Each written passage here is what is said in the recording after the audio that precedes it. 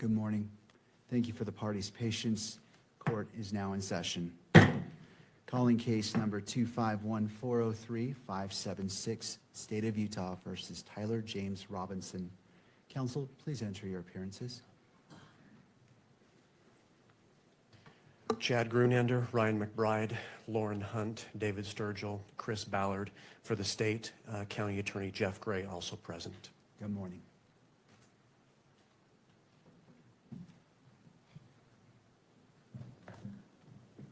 Good morning, Your Honor. Kathy Nestor, Richard Novak, Michael Burt, and Stacy Visser here for Mr. Robinson, who's seated at council table. Good morning. Good morning. Good morning, Mr. Robinson. And for the record, the court also recognizes the presence of Ms. Erica Kirk. Good morning, Ms. Kirk.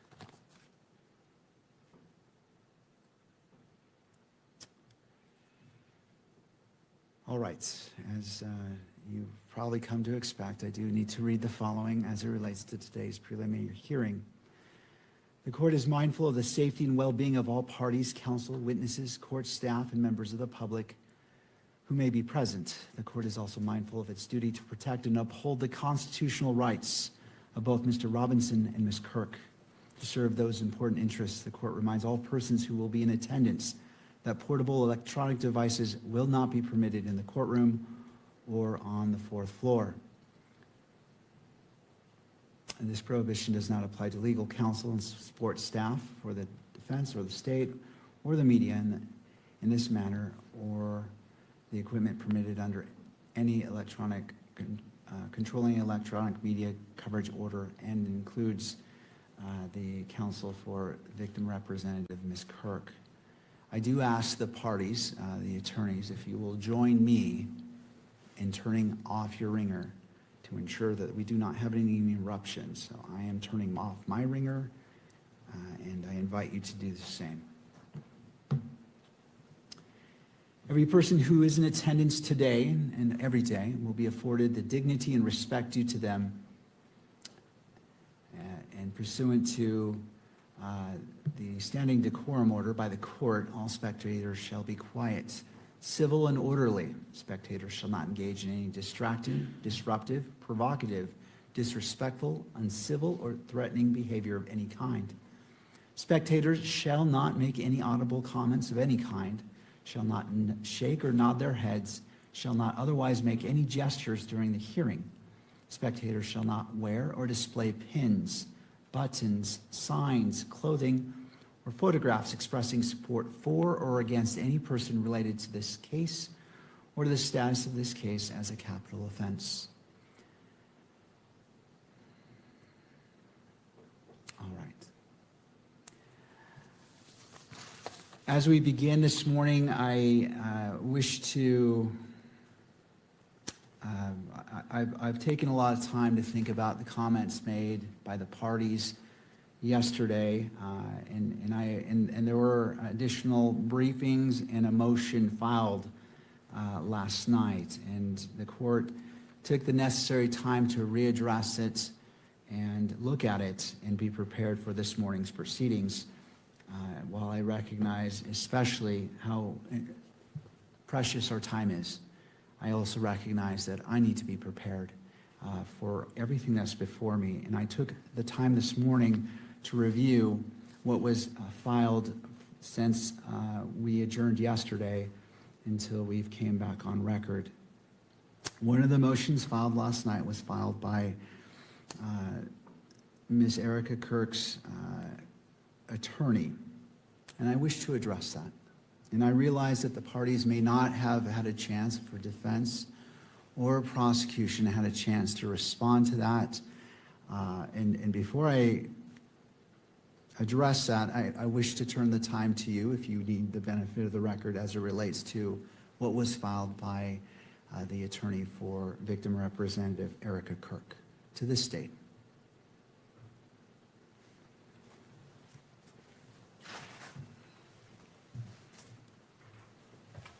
Good morning, Your Honor. Christopher Ballard on behalf of the state.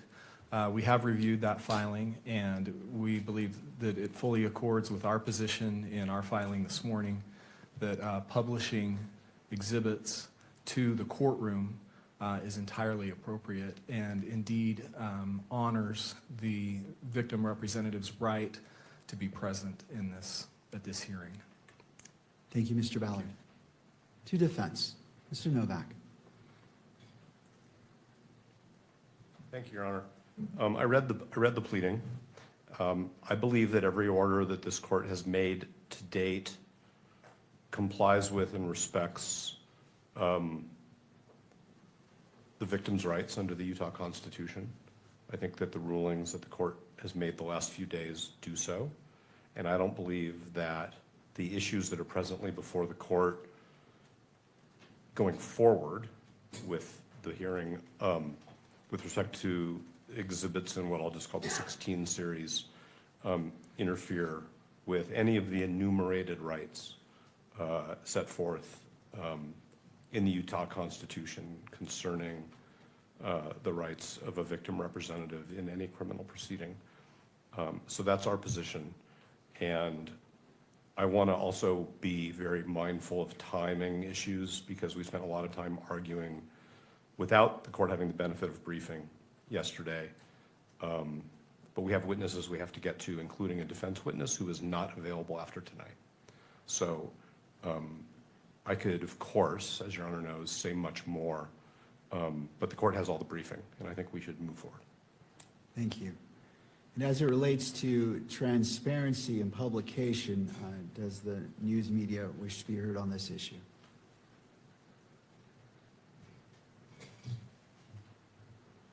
Only briefly, Your Honor. I've also reviewed the submission from yesterday. The court has always set this three-step process, and I think taking each of those stages, admissibility, publication to the courtroom, and coverage by the in-court cameras are three separate inquiries. Of course, the media believes, the media will be the party who stands here at this lectern and says, we believe we should see as much as possible. We're maximalist in that way, while recognizing the importance of protecting all the rights, including fair trial rights.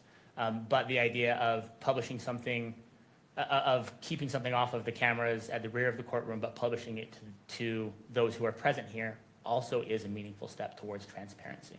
And to the extent that the court is not comfortable with placing something on the video feed, the media does believe that allowing the media representatives who are here and the members of the public who are here to view that, even if those watching on the live stream cannot, is a meaningful victory for transparency, and we of course support that. Thank you. All right. Your Honor, the state would like to be heard on the briefing, briefly. For, The briefing that was submitted last night. all right, so I want to address the motion filed by the attorney for the victim representative, and then we'll transition to that. I'm just trying to do it incrementally so we can get it all addressed. So in regards to that, and I appreciate the position of the parties, it is important for me to hear all sides. Article 1, Section 28 of the Utah Constitution recognizes important rights afforded to victims and victims' representatives, including the right to be treated with fairness, respect, and dignity, and the right to be present and heard at critical stages of the proceedings. The court acknowledges the concerns raised in the motion regarding transparency and the ability to meaningfully observe the evidence presented during this hearing. At the same time, the court has an independent obligation to manage these proceedings in a manner that safeguards the rights of all parties. That includes honoring the rights of victims and victims' representatives while preserving the defendant's constitutional rights, including the right to a fair and impartial process. The court has considered the request that exhibits be displayed in real time to the courtroom. After careful consideration, the court determines that not all exhibits will be visually displayed to the gallery, and notes that it will use a tiered method as described. First, whether it will be admitted to the court for consideration as it relates to probable cause. Second, whether it will be displayed only to the gallery. And third, if it will be published through the camera to the public at large. This ruling is not intended to diminish the significance of the victim's representative rights or concerns. Rather, it reflects the court's responsibility to regulate the presentation of evidence in a manner consistent with the integrity of the proceedings and the fair trial rights implicated in this manner. The manner in which evidence is displayed remains in the court's discretion. That discretion must be exercised in a manner that is appropriate and appropriately balances Mr. Robinson's constitutional rights, Ms. Kirk's rights as a victim representative, and the court's obligation to conduct the proceedings that are fair, orderly, and appropriately transparent. Transparency is an important principle, but it must be maintained in a manner consistent with the constitutional rights and protections afforded to all parties. The court does not make a blanket ruling as it relates to any exhibit, and as previously stated, each exhibit will be afforded its own due in weighing whether it shall be published to the courtroom or beyond or not. And that concludes the court's ruling on that motion.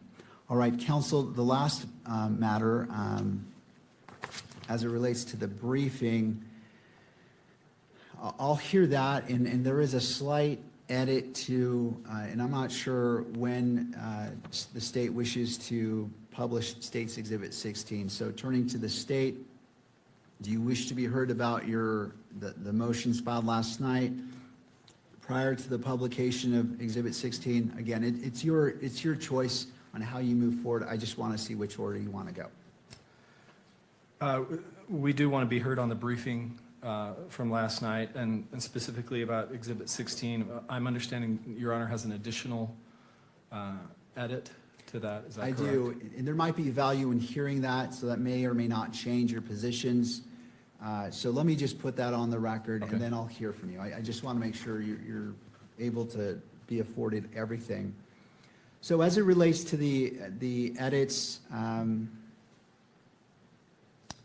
last night, I believe it was between 6 minutes and 57 seconds and 20 minutes and 29 seconds, which is not to be played, and then 32 minutes and 55 seconds to 35 minutes and 47 seconds, which is not to be played. And I believe that what I received reflects that. And is that the understanding of the parties?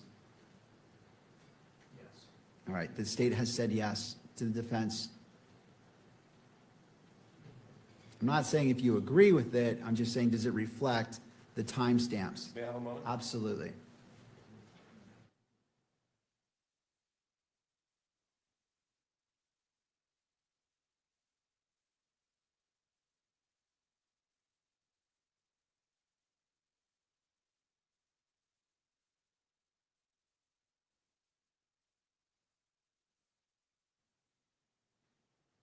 Go ahead, Judge. I think, Your Honor, and then let's just see what the court is referring to. Well, I'm asking, did you receive a copy of the edited video? Okay, so I'll answer that question directly. The state sent us a copy of the edited video. The redactions of the audio were exactly as the court ordered, but we noticed that the video, which followed, ended up being inconsistent with the redactions of the audio. So I brought that to the state's attention last night. I believe that they ultimately forwarded to the court what I'll call version 2 of the redactions, which redacts the video that would have made the audio redactions sort of superfluous or ineffective. So that's sort of where we are. But we may be not communicating with each other about the same issue. I'm not sure. Well, okay, I just want to make sure that in regards to what was to be cut out comports with those timestamps I just gave. It does. Plus, the parties believe that additional video needed to be cut out to match the court's intentions with respect to the audio. Right, and this is where I'm going to next. Mr. Ballard? Yes, Your Honor. I think we're on the same page. We did, in conjunction with discussions with the defense, first of all, we prepared the redacted video as Your Honor ordered. Then after discussing with the defense, we prepared a second version that still maintained the audio redactions as the court ordered, but we took out the video portions that the defense brought to our attention.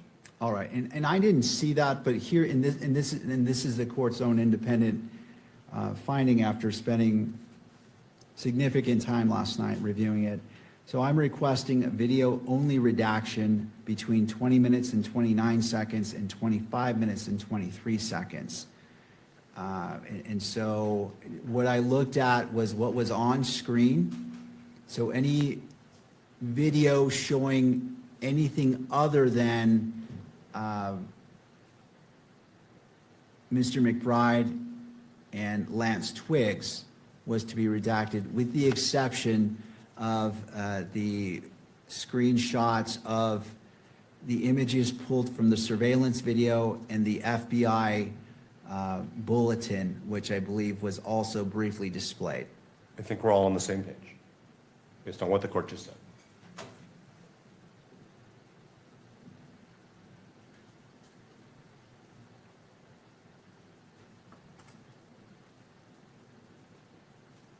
Your Honor, I think we have just a 1 second difference. Our timestamp is 25:22 of the additional edited version, but I think it still omits the video portion that we're discussing. All right, well, it's a good day when we are literally on the same page. I'm glad that within 1 second, we are all in agreement about this. So that the court, and it sounds like you're one step ahead of the court. I was going to say that if you had it, you simply turn off the monitor for that section. But if you've already made that change, then all the better. There are 2 additional changes as well. And this is very short, and so I'll leave it to the state if you wish to just in real time pause and fast forward, or wish to redact it. I'll leave it to you. So the additional requested audio and visual redaction, so this is not to be played whatsoever, is 27 minutes, 18 seconds to 27 minutes and 25 seconds. And the second is 28 minutes and 11 seconds to 28 minutes and 18 seconds.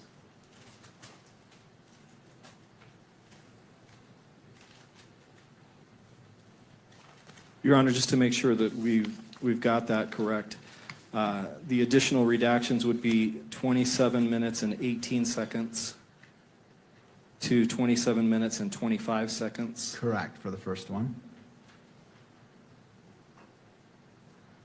And then 28 minutes and 11 seconds to 28 minutes and 18 seconds. Yes. And Your Honor, while we're talking about additional redactions, let me approach.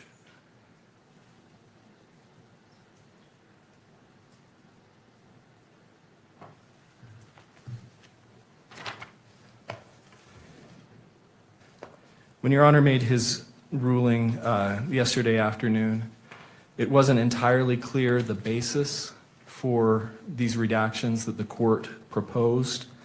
The state's understanding was that those additional redactions were based on the potential that the video 1102 would be showing duplicative evidence and would be displaying evidence that would be duplicative of future exhibits, and then also potentially a concern about admissions by the defendant. Portions that the court has ordered to be redacted do not have any of those concerns as far as the state's view of that evidence, and I would like to be able to point the court to those. We've got 2 brief portions that we believe don't implicate those concerns and should not be redacted. All right. Does Your Honor have the transcript? I do. In front of you? Okay.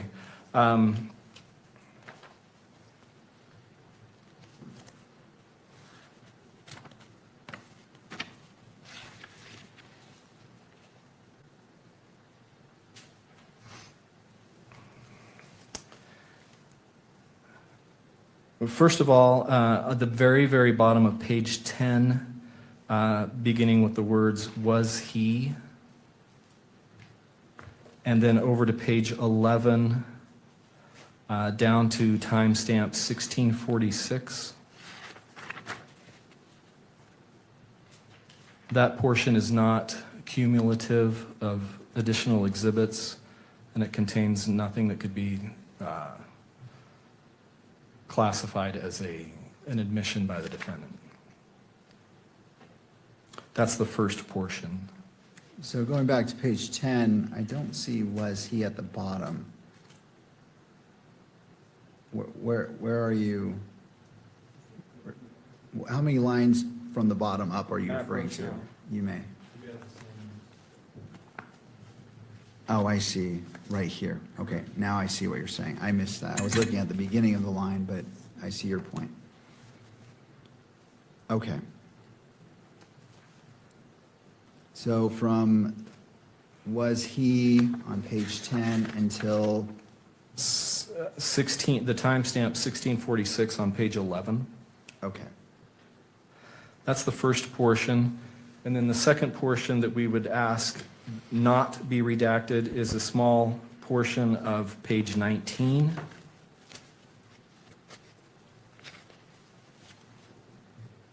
And it begins, let's see. It would be the fifth paragraph down, Mr. McBride stating "okay," and then ending at timestamp 3340.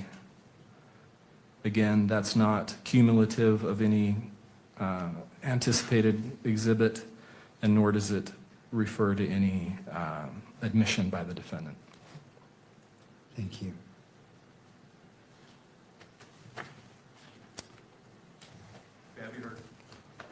Yes, you may.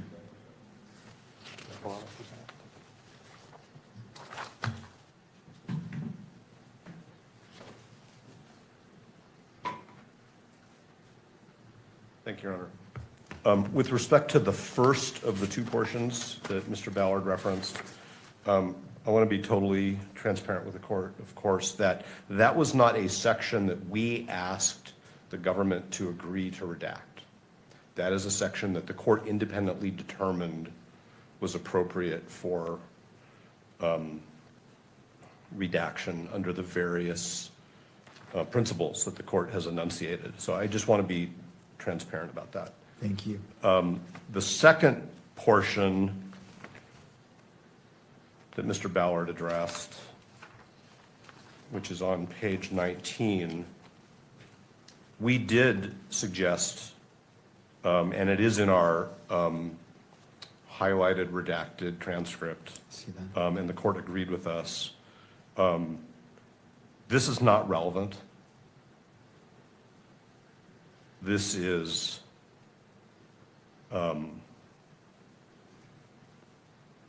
not admissible under 403.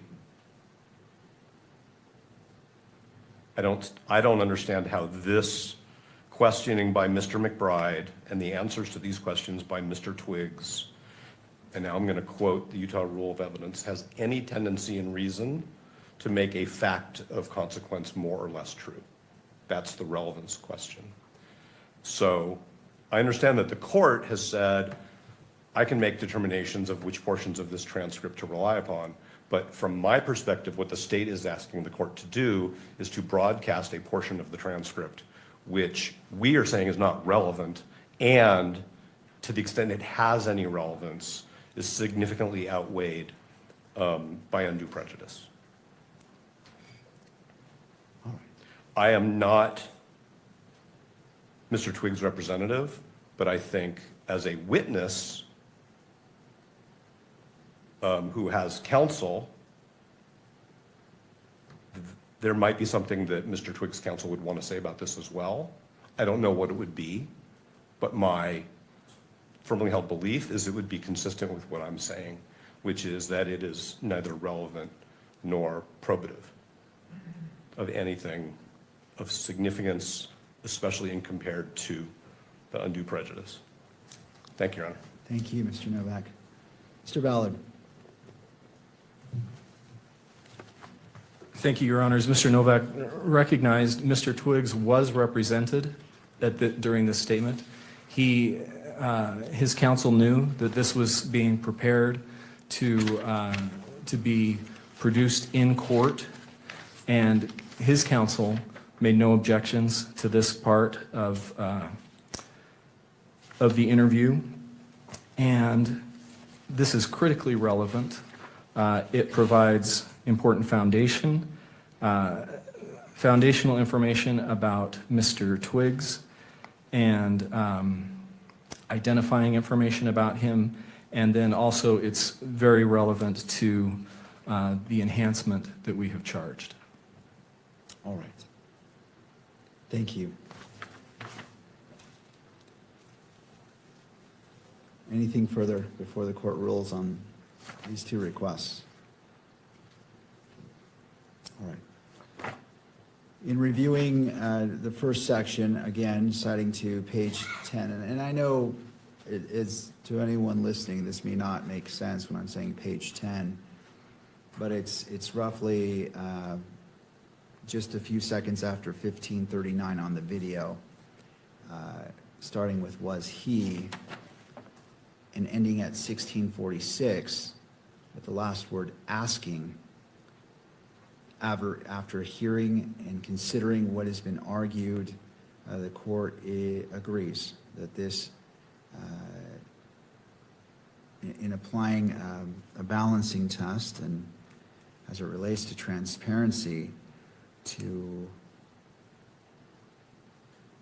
ensure the court is taking a very narrow approach in what is or is not published to the public, that this is permissible. It doesn't run afoul of the issues that the court addressed previously, that the court is trying to avoid by publishing portions. And in addition to that, independently of the court's decision-making, it appears that the parties also agree as it relates to the first requested edit to unredact or to allow in. So I am ruling that that may be played and published through all mediums in the courtroom and via video. Turning to the second section, this is page 19. It is roughly right after 3327, going to just before 3340.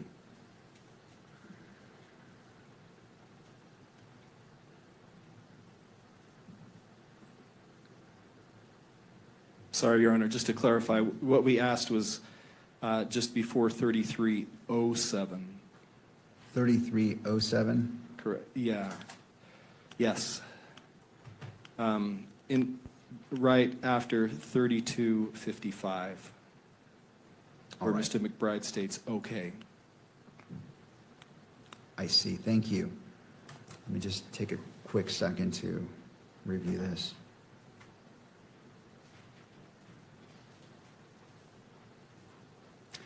In relation to that request from right after 3255, starting with okay, is that the spot you're talking about, Mr. Ballard? Yes, Your Honor. All right. And specifically to 3327, the court stands by its original ruling. That is not, there are several reasons why the court, the court's ruling isn't whether it's relevant or not. It's whether it should be published or not. And again, as previously stated, the entirety of Exhibit 16, the court is receiving without any redactions or edits. The court is considering it as it weighs probable cause. However, for publication, the court finds that the requested section from roughly after 3255, starting with okay, ending at 3327 is, the court finds that there are interests served by not publishing this to the courtroom or to be broadcast. I note the, and I recognize Mr. Novak's statement as it relates to what Mr. Twiggs' counsel may or may not assert, but the court finds independently that this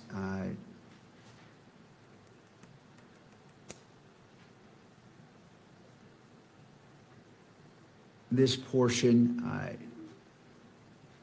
shall not be transmitted into the courtroom because of certain statements made in there that do not serve the interests of justice for publication. However, the court finds from 3327, starting at OK, until just before 3340, I'm sorry, up to 3340 may be published. Did that notation make sense? Did to the state, Your Honor. All right, to defense. Understood. And so this is the appropriate balancing of being transparent while at the same time maintaining the constitutional rights or balancing the constitutional rights of all parties and what is appropriate for publication. And this may be published not only to the gallery, but to the media as well, that goes beyond the gallery itself. All right. Anything further on State's Exhibit 16? Not from the state, Your Honor. Thank you. All right. And I note defense is nodding their head as well and not indicating any more is needed to be discussed at this point. All right. I think we've put State's Exhibit 16, we've addressed it. Turning to the state.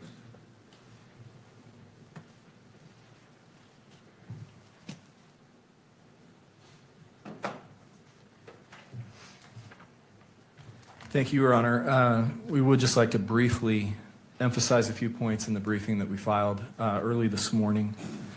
Last night, the defense raised the issue of publishing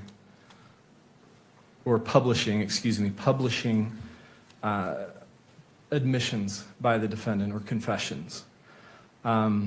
They cited to one sentence from the United States Supreme Court opinion in Estes versus Texas that relies on the Rideau versus Louisiana case.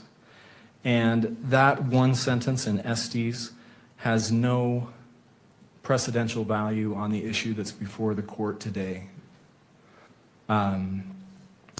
Estes cited to the dissenting opinion in Rideau, which is very curious because that dissenting opinion, Rideau was a change of venue case. And what the dissenting opinion held is that the court properly refused to change venue in that case, even though the defendant's confession had been televised multiple times. So it's puzzling that that's what the Estes court would rely on as supposedly constructing some kind of rule about publishing a defendant's admissions. In addition to that, Estes has no analysis of that point from Rideau. Again, it's just one sentence. And Estes itself was a case about televising a trial.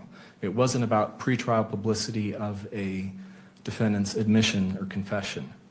And as we noted in the brief, subsequently, the Supreme Court has limited, although it hasn't expressly overruled Estes, it's limited that case to its very narrow facts.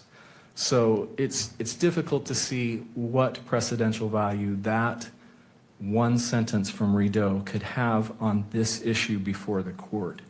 Even if it could have some applicability here, the circumstances in Rideau are starkly different from the circumstances here, the statements, the types of statements from defendant that we're talking about.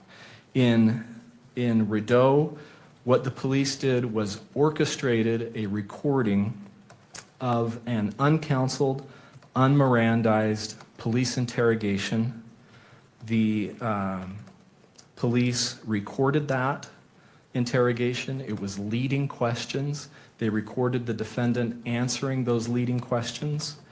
And then they immediately, it was the police that immediately released that recording to the press, who then publicized and televised that.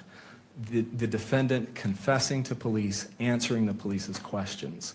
That's not the types of statements that we're dealing with in this case.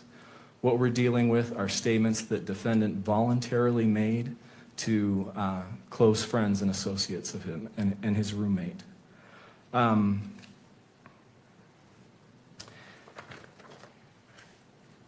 Sorry, just one other point about Rideau and that dissenting opinion. It's interesting that in that dissenting opinion, that judge that the court relied on in Estes continued on in his opinion and said it's an impossible standard to require that a trial court be a laboratory that's completely sterilized and free from any external factors. So again, it's hard to see how Rideau has any precedential value, and even if it did, the circumstances are completely different than from the types of statements that we're dealing with here. The state has also cited to several other courts that have easily distinguished Rideau and have made it clear that there is no blanket ban on publishing, especially just in court, a defendant's voluntary admissions.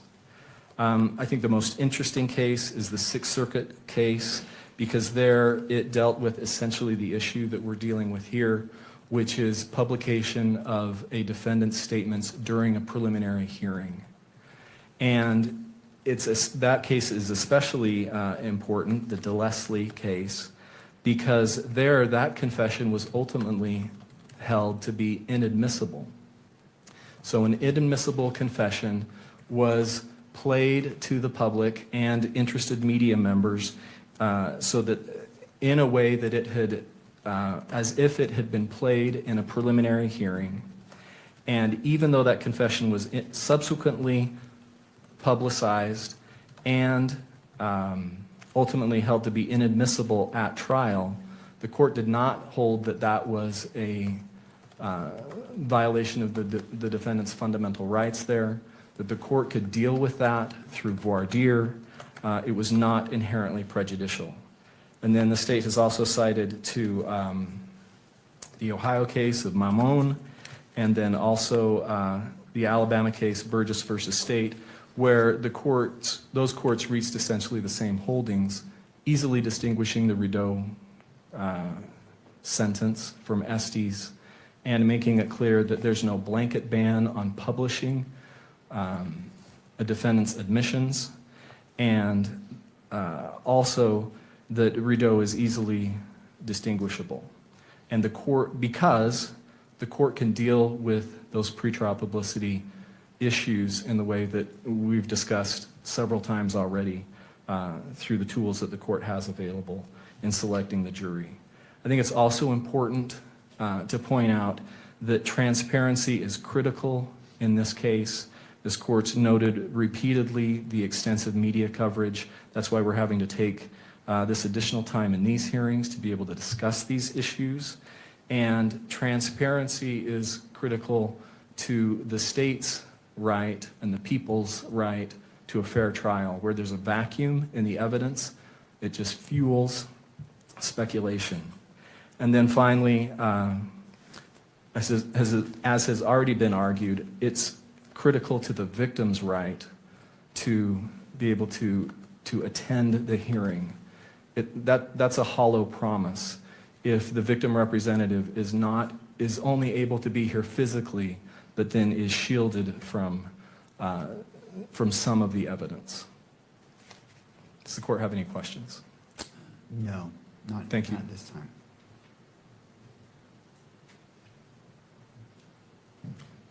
Mr. Novak. Thank you, Your Honor. The parallel between Mr. Robinson's case and the Rideau case is this. Mr. Rideau's confession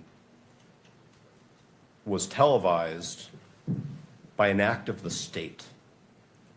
it wasn't a confession broadcast through a courtroom, it was a confession made to law enforcement and then broadcast by action of the state. And that's what gives rise to the constitutional problem, which is its state action, which violated Mr. Rideau's right to a fair trial.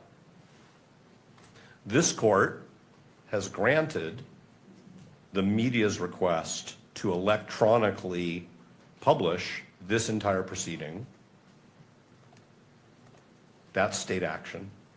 And the state has supported the media's request over Mr. Robinson's objection. So that is also state action. So that's the parallel. If there were no cameras in this courtroom, we would not have a problem. And in fact, Ms. Kirk's attorney's briefing seeks a remedy which has nothing to do with the cameras in the courtroom. What Ms. Kirk's counsel seeks is the opportunity for people in the courtroom to see the evidence. So the state is going even further than Ms. Kirk's counsel. The state wants to publish what it calls confessions in the same way, essentially, that the state published Mr. Rideau's confession. Now, the only other thing I want to talk about is that Mr. Ballard's correct that the blanket rule that there is unrebuttable prejudice, it's stated in Rideau. We could talk about why dissenting judges say, oh my God, the court has established a rule and I don't like it. That's what's going on there. But it was in the Skilling case, Supreme Court decision in 2010, where the court said, yes, we really are going to let judges decide whether potential juror exposure to pretrial publicity makes them makes them unable to serve. But there is an extreme case. That's not my language. That's the Supreme Court's language in Skilling. There are extreme cases of pretrial publicity where prejudice is going to be presumed. And so that's obviously about what has to be proven in terms of the prejudice. But when it's an extreme case, what the Supreme Court is saying in Skilling is there's a presumption. And I believe that this court has already made findings over the last 9 months that this is an extreme case with respect to the quantum of pretrial publicity, the way in which it's being monitored by the public, the speed with which these proceedings, even this week, are being dissected and broadcast through all of the technology channels that we have. So it's our view that this is the extreme case that the Supreme Court talked about in Skilling. We wouldn't have any state action giving rise to this problem if we didn't have cameras in the courtroom. And that's why we think that Exhibits 16.1, 16.2, and 16.3 need to be managed in the way we've asserted. Thank you, Your Honor. Thank you. Mr. Ballard. Thank you, Your Honor. Just briefly, Mr. Novak's misrepresented the state's position. We're not going beyond what the victim representative has asked for. As we made clear in our briefing this morning, that we filed this morning, we are asking that these exhibits, unredacted, be published in the courtroom. Not electronically, but they be published in the courtroom. It's not the camera in the courtroom that's the problem. The issue here is the public's right. This is a public hearing. The court's ruled that it's a public hearing. Kearns Tribune recognizes that preliminary hearings are public, and the public that is here in this courtroom should be able to see the exhibits that are admitted and that the court is going to rely on.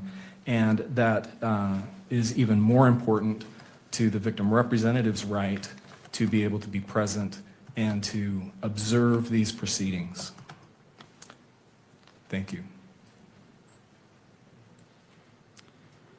Counsel?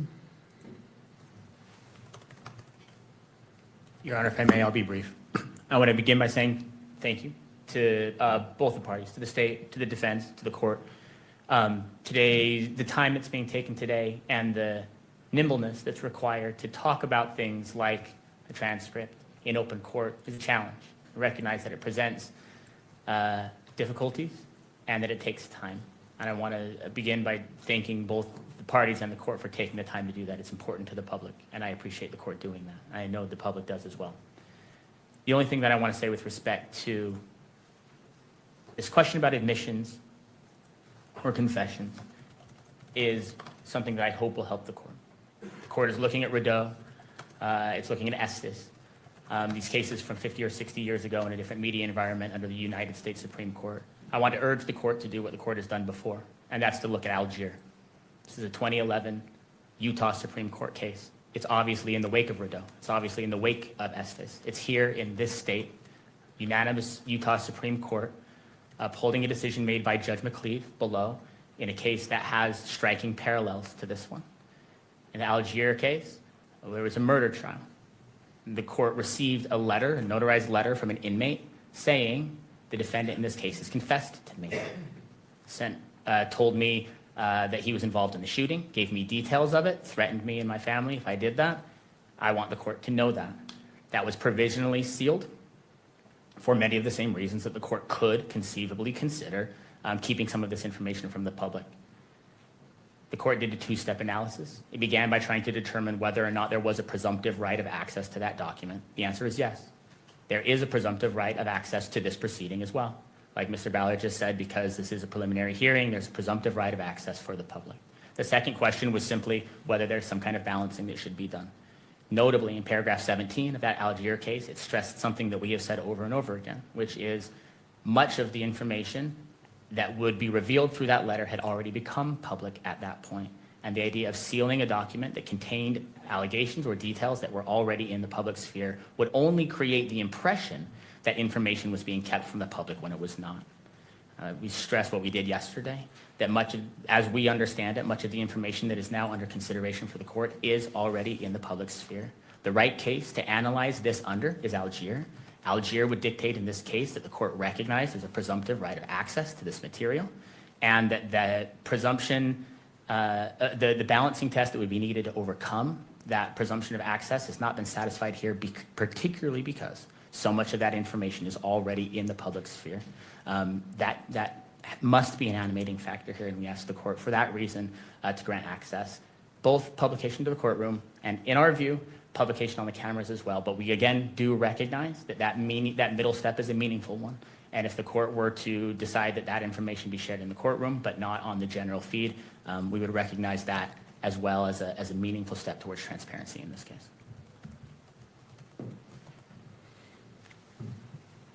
Counsel? Good morning, Your Honor. Jeffrey Nyman on behalf of the Kirk family. And we appreciate the court is trying to balance here, but the Kirk family's waited 10 months for this hearing. And they have a right to be here, and they have a right to hear the evidence. They have a right to see and feel what's going on in this courtroom, just like, and they want to understand, Judge, what you are viewing. They want to see the evidence. And we understand you have to balance, but at a minimum, this courtroom needs to be open for the evidence to be displayed openly in this courtroom, for them to see it. The Utah Constitution gives them the right to be here, and to be here and not to see the evidence, what's the point of being here? We ask you to let the evidence be seen in the courtroom, please. Thank you for your time. Thank you, counsel. Anything further as it relates to exhibits 16.1, 16.2, and 16.3 as it relates to what's been briefed or any other arguments?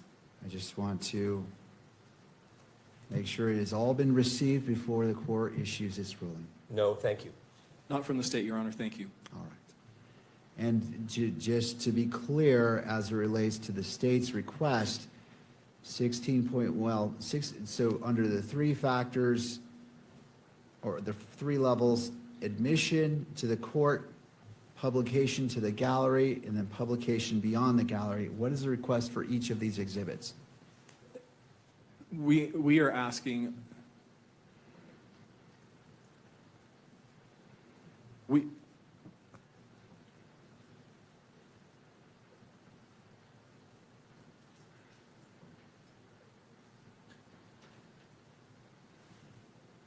Your Honor, we are asking for admission. We are asking for publication within the courtroom, but not publication electronically on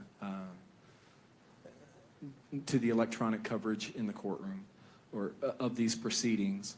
We do want to make clear that once the exhibit is admitted, that the witness will be reading from portions of the exhibit, but again, we're not asking that that be displayed in any way so that those outside the courtroom could capture that and reproduce it. Thank you. The court just wants to.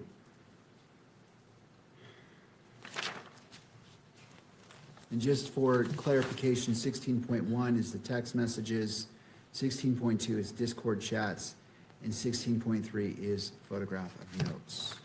That's correct, Your Honor. All right.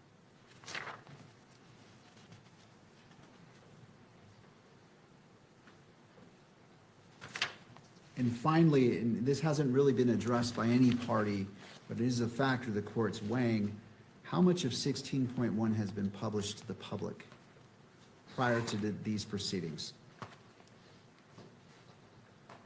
And this is open to all if you wish to weigh in. I just want to make sure that that's clear because that wasn't really addressed in the briefing and it's a factor. So I want to make sure that issue has been presented by the parties if you choose to.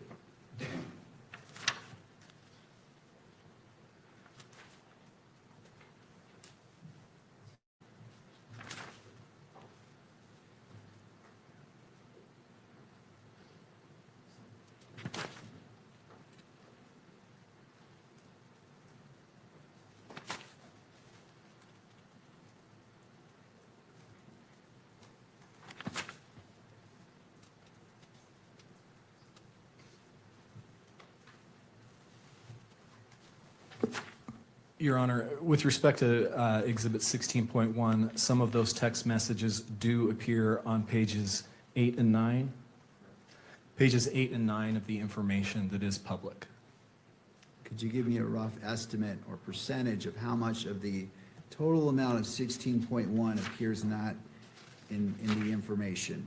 Again, I'm just trying to create a record of what is out there from your perspective so the court can consider that in its analysis.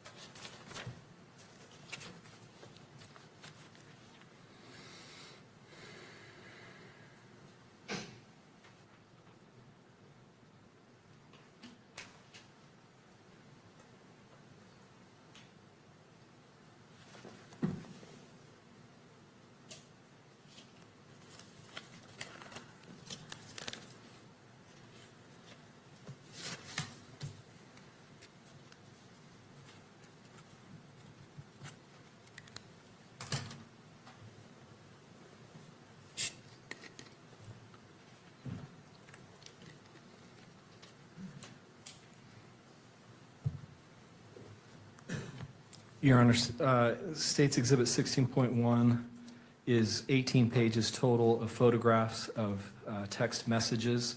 It's approximately 5.5 pages of those 18 pages that are reproduced in the information. Thank you for your patience. Thank you, Mr. Ballard. I appreciate you doing that on the fly. Anything further from any party?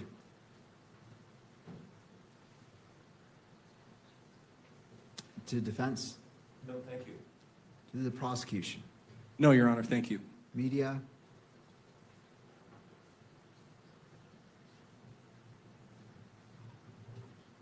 I'll just point out for the court that in addition to the text messages, I believe, I haven't seen the other exhibits, but I believe that at least the note itself, which is another one of the exhibits, is also described in the information.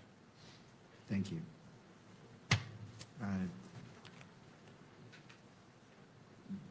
Ms. Kirk's victim representative attorney.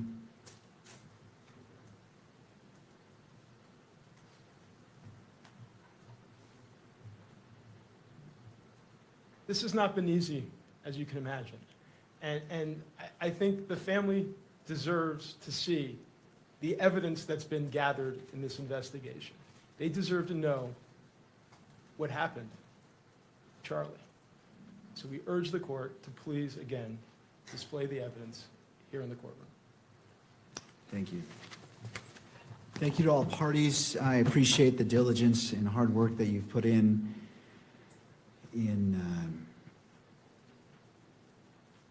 briefing, argument. These are important exhibits as it relates to what should be considered for, again, to be clear, these exhibits are being admitted to the court in its entirety. The question before the court is publication within the courtroom and beyond the courtroom.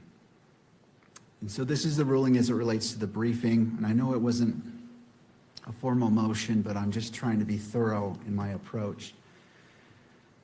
This matter comes before the court on the state's request to publish Exhibits 16.1, 16.2, and 16.3 during the preliminary hearing and defendant's objection to that request. The exhibits consist of text messages between Mr. Robinson and a witness, Discord messages between Mr. Robinson and others, and a written note the state attributes to Mr. Robinson.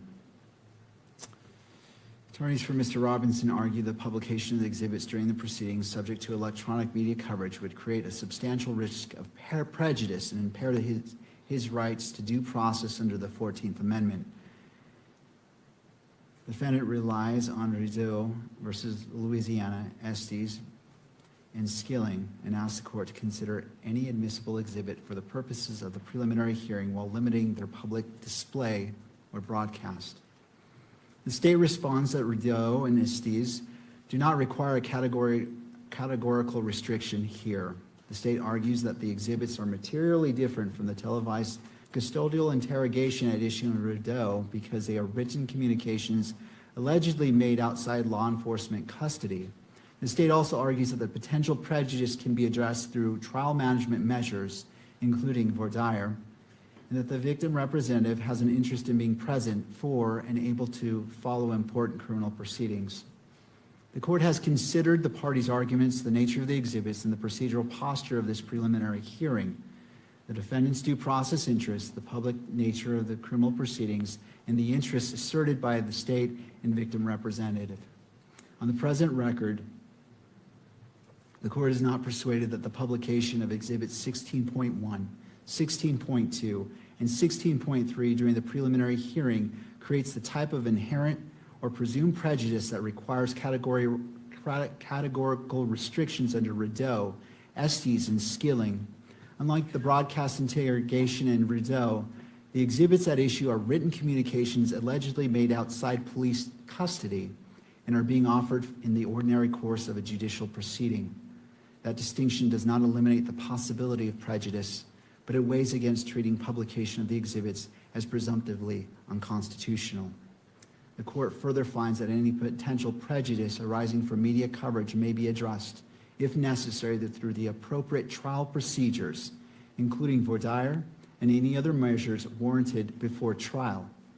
This ruling is limited to publication of the exhibits during the preliminary hearing and does not determine their admissibility at trial, and I insert, if one occurs, or foreclose any later request for relief based on a more developed record. Accordingly, the defendant's objection is overruled. As it relates to this preliminary hearing, the state may publish Exhibits 16.1, 16.2, and 16.3, and the court is authorizing, with the exception of the third to last page on Exhibit 16.1, because it contains information including a phone number and address to be redacted before publication in the courtroom. But as it relates to 16.1, because it was publicly distributed by the state, that 16.1 in its entirety may be broadcast through electronic media. That is the ruling of the court. Counsel, how would we like to proceed?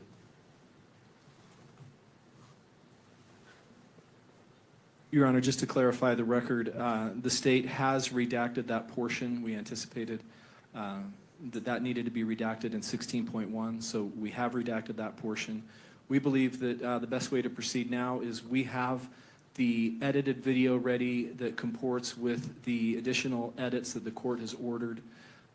We propose that we take a break so that we can show that to the defense, make sure we're on the same page, and then we anticipate coming back and playing Exhibit 16. All right. Okay. All right, I appreciate the caution being exercised by all parties. We'll take a 15-minute break, come back at 10:50. Court is in a brief recess.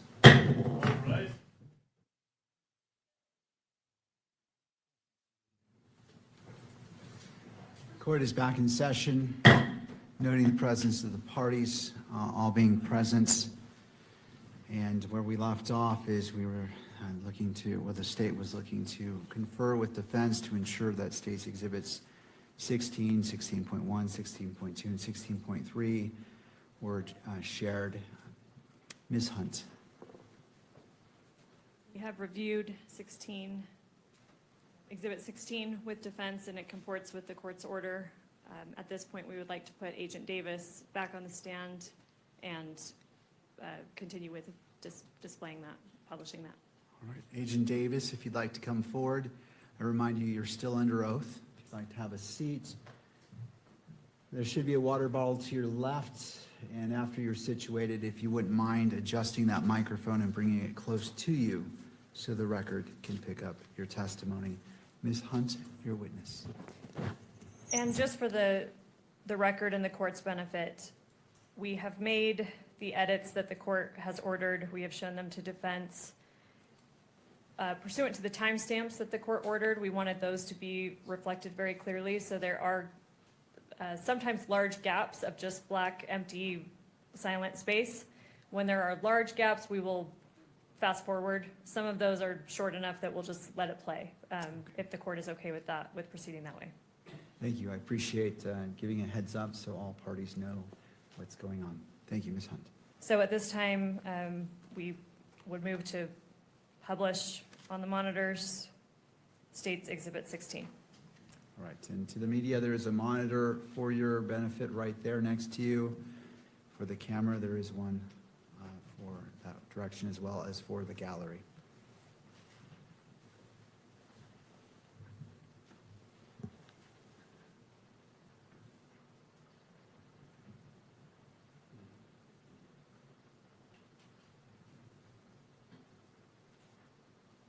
This meeting is to use your statement here instead of your testimony at a preliminary hearing.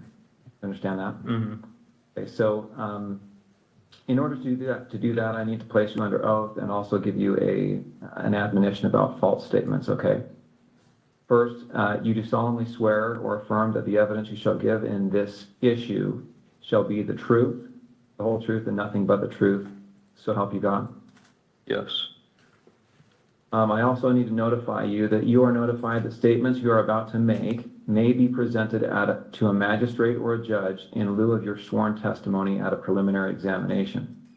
Any false statement you make and that you do not believe to be true may subject you to criminal punishment as a Class A misdemeanor. You understand that? Yes. It potentially could be used as, for punishment as a higher offense as obstruction of justice. In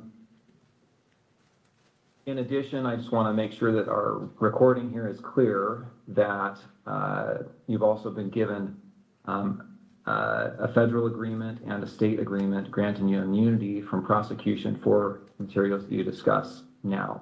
Do you understand that? Mm-hmm. Okay. First, we're going to cover some of the things that you've already talked about, but to make it as part of this record. First, what's your name? Full name with middle name or just first and last? First and last is fine. Okay, my name is Lance Twiggs. And do you know Tyler Robinson? Yes, I do. Well, yeah, I do. And this is the same Tyler Robinson that's been charged with the shooting of Charlie Kirk. Yes. And would you say when you first met Tyler? I think it was 2023. I've known him longer than that, though. That was, I think, the first time I met him in person. Okay. And we described your relationship with Tyler when you first met him anyway. When I first met him, I didn't know him super well. He was just a new roommate, so I knew he knew my friend group, and I knew he liked playing games, but that's about it when we first, when he first moved in. Okay.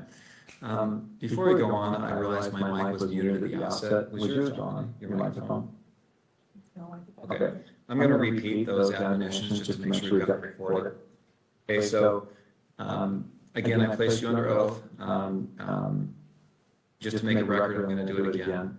You do solemnly swear that the evidence you shall give in this issue shall be the truth, the whole truth, and nothing but the truth, so help you God. Yes. And again, I'm going to give you the false statement admonition. Sorry, hold on. If they're saying that it's echoing, so I think this one's mic is on. Okay, sorry. Okay, you know, I'll mute my mic. That's fine. Okay. Okay, so we should be good. All right.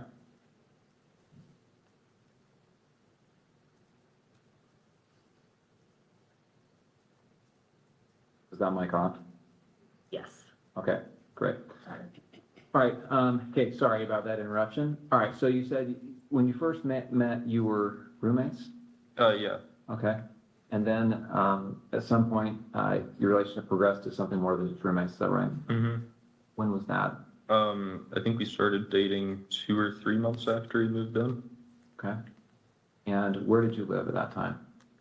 St. George, in an apartment complex. And is that apartment the same place you lived on September 10th? Yes.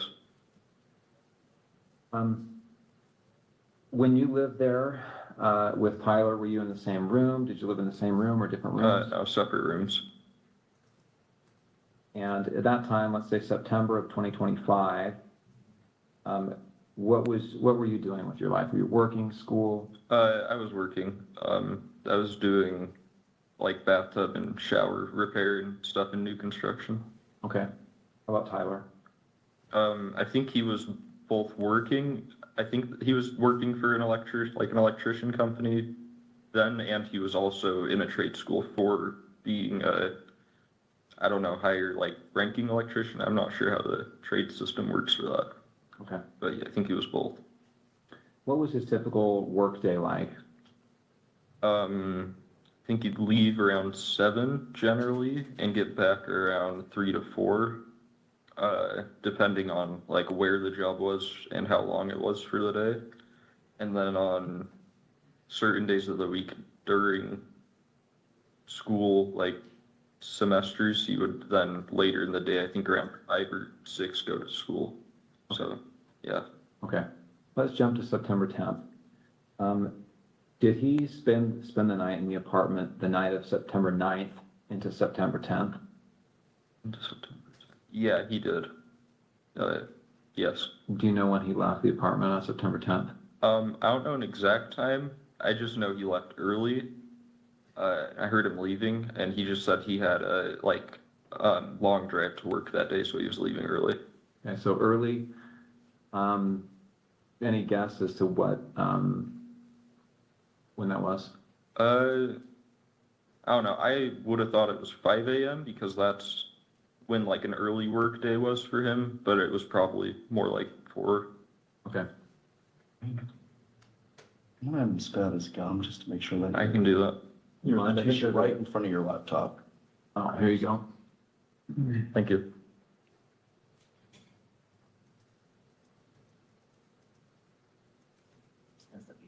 Thank you.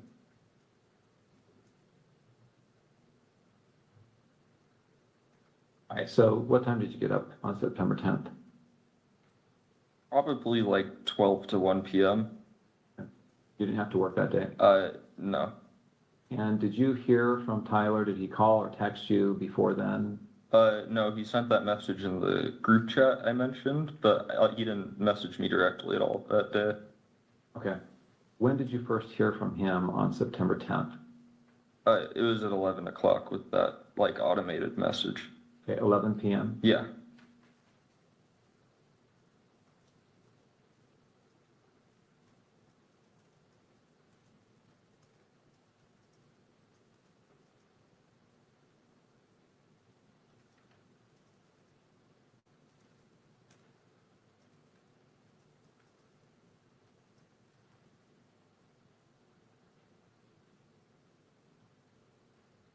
What about, he asks you here, remember how I was engraving bullets? Was he engraving bullets before this? Yeah, I don't remember exactly when, but he had said he was planning to go hunting with his family. And he asked me for if we had like a Dremel because he said he wanted to engrave messages on bullets. And I just told him where our Dremel was and told him to make sure he doesn't like set off a bullet on accident in the house. But I didn't really think about it until then. How long before September 10th was this that he asked about the Dremel? I don't remember because he'd been talking about the hunting/camping trip for a couple months, but I don't remember when he was specifically asking to engrave the bullets. So are we talking like a year before? Oh no, not that long. It would have been I'd say at most a month before this was when he was asking. Okay.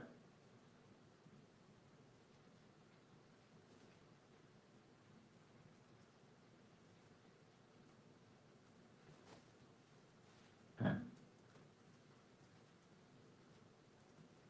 All right. You talked about the note that he left. I want to bring this up, and I should say that these text messages that we've been looking at here are Bates number 54. Okay, the notes have been titled 16.3 with a note, and this is Bates number 58. Do you recognize that on the screen there? Yeah. What do you recognize it as? That was the note under his keyboard that he was referring to in the first text of that chain. Okay, so where did you find this? On his desk underneath his computer keyboard. And I assume you read it, Yeah. and then what did you do with it after you read it? I believe I just put it back down on the desk after I took a picture of it. Okay, and again, the time you read it was probably around 11 o'clock or so on the 10th, Yes. the night of September 10th, Mm-hmm. right? And did you ever see that again after you placed it back on his desk? No, I don't think I did. And that was a desk in his bedroom, Yes. and that's a separate bedroom than your bedroom. Yeah. And now I want to go to what's been titled 16.2. And do you recognize this series of messages here?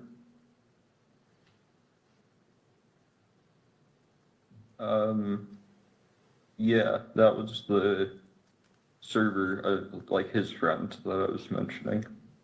Okay, and this is your phone again? Yeah. And I'm assuming you recognize it because the big crack up at the top. Mm-hmm.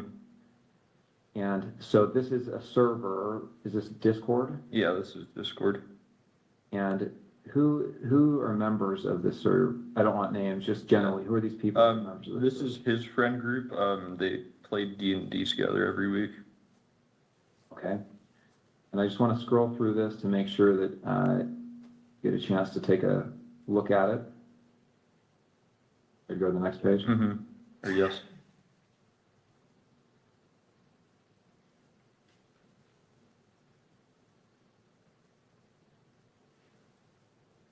So Tyler Icom, who's that? That's Tyler Robinson. These other people are just others that are members of the server. Yes. Jug, Barnaby, Marina, DM. Mm-hmm. Yes. Yeah, like DM means Dungeon Master. So this is these are like most of them are names they're using in the game they're playing currently. Got it.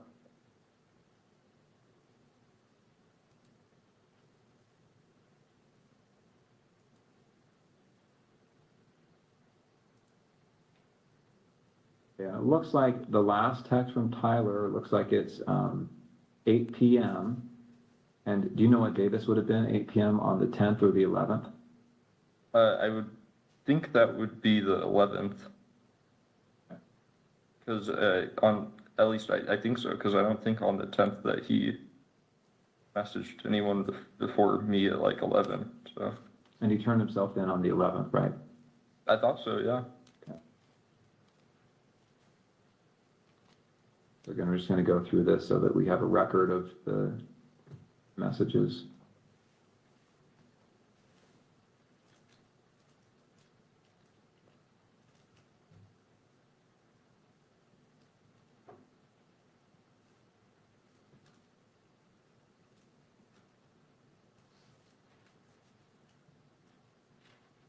Is that an accurate recording of that thread? To my knowledge, yes. And that was sent, looks like between September 10th and September 12th. Looks like the last day on this is September 12th. Screen? Yes.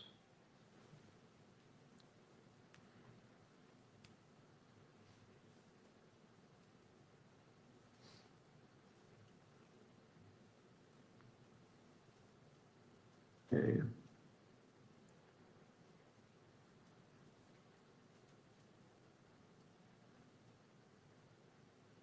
All right, so again, those messages covered from September 10th to the evening of September 11th. Now, September 11th, what time did you see Tyler on September 11th? Yes. When did you first see him on September 11th? So this is the day after the shooting? Yeah, I saw him when I woke up. Like I said, he was up and around doing a lot of stuff around the house. And then I think I saw him after that message where I said I'll come home and say I'm doing laundry, because I didn't want him going to my parents' house right then when he said there was probably cops outside. So I went back home, and it was just him there, and I said bye to him, and then he drove off. So I just went back to my parents' house.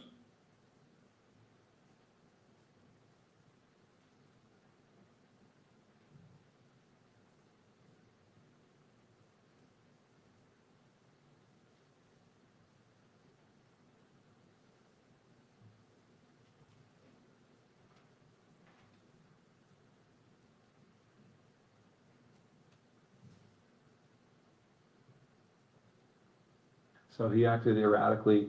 Was he pacing? Was he just sitting down, relaxing? No, he was walking around a lot. Right, and that's within the home? Mm-hmm. And did he talk about what he had done? Didn't go into detail. I just asked him in person if what he said was true the night before, and he said it was. I started crying a little bit and said he wishes he hadn't done it, and then kept going around and just doing stuff, I think, to keep himself busy or distracted or something. Okay. Did he talk about what he was going to do next? Uh,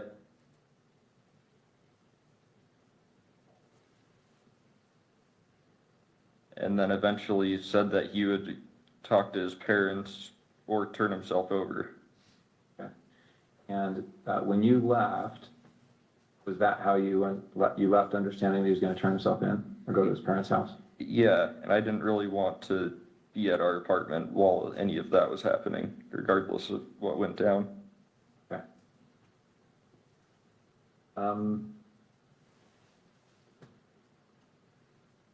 Okay, before he came home, had you seen the press releases, any of the media on this? I'd seen one Instagram link a friend of mine had sent in our group chat, Okay. but I hadn't really looked into it at all. And had you seen the images that were released of the suspect? I did the next day. I don't think I saw any on the 10th. I'm going to show you a couple of those images.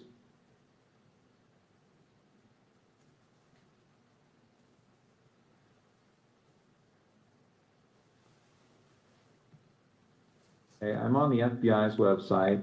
You can see the URL there at the top. This is some press release about this event.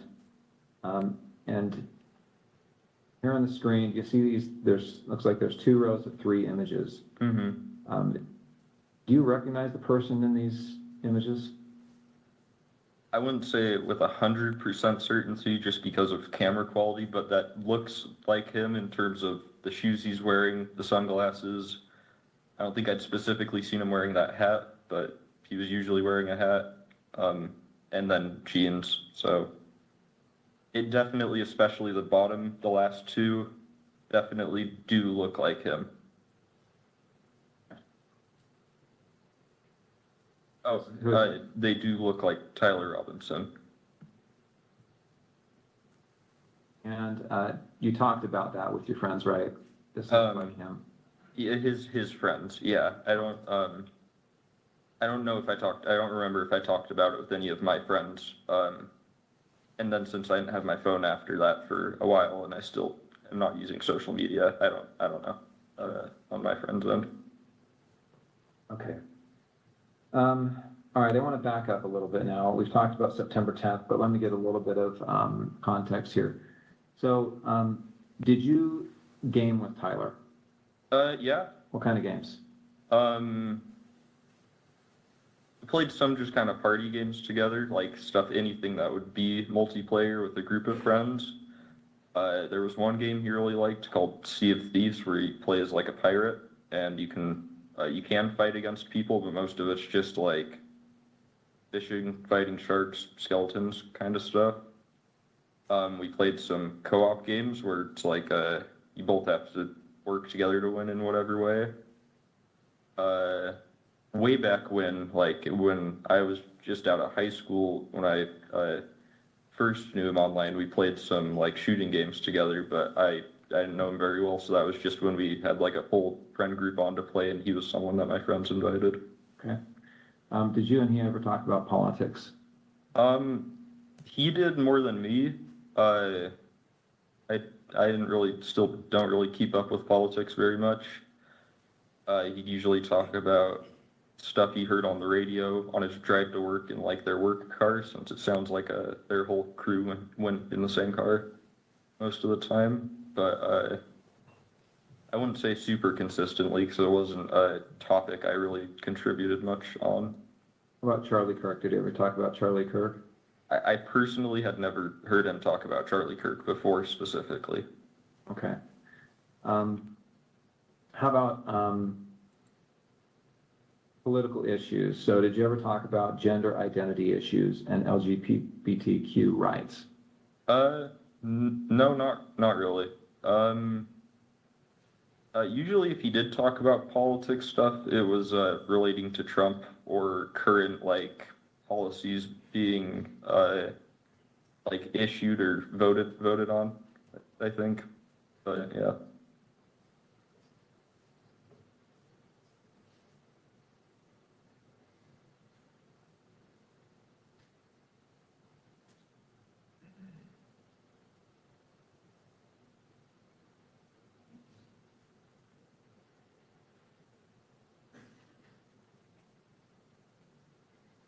Okay, so before that you had been? For a short time, yes. Okay. And I understand you're going by Luna at some point? To some people, yeah, but not as an overall thing.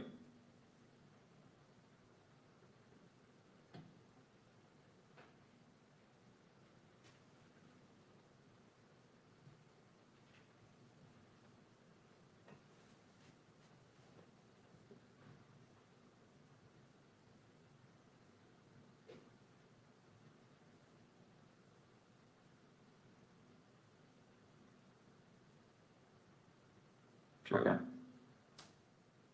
Okay, I think that's all the questions I have for this portion. Let me check and see if I've missed anything.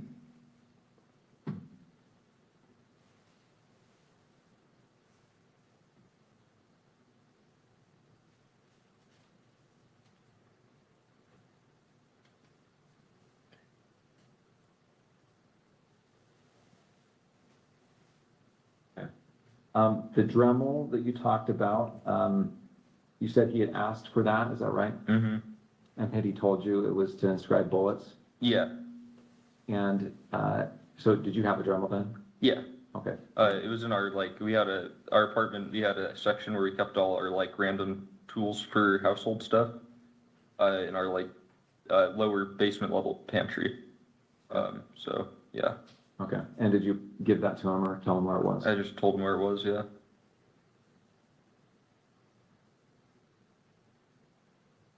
Okay, I'm going to go ahead and end the recording for the 11:02 purposes.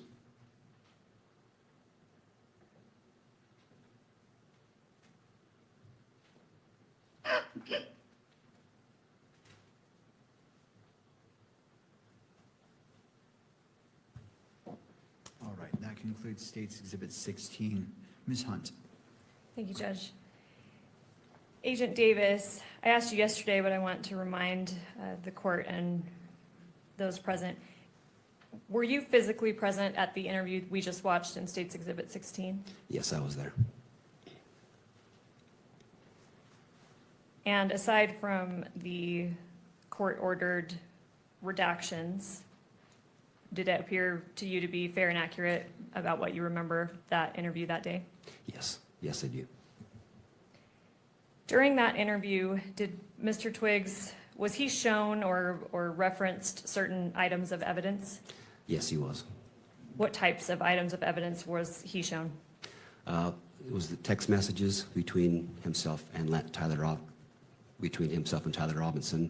a Discord chat messages, and a handwritten note. And then we also saw in the video, he was also shown the FBI press release photos of the potential suspect. That's correct, yes. Have you reviewed all of those items as part of the investigation? Yes, I have. You're familiar with them? Yes. All right, I want to put just on the witness's screen what's been marked for identification as State's Exhibit 16.1. And for the record, this includes the edit that the one edit that the court has previously ordered. Thank you. Let me know when you see that on your screen.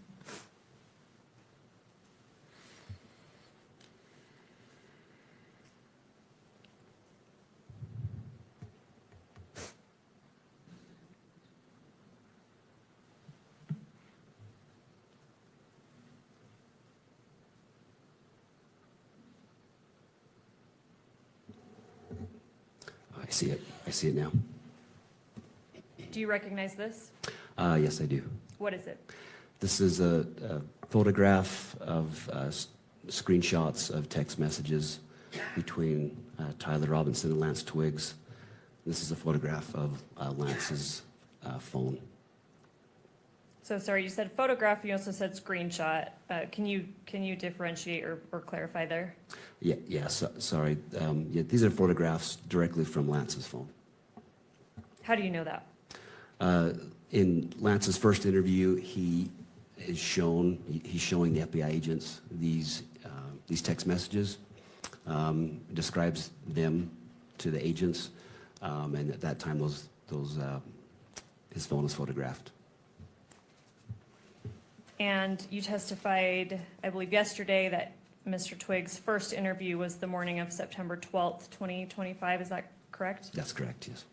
Were you physically present at that interview? No, I was not there. Have you spoken with the officers or agents that were? Yes, I've spoken to one of those agents that was there.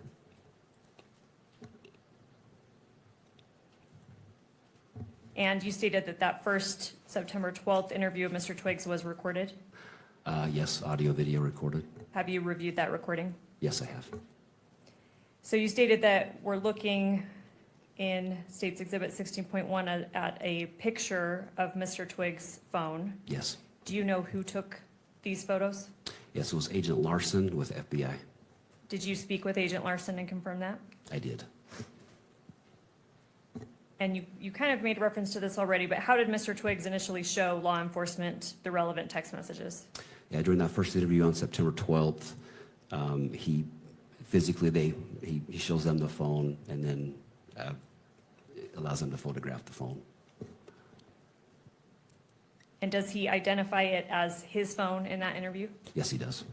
Does he refer to any particular features of the phone that allows him to make that identification? I believe the second interview, he refers to the large crack in the upper left screen. That so he identifies that from his second interview that was given on April 20th. And according to your review of the recording of his first interview and in speaking with the agents that were there, did he have his personal phone with him at the time of the September 12th interview? Yes, he did. And was this same text thread that we're seeing in State's Exhibit 16.1 shown to him during his second interview sorry, let me get the date right, April 20th, 2026 at the Utah County Attorney's Office that we just observed part of in State's Exhibit 16? Yes, it was shown to him. Was he asked how Tyler Robinson is saved in his phone, like as a contact? Yeah, just as Tyler. Without saying it, obviously, did he identify Tyler Robinson's phone number? Yes, he did. Did you check the number that Mr. Twiggs gave as Tyler Robinson's phone number against law enforcement records? Yes, I did. And do they match? Yes, they match. Is State's Exhibit 16.1 a fair and accurate representation of the text thread between, or the relevant text thread between Mr. Twiggs and Mr. Robinson? Yes, it is. As part of the investigation, was a Cellbrite extraction performed on Mr. Twiggs' phone? Yes, it was. Did you personally review that extraction? Yes, I have. And according to that extraction, did Mr. Robinson and Mr. Twiggs exchange text messages on September 10th through 11th, 2025? Yes, they did. What time was that first text sent according to the Cellbrite extraction? The first text was September 10th at 11 p.m. All right, Judge, I would move to admit State's Exhibit 16.1, and then pursuant to court order, I would move to publish it to the monitors. Mr. Novak. We have no further objections beyond those that the court, of course, is very familiar with at this point in time. All right, I'll note the standing objections made by defense. Those objections are overruled. This 16.1 is admitted into evidence and may be published to the gallery as well as electronically distributed through the camera. All right, Agent, I'm not going to go through every single message, but I do want to have you read aloud certain portions of them. And I apologize to counsel, these are not actually given a page number. I have page numbers, but I'm happy to confer that we're on the same page as we go. So here we're looking at page 1 of State's Exhibit 16.1. If you could read a little more than halfway down where it begins Wednesday, 11 p.m., will you start reading underneath that? Yes. So this would have been from Tyler. Says, drop what you're doing, look under your keyboard. And I apologize, let me stop you there. How do you know that that message would have been from Tyler Robinson? That's just, so any of the messages in gray would be from Tyler, and messages in blue would be from Lance. It's just the way the iPhone distinguishes the messages. And also Lance in his interview also acknowledges that, who was saying what. And up at the top, who do we see that this thread is between? Tyler. All right, sorry to interrupt you. So read that again, starting from look under the keyboard. So after that, then Lance responds, he says, what? And then he says, you're joking, right? And then Tyler says, fuck, I tried to delete that. We could scroll down to page 2. And if you can continue reading along. Okay, and Tyler says, I'm still okay, my love, but I'm stuck in Orem for a little while longer yet. Shouldn't be long until I can come home, but gotta grab my rifle still. To be honest, I had hoped to keep this secret till I died of old age. I am sorry to involve you. And then Lance replies, you weren't the one who did it, right? And Tyler says, I am, I'm sorry. Lance says, I thought they caught the person. And then Tyler says, no, they grabbed some crazy old dude and interrogated someone in similar clothing. I had planned to grab my rifle from the drop point shortly after, but most of that side of town got locked down. It's quiet, almost enough to get out, but there's one vehicle lingering. We could scroll down to page 3. Continue reading. Lance says, why? And Tyler says, why did I do it? And Lance says, yeah. Tyler says, I had enough of his hatred. Some hate can't be negotiated out. If I'm able to grab my rifle unseen, I will have left no evidence. Going to attempt to retrieve it again. Hopefully they have moved on. I haven't seen anything in the news about them finding it. We'll update you shortly, we'll update you by midnight. And then Lance says, all right, stay safe. How long have you been planning this? Scroll down a little bit, please, Kimberly. And Tyler replies, a bit over a week, I believe. I can get close to it, but there is a squad car parked right by it. I think they already swept that spot, but I don't want to chance it. We can scroll down to page 4 and continue reading about halfway down. I'll stop you about halfway down. This is while they were spot, but I don't want to chance it while they were parked there. If they'd found it, I imagine there would be more commotion. Again, I'm sorry for roping you into all of this. You shouldn't have to worry about this. And Lance replies, does anyone else know? Tyler says, not to my knowledge. All right, I'll stop you there. Let's move to page 5. So this should be page 4, so just scroll down 1, please, Kimberly. And if you could read starting,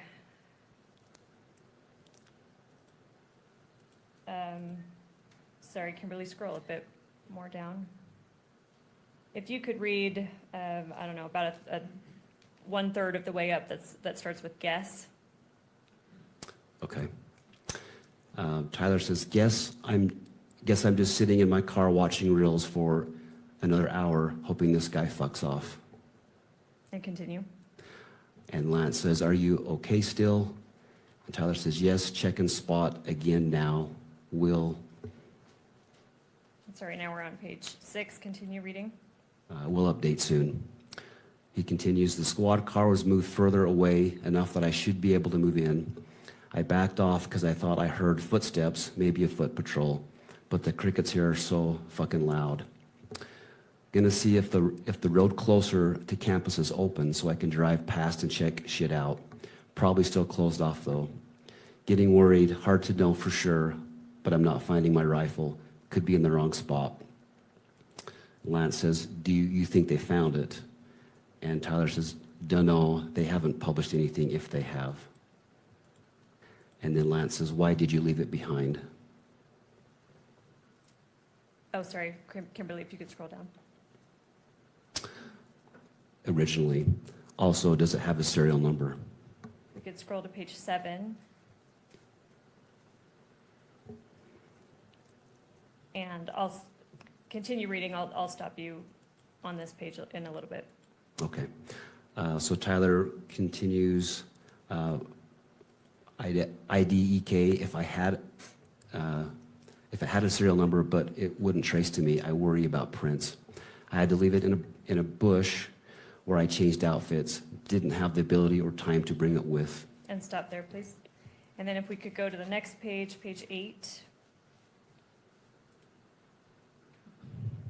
And if you could start at the top. Okay, so Lance says, was your change of clothes there, or was that also gone? Or did you bring those with you originally? Anyway, you could replace the gun, or would he notice? Then Tyler says, only thing I left was the rifle wrapped in a towel. I'll bet that canine sniffed it out. Little snitching bastard. Replace it unlikely. I don't fully know what the gun was because it was old as shit and Gramps did some modifying. There was a 4-digit serial on it. God only knows who it's registered to. Hopefully some dead guy who gave it to Grandpa. And he continues, remember how I was engraving bullets? The fucking messages are mostly a big meme. If I see notices bulge UWU on Fox News, I might have a stroke. And then continue. I'll stop you in a moment. He says, all right, I'm going to have to leave it. That really fucking sucks. And let me stop you there. And then if we could go on to the next page, page 9. And do you see the first blue message we see on page 9? Can you start there? Yes. So Lance says, do you need it for hunting? And Tyler says, no, my dad wanted to use a high caliber for the rifle hunt. Judging from today, I say Gramps' gun does just fine. IDK. I think that was a 2K scope. Lance says, geez.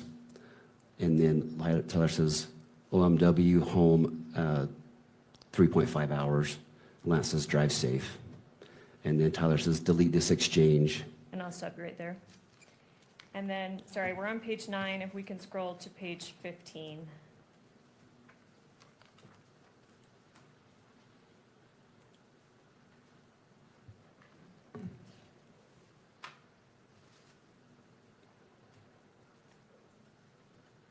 And then the second grade message on page 15, if you could start there.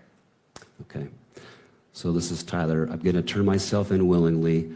One of my neighbors here is a deputy for the sheriff. We hope to keep things sort of quiet here.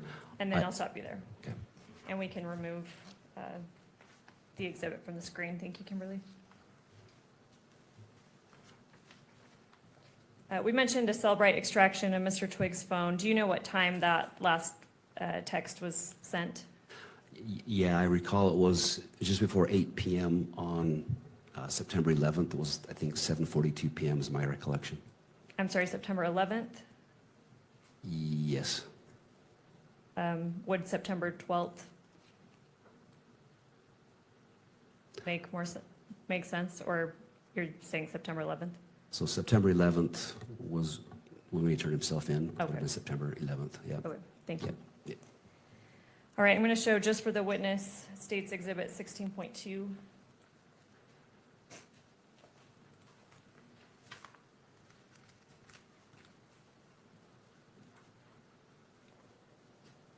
Let me know when you see that. Okay, I see it. Do you recognize this? I do, yep. What is it? This is just more photos of Lance's phone. And How these do you- are, these are sorry, how to bring, sorry, go with your question, please. I'm just asking what it is. So you said it's a photo of Lance's phone. Do you know if that's from the same time period as the exhibit we just looked at? Yes. And what is it of? These are the Discord messages of, that Lance had talked about. How do you know that? So Lance, in the first interview with FBI, shows the phone, the photos are taken by Agent Larson, and then these images are shown to Lance during a second interview, and he confirms that these are those same messages, and this is photos of Lance's phone. You mentioned an Agent Larson took the photos. Do you know if he's the same agent that took the photos of this exhibit 16.2? Yes, same agent. And you spoke with him to confirm that? Yes, I did. Are you aware if Mr. Twiggs is actually part of this Discord thread? Yes, he is a part of it. He doesn't, in this section, he doesn't reply to it, but he does state in his statement that he was part of that thread. Does he identify whether Mr. Robinson is part of that thread? He does. And when did that happen? He identifies that in his first interview with the two FBI agents, and then he again confirms that in his second interview. Did Mr. Twiggs say what username on Discord Mr. Robinson used, at least with respect to this thread? Yes, it's the Tyler/Icum, IKUM. And is Exhibit 16.2 a fair and accurate representation of that Discord thread? Yes, it is. Did law enforcement send, as part of your investigation, did law enforcement send a subpoena to Discord? Yes, they did. Were these messages recovered via that subpoena? They were. Did you review that? Yes, I did. And in State's Exhibit 16.2 that is before you, when is the first message from Tyler sent? 7:57 p.m. And it says yesterday. Do you have any knowledge of what day that would have been? Yes, this would have been September 11th.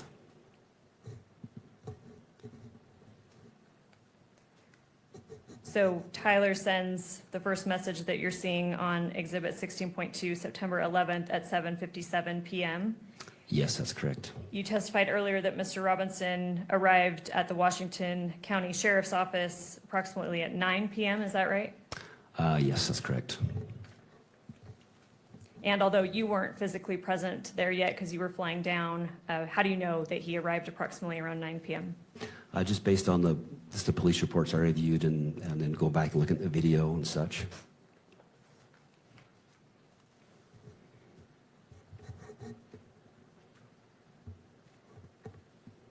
Judge, the state moves to admit State's Exhibit 16.2 and publish it pursuant to court order. Mr. Novak. Thank you, Your Honor. We've already lodged all of our objections on all three phases. All right. Noting the objections, standing objections by defense. State's Exhibit 16.2 is admitted into evidence and may be published only in the gallery, not for distribution on electronic media.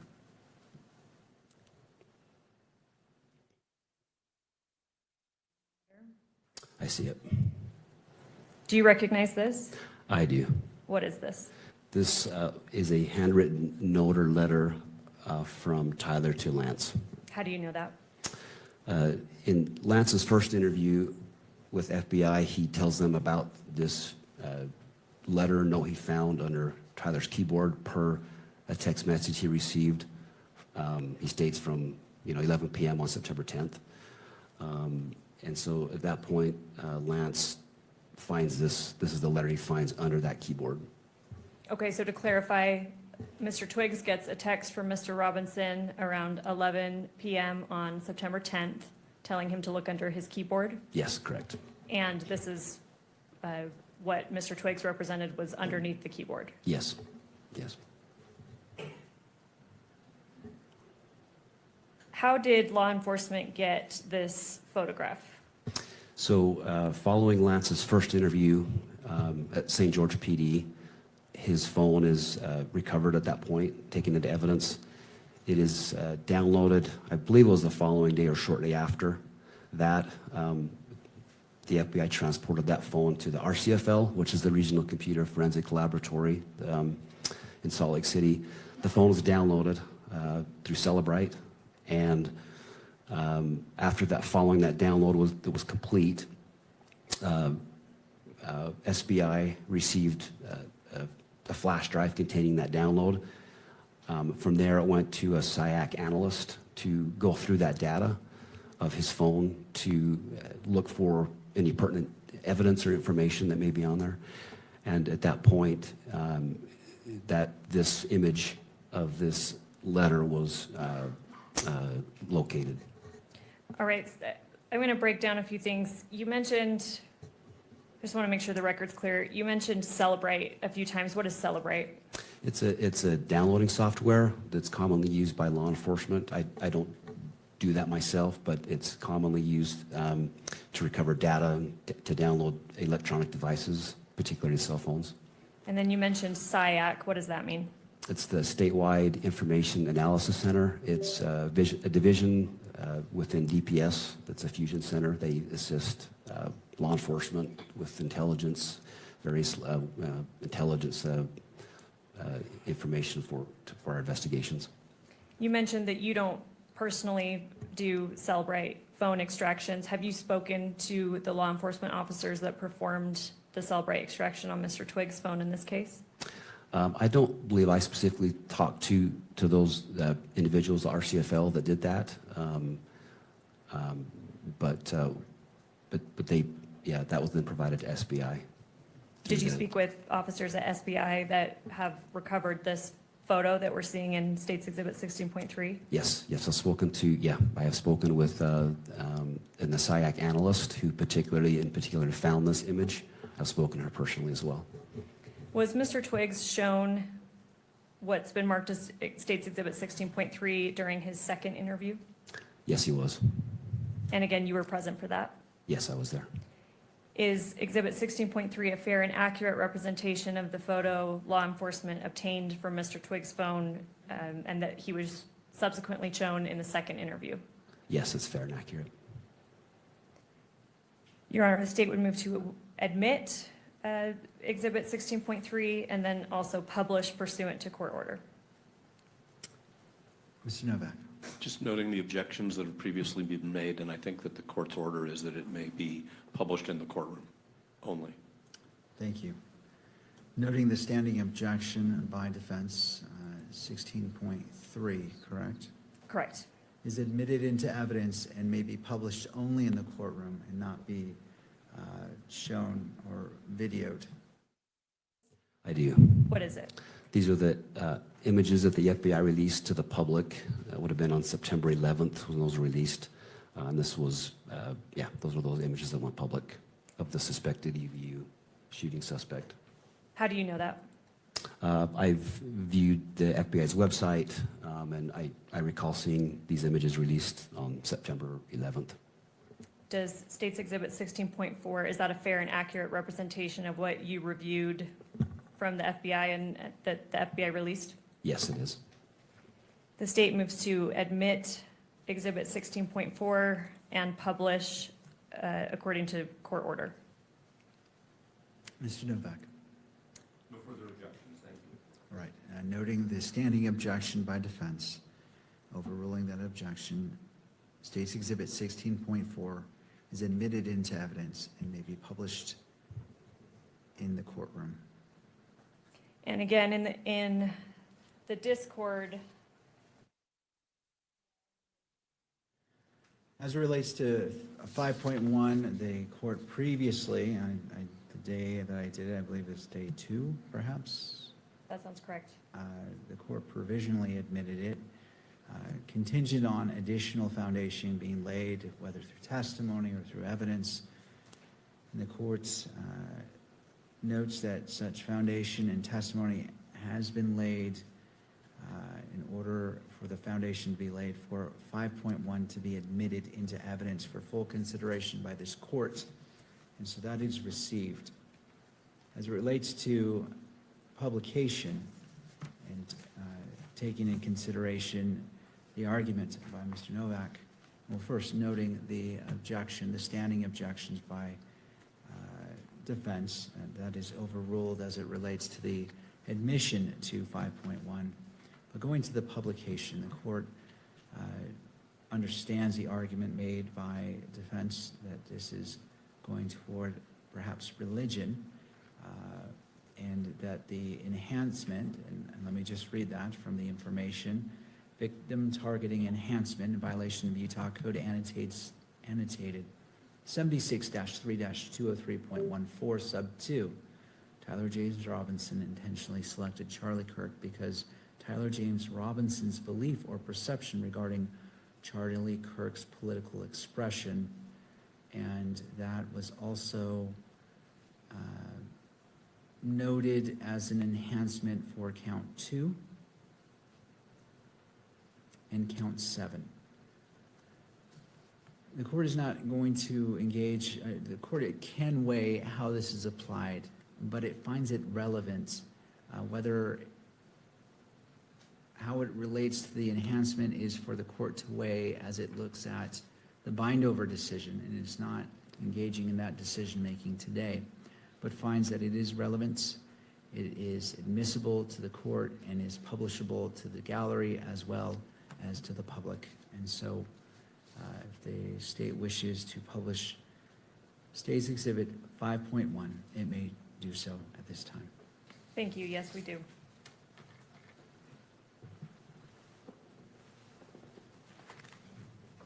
And Kimberly, I don't know if we want to use the same kind of slow scrolling. Thank you. Agent Davis, I apologize. I'm going to take you very briefly back to State's Exhibit 16.1, which is the text thread between Mr. Robinson and Mr. Twiggs. Kimberly, if you could turn to page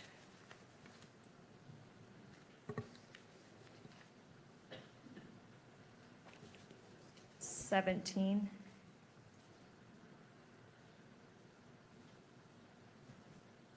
And because this has already been admitted and, court, correct me if I'm wrong, published not only to the gallery but to cameras at large, I'd ask that it be displayed in that fashion again. All right. Any input from any other party on that request? No. All right, thank you. It may be published, and the media may pick this up as well. Agent Davis, if I can direct you to the very last message on that page, starting with "if any," if you could read that out loud. Okay. This is Tyler. He says, if any police ask you questions, sorry, let me start over. If any police ask you questions, ask for a lawyer and stay silent. My lawyer should be Doug Terry. I'll see if he can reach out to you and make sure the police follow. Okay, thank you. That's all I need from that exhibit. And then finally, Agent Davis, you testified before that you flew down to Washington County Sheriff's Office and observed Tyler Robinson there, correct? Correct. Yeah. You got his name there? Yes. You stated that you transported or assisted transporting him up to Utah County Jail? Yes. And that you were the booking officer? That's correct. Do you recognize Tyler Robinson here in the courtroom today? Yes, I do. If you could point him out and briefly describe something that he's wearing. He's an individual seated at the defendant's table in the center chair with a gray suit coat and a green tie. Your Honor, if record could reflect identification of the defendant. Counsel? No objection. All right, I'll note for the purposes of this hearing only that Agent Davis has identified Mr. Robinson in court. Thank you. And Judge, if I can just have a moment.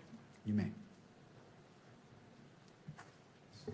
Ready to pass the witness, thank you. And I don't know, now would be a good time for lunch. All right. We'll go ahead and break right now for lunch for 1 hour, 1 hour and 5 minutes. Let's come back at 1:30. We'll resume. We'll pick up with defense for a cross-examination if they choose for Agent Davis. Does either party need the benefit of the record before we go on our lunch break? Not the state. No cross-examination for Agent Davis, so I don't want him to wait here if he has other things to do. Thank you. Thank you, Mr. Novak. Thank you.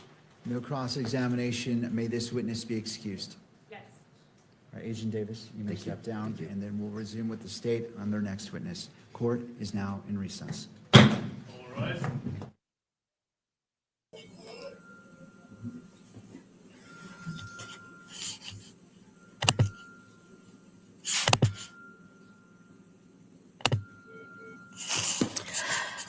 All righty.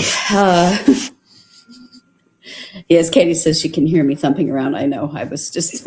I'm at my infusion center getting an IV, but I wanted to jump on and chat with you, squad. That was quite an eventful Morning.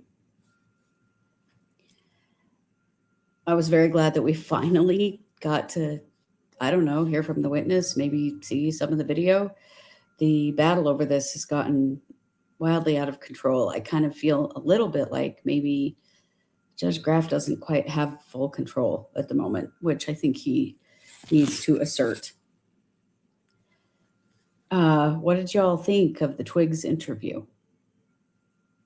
I know we didn't get to see or hear all of it, and some of it we didn't see but did hear, and some of it we didn't get either. It was all very weird. But yes, sorry for the sounds. I'm in an infusion room. That was pretty interesting. We'll go over it at our 3:00 show. We'll go over specifically some of the things that were said and also the text messages. I really feel for Twiggs. This has got to be, that had to have been an incredibly scary experience to have to go through.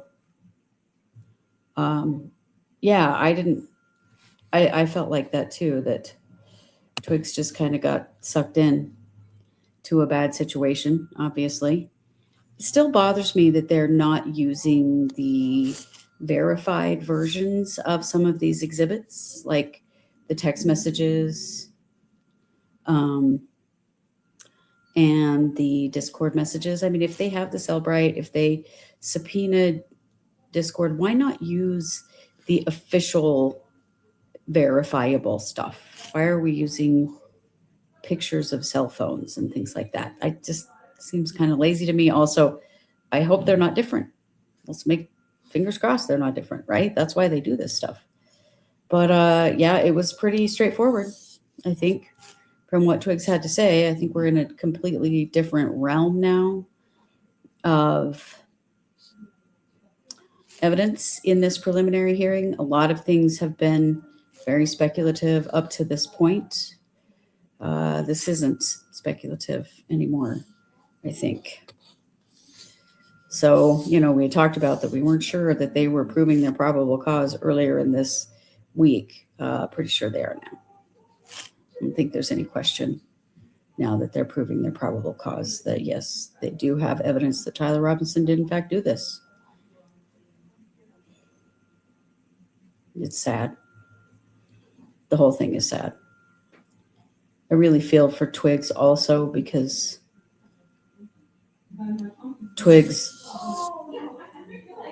sexual orientation and gender identity were something that they were clearly not broadcasting to the entire world. And now they are being broadcast to the entire world. I don't wish that on anyone. And, the discussion about how Twiggs was going by the name Luna with Tyler, who Twiggs was dating, but maybe not ready to be going by that name everywhere in the world, and not necessarily needing everyone to know where they were at in a potential transition. That's tough stuff. But Twiggs does seem to be a pretty level-headed, intelligent, well-spoken human being. Yes, Rosanna says, I know Twiggs is out of state, but I hope they are somewhere safe, and I hope Ellie doesn't let them down if they need protection at all. Agreed. I worry for their safety.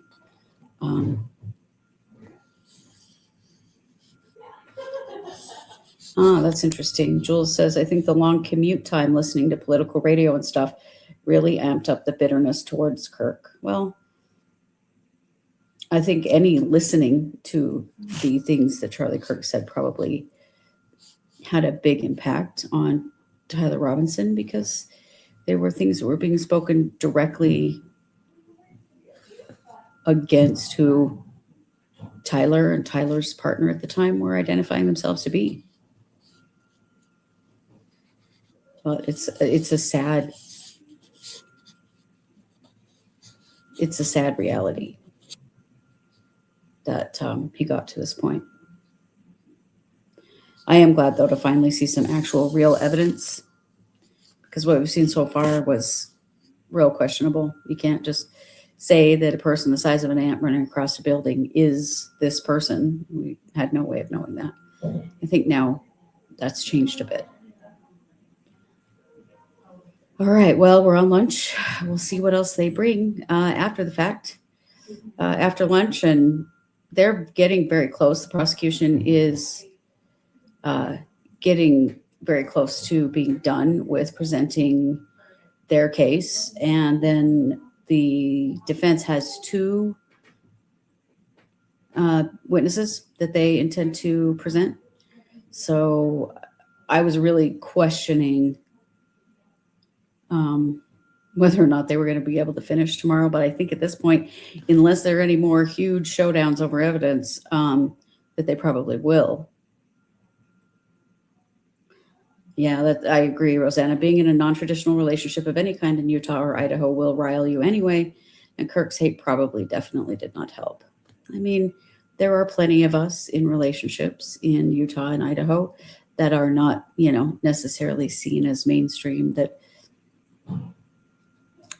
I think that we have to stay educated, but I think we also have to not overexpose ourselves to that level of hatred. But certainly this was a very extreme response to those things, and not the response that helps make good and positive change. Murder is always wrong, regardless of who is murdered or what their beliefs are, or what their words are, or whatever. Murder is always wrong. I don't know, man. I feel a little bit like Judge Graff. Judge Graff he looks absolutely wrecked at this point. And I think we all kind of feel that way. This has been a long week. I am looking forward to the end of this prelim. Ready to move on to something else. And there are some things coming up. Andrea Shaw has a hearing next week. There's a hearing for Lindsay Clancy next week, and then Lindsay Clancy's trial starts on the 20th of April.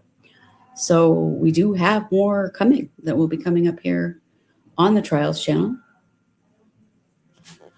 Just wanted to say thanks for joining me. I'm Kristi with True Crime Squad Trials. We'll head off to lunch and see what comes after that break.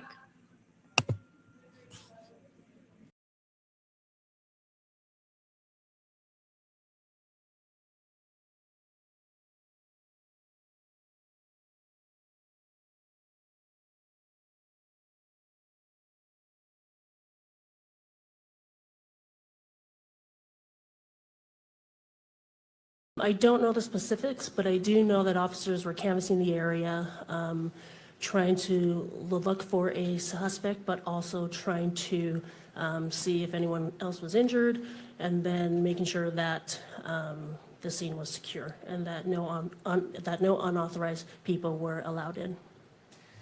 And I think you testified earlier. What was your primary assignment?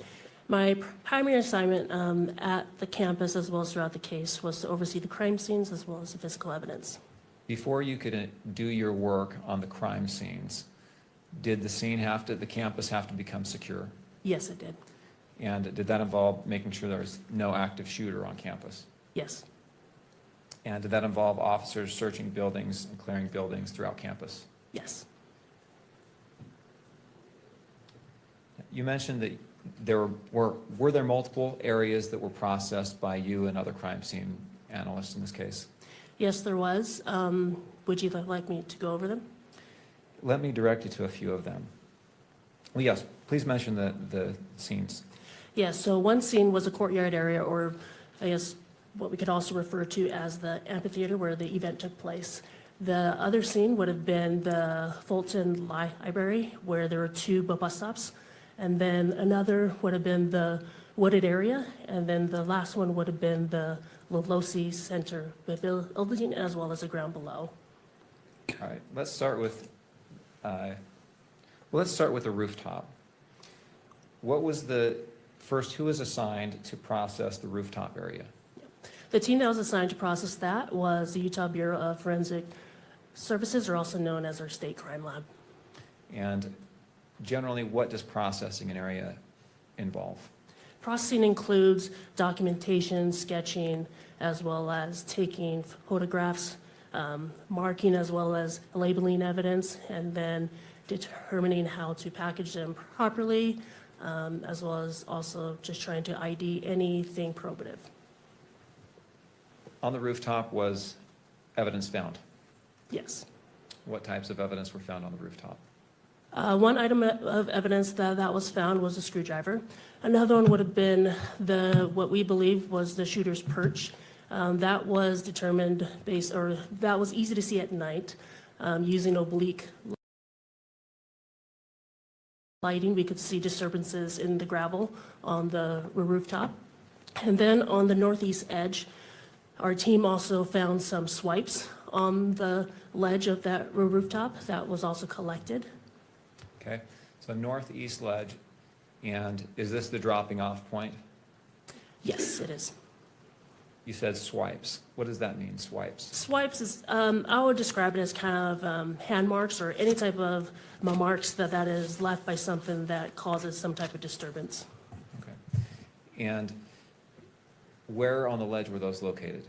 Those were located right on the edge of that right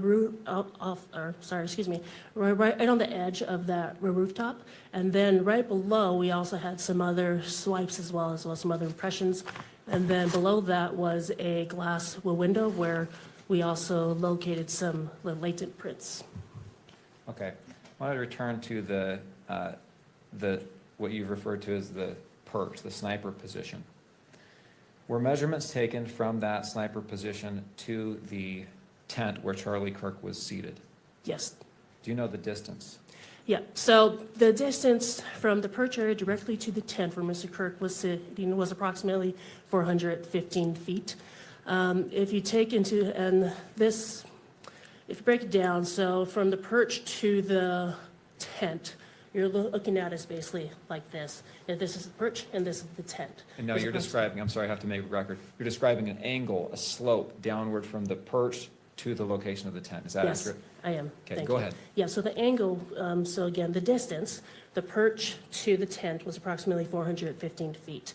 If you think about it, or without taking into account the elevation drop, it was actually 410 feet, so just horizontal straight across. And then the elevation difference between that is approximately 68 feet. Okay, 410 feet from the perch to the tent with a 68-foot vertical drop. Is that Yes. right? On the rooftop, were shoe impressions found on the rooftop? Yes, there was. Did those who processed that area of the crime scene collect the latent prints and the shoe impressions that you've talked about? Yes, they did. And this is a good point to read a stipulation into the record. All right. The language of this has been agreed upon by the parties. The parties stipulate that investigators at the crime scene observed latent fingerprints and a palm print on a glass window near the area where the individual landed when the individual jumped from the rooftop of the Low-C Center at UVU. SBI fingerprint examiner Elisa Farmer examined images of these latent fingerprints and the palm print and determined that only 3 of the latent prints, 11B, 11C, and 11D, were of comparable or of poor comparable value. She excluded Tyler Robinson as the source of any of these 3 latent prints. Ms. Farmer reviewed other prints on the window and found that they did not have adequate value for comparison. Subsequent examinations of these 3 latent or actual latent prints by the FBI were inconclusive. That area that was described in that stipulation, is that the area in the glass window that you're talking about? Yes, that is. That's on the northeast corner of the Low-C Center? Yes. And that's the area where we see in a video an individual drop from the roof? Yes. I want to move on to another area, the courtyard. First, will you describe what that area of the crime scene looked like? Yeah, so when I arrived on scene, you have different steps. I believe there were maybe like five or six, covered in grass. When I was there, There were personal belongings spread throughout. There was a tent towards the west end of that courtyard area, as well as some banners and some barriers as well. Was that area processed for evidence as well? Yes, it was. What was done to process that area? Photography, as well as just examining the tent area to see if there's anything there. And who is assigned to process the courtyard area? The FBI. I want to take you to another area, a wooded area. Was there a wooded area that was processed as well? Yes, there was.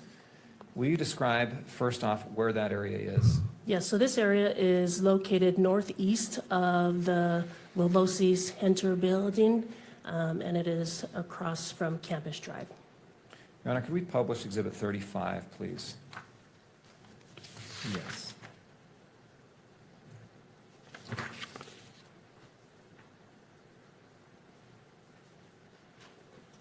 And if I may approach the witness, I'll put up the hard copy of this exhibit as well. All right.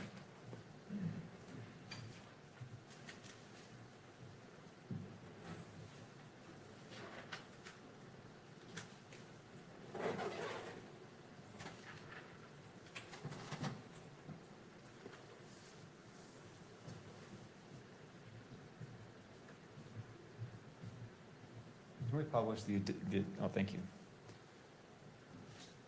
All right, on the screen in front of you, will you take a look at Exhibit 35? Yes. Do you recognize that? Yes, I do. Will you take a moment to orient yourself on that map and tell me when you've found the relevant points that help you understand what this map is of? Yes. Do you see the courtyard on that map? Yes, I do.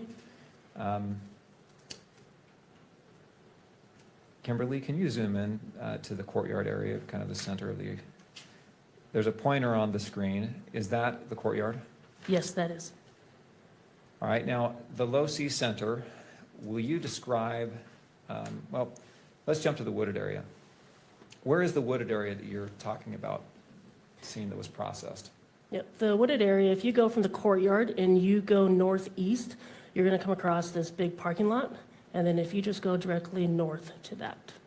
Okay, at this point, it might be easiest for you to actually indicate on the physical map.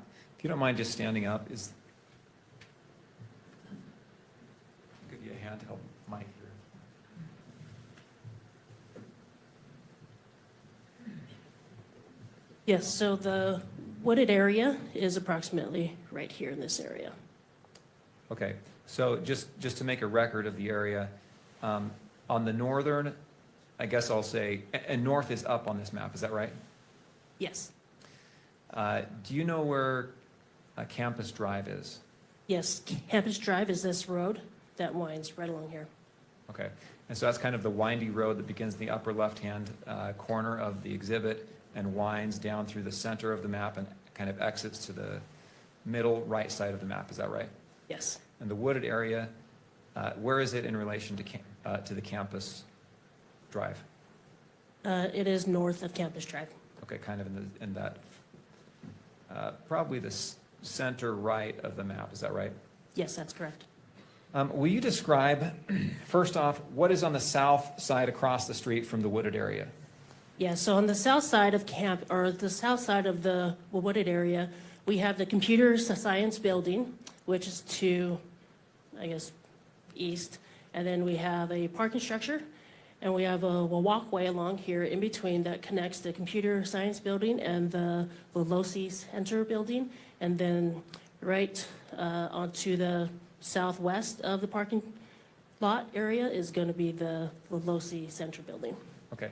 Now, you referred to the area across the street from the wooded area as a parking structure. That's a parking lot, right? I'm sorry. And there is a parking structure on campus, correct? Yes, there is. But that's different than the parking lot you just mentioned. Yes. Okay. All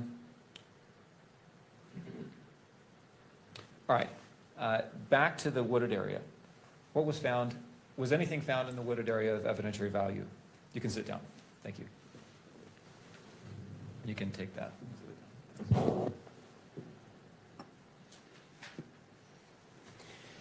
May you repeat your question?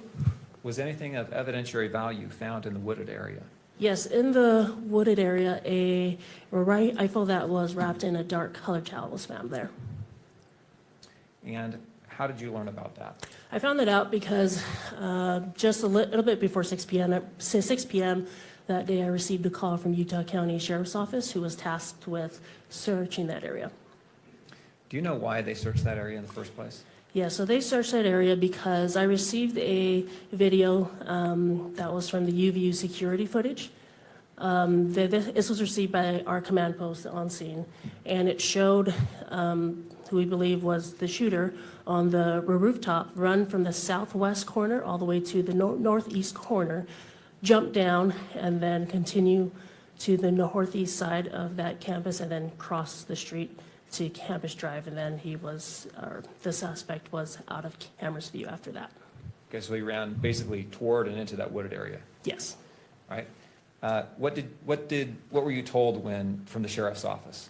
I was told that they found a gun, and from there I asked them to hold the scene, and that myself and FBI ERT team, the lead, Special Agent Kamak, would be en route. Okay. FBI ERT, FBI Evidence Response Team, right? Yes. All right. Did you go to that area? Yes, I did. Did you observe the weapon? Yes. Will you describe what you saw? Yeah, what I saw was a rifle that was, or at the time before even having removed it, we found, or in the bushes, we found, all you could really see was just a dark towel there. So pictures were taken of that, and then eventually the gun or the towel was removed, and then once we removed the towel from the bushes is when we uncovered that the towel was actually used to wrap the gun in. Have you reviewed State's Exhibits 10, 10.1, 10.2, and 10.3? Do you remember reviewing these? Yes. And are they accurate photographs of the weapon when it was recovered and shortly thereafter? Yes. I move the admission of State's Exhibits 10, 10.1, 10.2, and 10.3. Defense? No additional objections. All right, and as it relates to publication, if any? Yes, I would ask that these be published at all three levels. All right, any input, Mr. Burt? Same objections. All right, I'll note the standing objections from defense, those are overruled. And 10.10, 10.1, 10.2, 10.3 are admitted into evidence and may be published both in the courtroom and through the use of the camera. If we can please publish number 10, thank you. You have in front of you on the screen Plaintiff's Exhibit 10. Will you describe what we're looking at here? Yes, what we are looking at here is actually the bushes where the dark colored towel and the gun were found. You can kind of see the dark colored towel towards the right-hand side of the screen in the middle, right middle. Kimberly, can you zoom into that area, please? All right, is this a better view of the towel? Yes, it is. If we can go to Exhibit 10.1.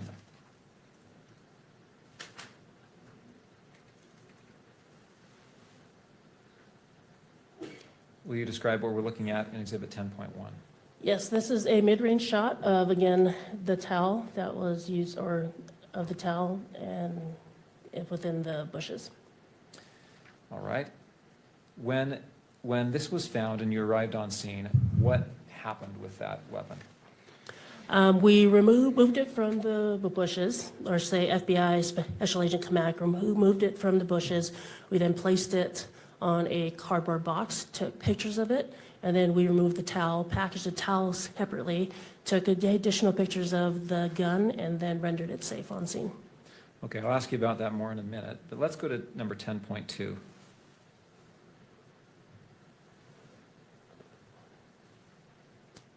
Will you describe what we see here?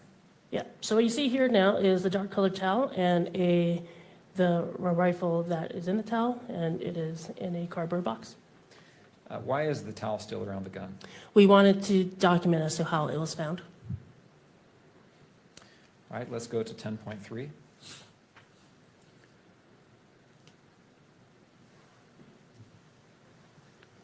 Is this the rifle? Yes, it is.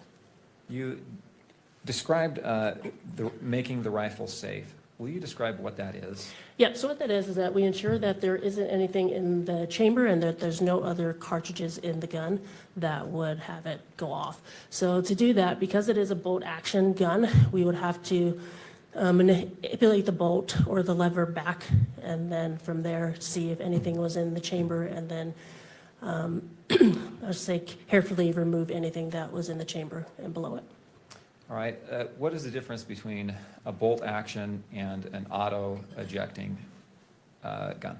Yep. A bolt action is one where the user actually has to manipulate the bolt. So they would actually have to turn, or they would actually have to pull it back and forward to, whether it be to load it, lock it, as well as extract anything that's in it. Unlike a semi-auto gun, that is one, every single time you pull the trigger, a bullet will be fired, and then from there, a casing will be extracted out, as well as a new cartridge will then be automatically fed into the chamber. So if you shoot a bolt action rifle, does that spent shell casing automatically exit the gun? No, it does not. It will stay in there until the person that is handling the gun actually removes the bolt, or actually pulls the bolt back, and then the casing will be extracted out. Were you present when this weapon was made safe? Yes, I was. Will you describe what was found when that happened? Yeah, so when we rendered the gun safe, we found in it, when we removed the bolt back, we found one 30-06 cartridge case, or say a fired cartridge case, and we also found 3 unfired cartridges, all with engravings on them. Okay. I want to make sure we understand the language you're using. When you say cartridge case and you say cartridge, what do you mean? Yeah. So a cartridge is basically the round itself, right? The whole round. And the round consists of the cartridge case, and then the powder, and then the bullet on top. So the cartridge case, the term is used for something that has been fired already. A cartridge is an unfired round. Okay. Cartridge is the unfired round that still has the bullet, the powder, and all that. Yes. Cartridge case is the fired, is a round that has been fired, and it's just the empty brass casing, is that right? Yes. Okay. Was there any, so there was, I just want to make sure I understand, a fired cartridge case and 3 unfired cartridges? Yes. Was there anything distinctive about these items? All 4 of them had engravings on them. Did you observe those engravings? Yes, I did. Did you observe them right there on scene? Yes, I did. And what was done with, let's talk about each of those things.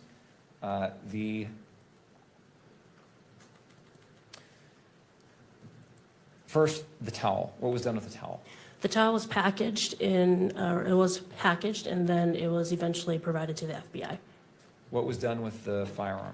The firearm was also packaged and then provided to the FBI as well. Did the firearm go to the FBI or the ATF? Oh, sorry, correction. First it went to the FBI, and then to be in their custody, and then it was then sent to the ATF lab. Okay.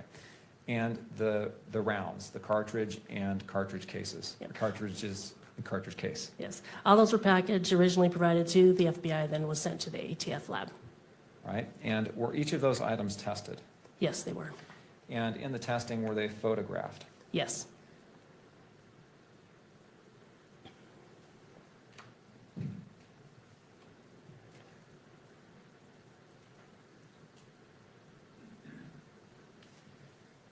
Have you reviewed the photo, and were they photographed by the ATF when they were tested? Yes, they were. Have you reviewed their photographs? Yes. And were you previously shown States Exhibits 19, 20, 21, and 22? Yes. And are those photographs that the ATF, or that you received back from the ATF, of those cartridges and the cartridge case? Yes. Did they have the same appearance and etchings that you saw when you observed them removed from the gun? Yes. And did those photographs accurately capture those etchings? Yes. I move to admit States Exhibits 19 through 22. Mr. Burt. All right, I'll note the standing objections. Those objections overruled. And 19, 20, 21, and 22 are admitted. And as to publication, Mr. McBride. I would move to publish these exhibits at all 3 levels. All right, any further objection from? Thank you. Again, I note the standing objections as are overruled. They may be published both in the courtroom and captured by the media camera. Let us start with Exhibit 19, please.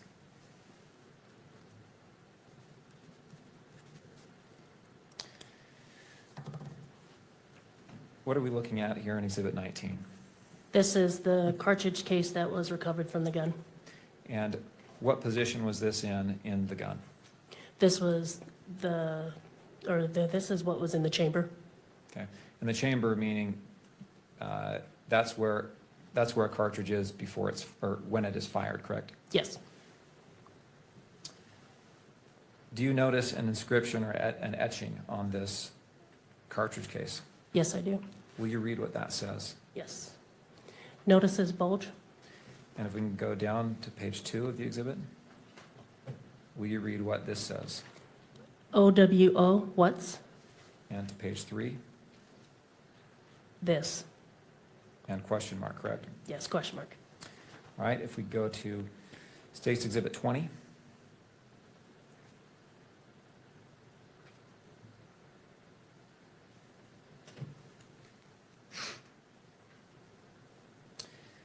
Is this a photograph of one of the cartridges that was found in the gun? Yes, it is. And what are we looking at here in this view of page 1 on Exhibit 20? This is the head stamp of it, and it says it is according to the head stamp, it is a Remington 30-06 Springfield. Is that a different caliber than a .223 round? Yes, it is. Will you look at page 2 of Exhibit 20? Will you read the markings here? A fascist. And page 3? Catch. And page 4? Up arrow, right arrow, down arrow, down arrow, down arrow. All right, let's go to Exhibit 21.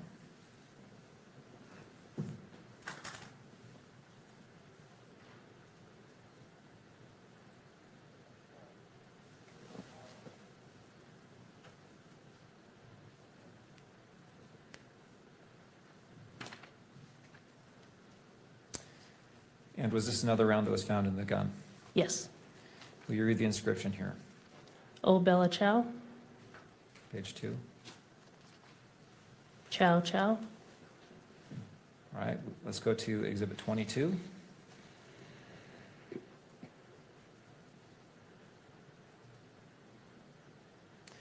Another round that was found from the gun, correct? Yes.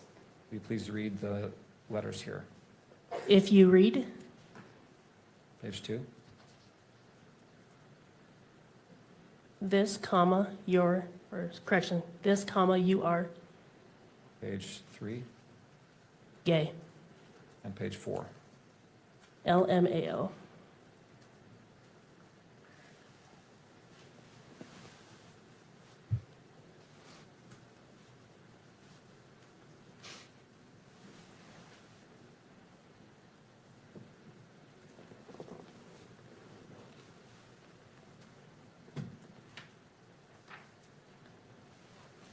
All right, after processing the scenes there at Utah Valley University in Orem, did you go to St. George? Yes, I did. And what was your role in St. George? My role was overseeing the execution of the search warrants at both Mr. Robinson's residence as well as his parents' residence. And we've had testimony that Mr. Robinson was arrested there. Was he fingerprinted and his DNA taken? They were actually taken at the Utah County Sheriff's Office jail. After he was transported to Yes. Utah County? Okay, you said that there was, were items of evidence collected from him after he was arrested? Yes, there was. From his person? What were those things? They were his clothing that he was wearing at the time of his arrest, to include shirts, pants, underwear, as well as shoes and anything that were in his pockets. Do you remember what tops he had on? I believe it was a maroon top. And was there any other top layer that was collected that you recall? I don't recall. Okay. Let's go to, you said there were a couple of homes that were searched there, is that right? Yes. Whose homes was that? One of them was where Mr. Robinson and Mr. Twiggs resided, and the other was Robinson's parents' residence. I want to ask you about the defendant's home. What items will you describe some of the items that were collected from that home? Yep. Some items collected in that home were a Dremel tool and its bits container, as well as two Remington boxes of 30-06 ammunition, as well as some 30-06 cartridge cases, and a handful of long guns or rifles, a revolver, as well as a burned paper. All right, I want to ask you about clothing as well. Was any clothing collected from the townhome? Yes, there was. How about shoes? Yes. What kind of shoes? 2 shoes were collected from the home. One was a Converse shoes, gray in color with white laces, I believe a size 10.5. And then another Converse shoes that were also gray, but had gray laces instead, but were of a different size that I can't remember.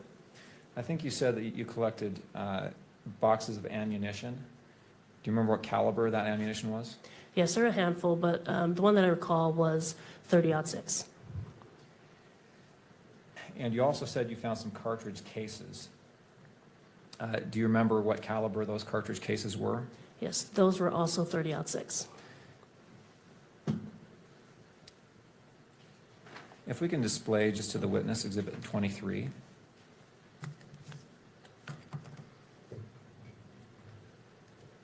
Do you recognize Plaintiff's Exhibit 23? Yes, I do. And is that an accurate photograph of the cartridge casings and some of the bullets that you found? Yes. I would move the admission of Plaintiff's Exhibit 23. Mr. Burt? No further objections, Your Honor. I'll note the standing objections by defense. Overrule those objections and admit into evidence State's Exhibit 23 as to publication. Mr. McBride. I would move to publish at all 3 levels. All right. It is published to the courtroom as well as maybe broadcast via the camera. As that's coming up, where did you find these? I found these in what we would consider the spare bedroom, right next to Tyler's bedroom, on top of a safe. How do you know which bedroom was Tyler's bedroom? We determined that based off of some documents we found in what we believe was Tyler's bedroom, such as mail that was addressed to him, as well as some school documents as well. And again, in relation to, will you describe the layout of the house in that area? Yep, so this was on the second floor. As you're coming up the stairs, if you turn the left up the stairs, you're going to run into 2 bedrooms, and that is on the south end of that residence. The southeast bedroom would be Tyler's, and then the southwest would be the spare bedroom. Again, if you go back to the stairs and you make a right-hand turn, that is where you're now on the north end of that residence, and that is now Twig's bedroom. And where were these items here in 23 found? These were found on the southwest, or in the southwest bedroom, the one right next to Tyler's bedroom. And you said on top of a safe? Yes. Okay. All right. Will you describe what we're looking at in Exhibit 23? Exhibit 23 are the 5 cartridge casings we found on top of the safe. All were 30-06 Springfield caliber, and one of them had an engraving that said "test shot" on it.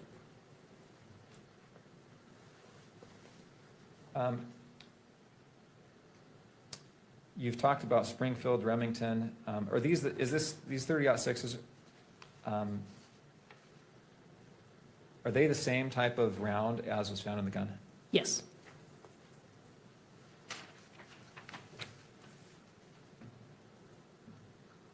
All right. Did you find any 30-06 weapons in that house? No, we did not. All right. Did you search the closet on the first floor? Yes, I did. What did you find in the closet? In the closet, we found on the ground some shooting targets with perforations in it, as well as on the shelf, we found a Dremel tool with bits container.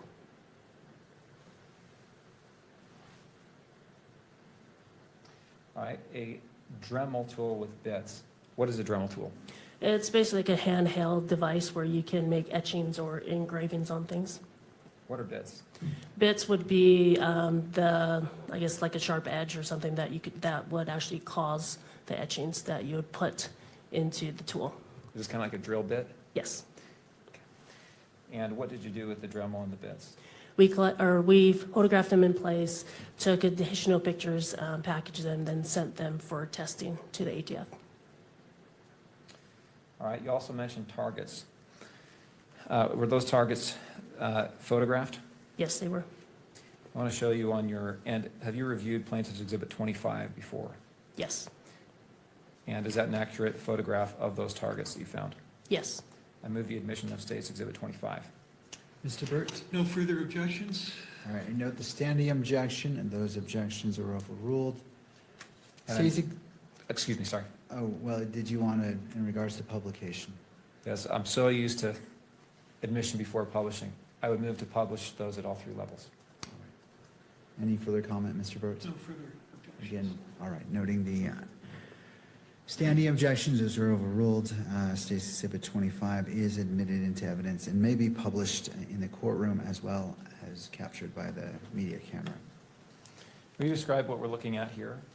Yes, so these were shooting targets we found in the closet, and each of them have have perforations in them. You say perforations, what do you mean? Holes in them. Those holes consistent with?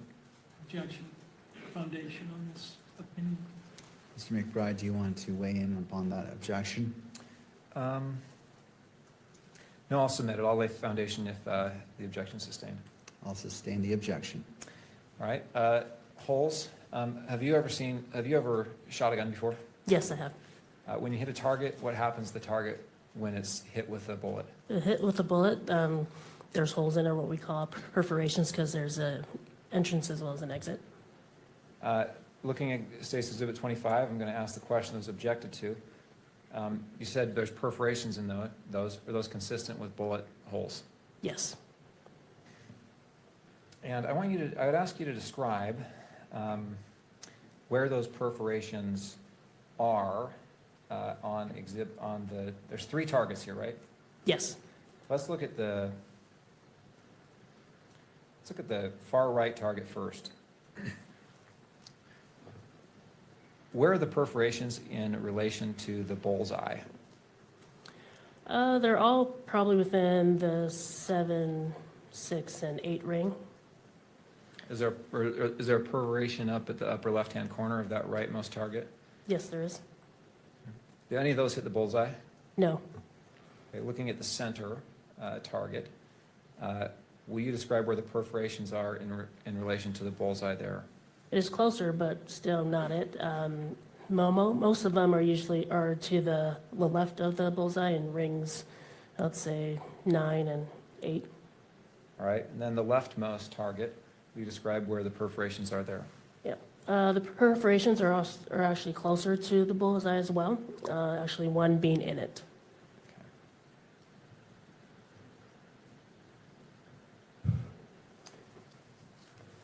All right, you described also collecting a burnt note. We can take down 25. Thank you.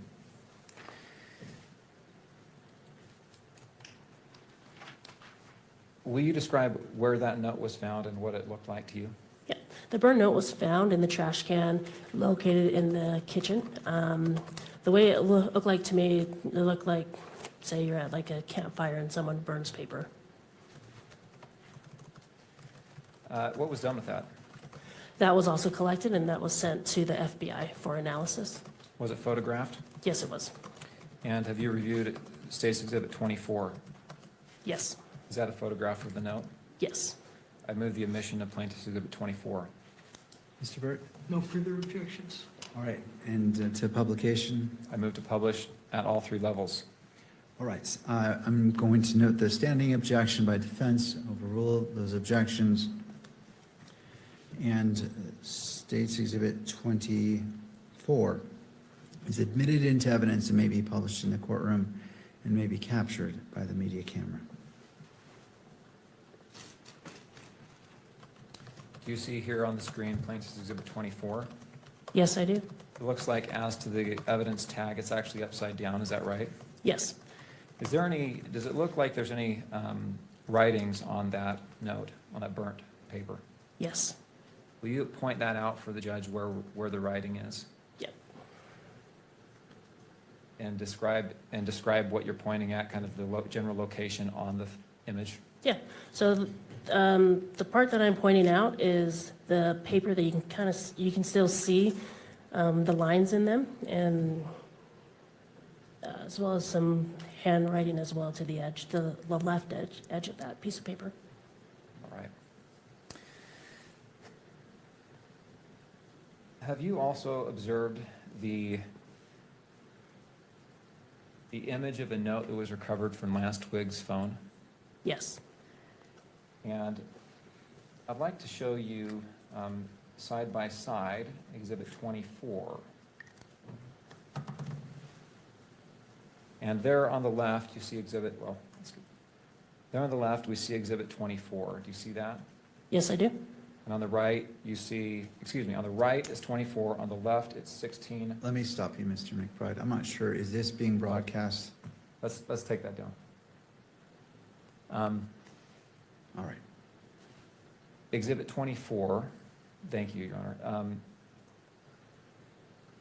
Exhibit 16.3. I would move to publish Exhibit 16.3 and 24 side by side. I think they're currently on the council monitors.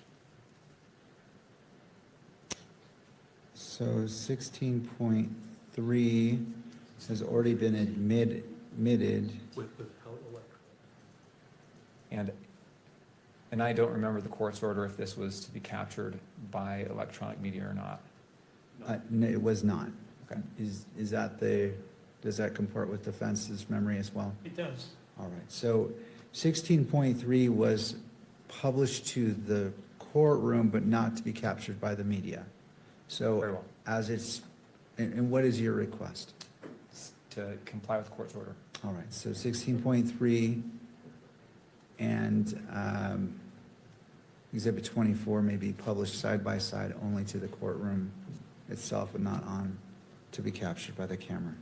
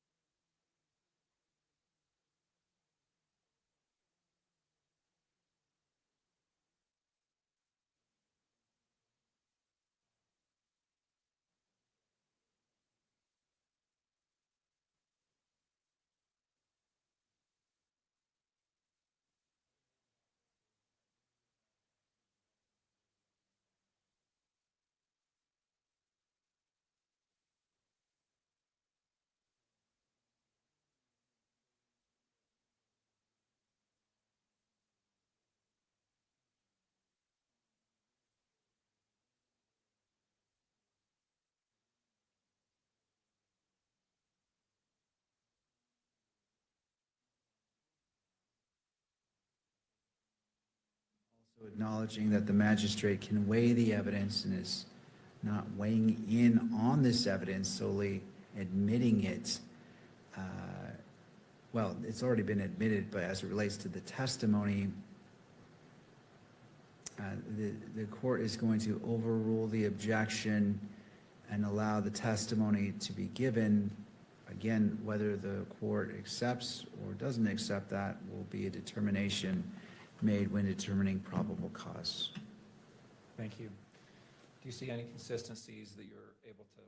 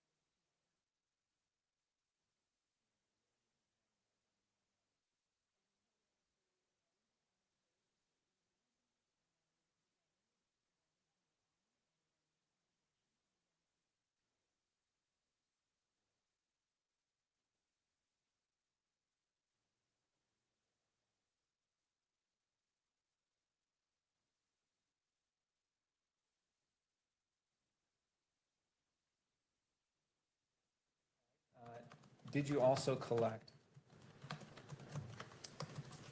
the defendant's car? Yes, Where did you collect that from? that was collected at the Robinsons' parents' home. And will you describe that vehicle? Yep, that vehicle is say a gray-colored Dodge Challenger.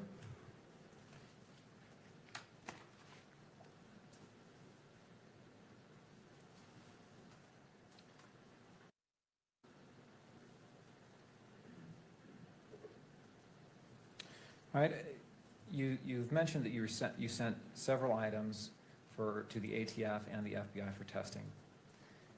And did you receive reports back from both of those entities with results of their testing? Yes, I did. I'd like to show you on the witness's screen only right now, or counsel's screens, Exhibit 30. All right, while you're doing that, Mr. McBride, and also, could we go ahead and take down State's Exhibit 35? I know it's just in the background, but just to be consistent on displaying of exhibits.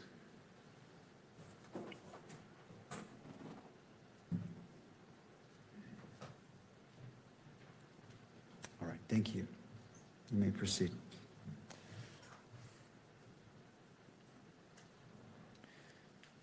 Plaintiff's Exhibit 30. Do you know what this is?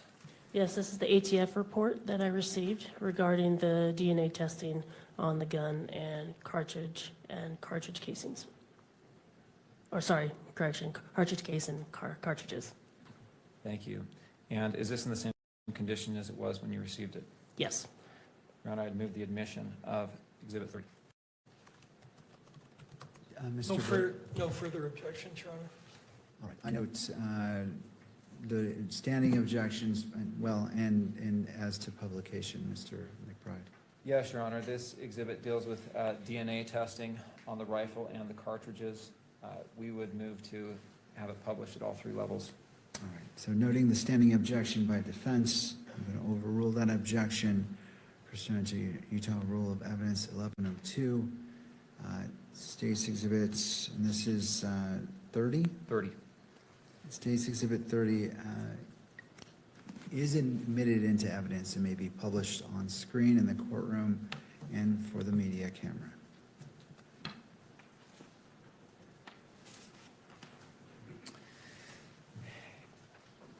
I want to ask you a little bit about the format, because it may be helpful to understand here, but on page 1 under the exhibits, we have here a list of items that were sent in for testing and comparison. Is that right? Yes. And throughout the report refers to the items compared by the lab number. Is that right? Yes. So if we can scroll down just to the bottom of this first page, and here in the DNA analysis section, again, we see that the report or the author refers to the items by their exhibits numbers, right? Yes. Okay. And if we can go to page 2.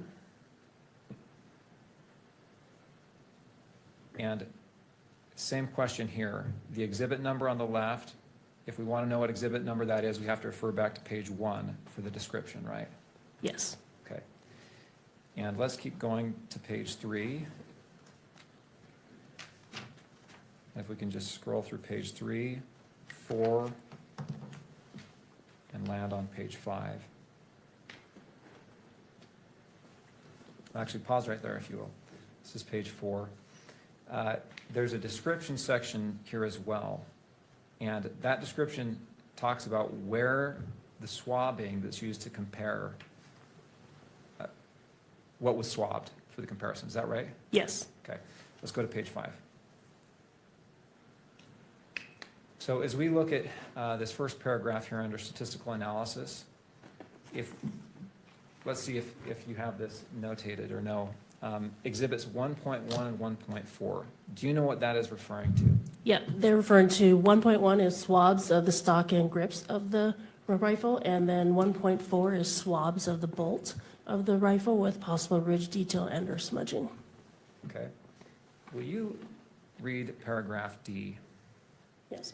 The DNA profiles are at least 1 trillion times more likely if they originated from Tyler Robinson, Exhibit 7.1, as a contributor to the major components and 3 unrelated unknown individuals than if they originated from 4 unrelated unknown individuals.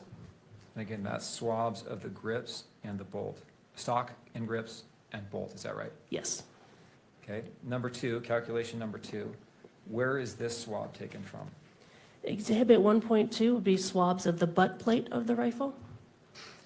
And will you read paragraph D here? The DNA profile is at least 1 trillion times more likely if it originated from Tyler Robinson as a major component and 4 unrelated unknown individuals than if it originated from 5 unrelated unknown individuals. Looking at calculation number 3, exhibit 1.3. What areas were swabbed for this comparison? 1.3 is swabs of the trigger and trigger guard of the rifle with possible ridge detail and or smudging. We read paragraph D. The DNA profile is at least 1 trillion times more likely if it originated from Tyler Robinson as a major component and 3 unrelated unknown individuals than if it originated from 4 unrelated unknown individuals. If we can go to page 6. Calculation number 4, exhibits 1.5 and 5.1. What are those? 1.5 are swabs of the forend of the rifle, and 5.1 is swabs of one 30-06 cartridge And again, that cartridge came from where? from the firearm. Will you read paragraph D? The DNA profiles are at least 1 trillion times more likely if they originated from Tyler Robinson as the major components and 2 unrelated unknown individuals than if they originated from 3 unrelated unknown individuals. All right, let's look at calculation number 5, 1.6 and 3.1. What are those? 1.6 is swabs of the barrel of the rifle with possible ridge detail and or smudging, and 3.1 is swabs of one 30-06 cartridge And that 30-06 cartridge came from where? from the firearm. We read paragraph D. The DNA profiles are at least 1 trillion times more likely if they originated from Tyler Robinson as a contributor to the major components and 2 unrelated unknown individuals than if they originated from 3 unrelated unknown individuals. Okay, statistical analysis calculation number 6, exhibit 1.9. Where is that from? 1.9 is the swabs of possible ridge detail and or smudging on the optical accessory of the rifle. Is that a scope? Yes. Okay. Will you read paragraph D? The DNA profile is 6.28 billion times more likely if it originated from Tyler Robinson as a contributor to the major component and 3 unrelated unknown individuals than if it originated from 4 unrelated unknown individuals. Okay. On number 7, I'm not going to read that. I think we've gone through this enough. That's the last one in this report. Is that correct? Yes. All right. We can go to Exhibit 32. 31 was previously received. And just display this on the screen of the witness, please.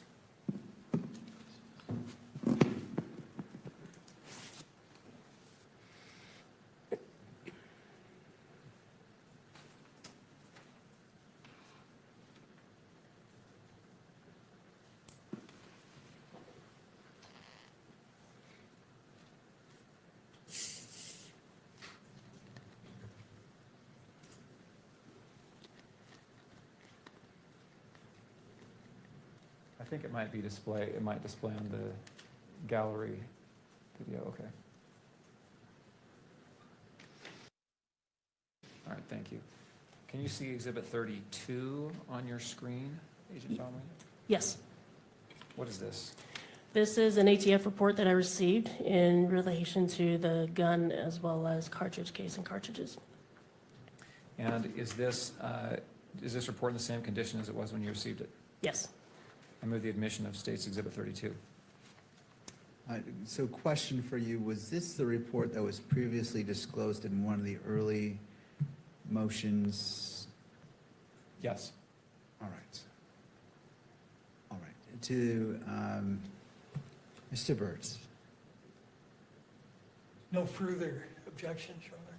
All right. And for publication level? All 3 levels. All right. As it relates to State's Exhibit 32, is accepted into evidence, may be published in the gallery as well as electronic. The media camera can capture it. And I note that this has been previously disclosed publicly from an earlier filing, I believe from either late last year or early this year.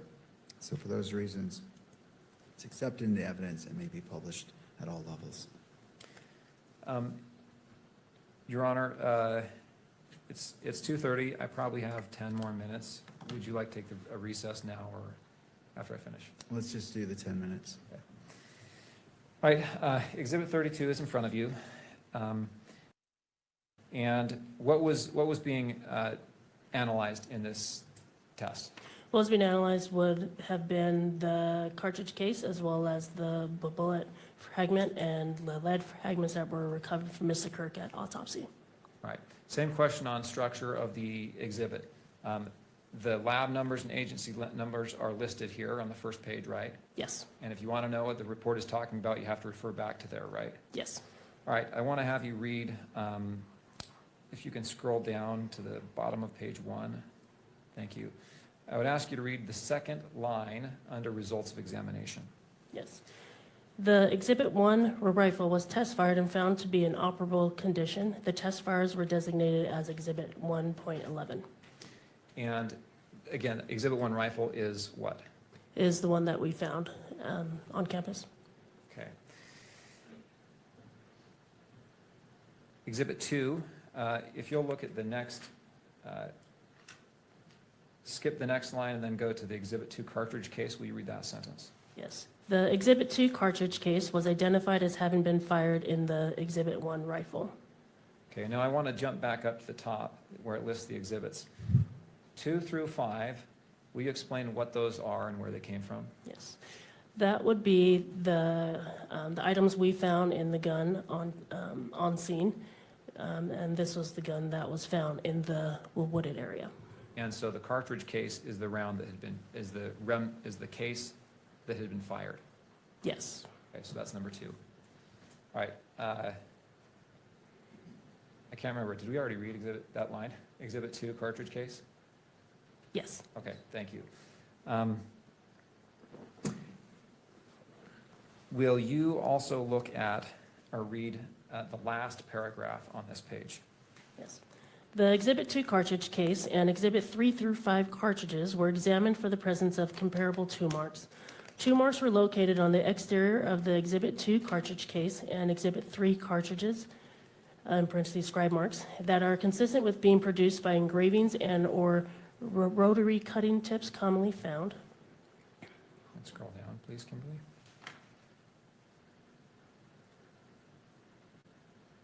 Installed in handheld rotary tools, such as a Dremel tool. These two marks contain marks of value for comparison if a suspect tool is located. Okay. I'd ask to scroll back up to show the exhibit list. Number 6. What is Exhibit 6? Exhibit 6 is the bullet fragment, the bullet jacket fragment, as well as some other fragments that were recovered from Mr. Kirk at the time of autopsy. Thank you. Going back to page 2, will you read the first full paragraph there, beginning with Exhibit 6? Yes. Exhibit 6 consists of one .30 caliber class deformed damaged bullet jacket fragment and 4 lead fragments. Will you read the next paragraph as well? The Exhibit 6A bullet jacket fragment cannot be identified or excluded as having been fired from the Exhibit 1 rifle based on an agreement of all discernible class characteristics and neither sufficient agreement nor sufficient disagreement of individual characteristics. The results of the comparison was inconclusive.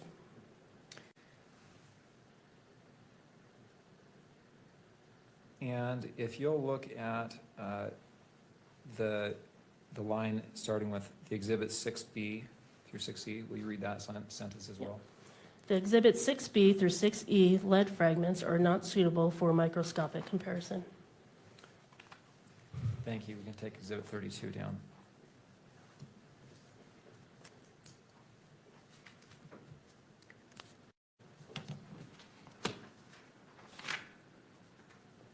Exhibit 33, if we can show that just to the witness, please.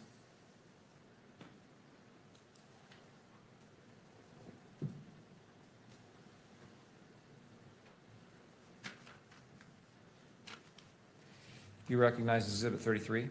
Yes. What is that? This is an ATF biology report on the Dremel tool as well as the cartridge cases that were found on top of the safe in Tyler's home.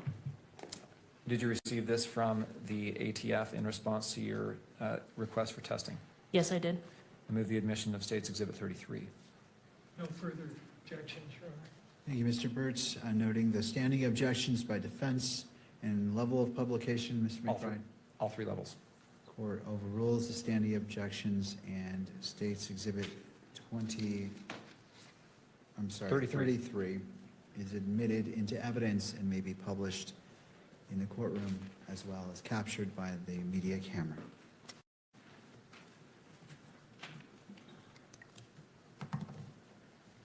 What was being tested here? The Dremel tool, the bits container, as well as the cartridges and cartridge casings we found in Tyler's home. And up in the top right, it says forensic biology. Is this DNA testing? Yes, it is. Okay, format of this is the same as the other report that we already looked at, right? Yes. Let's jump to page 4. Calculation number 1.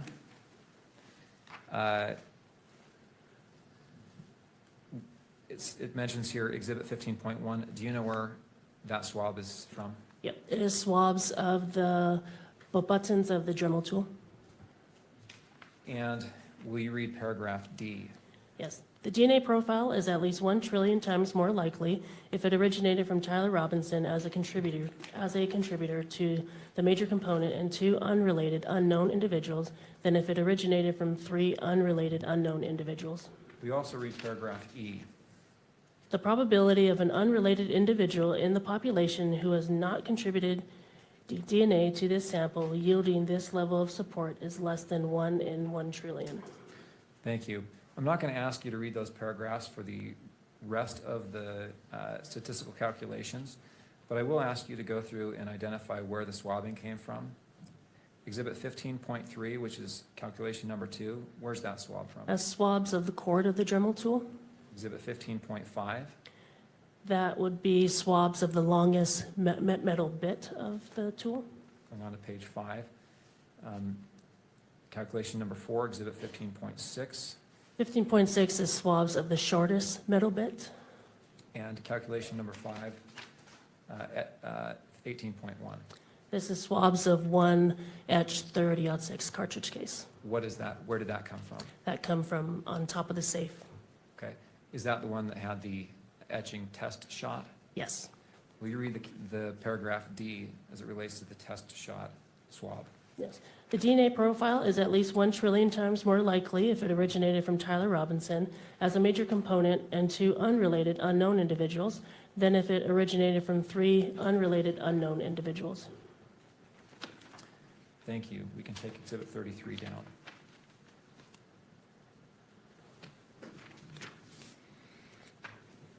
The final report is 34, if we can publish that just to the witness.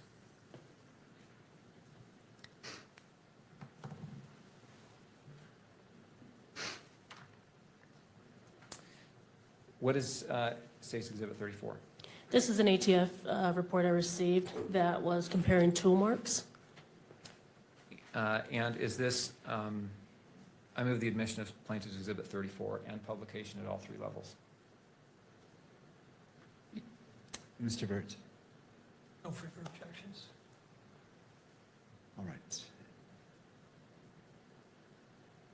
And, all right, so State's Exhibit 34 is admitted. The objections, the standing objections by defense are overruled. They may be published in the courtroom and captured by the media camera.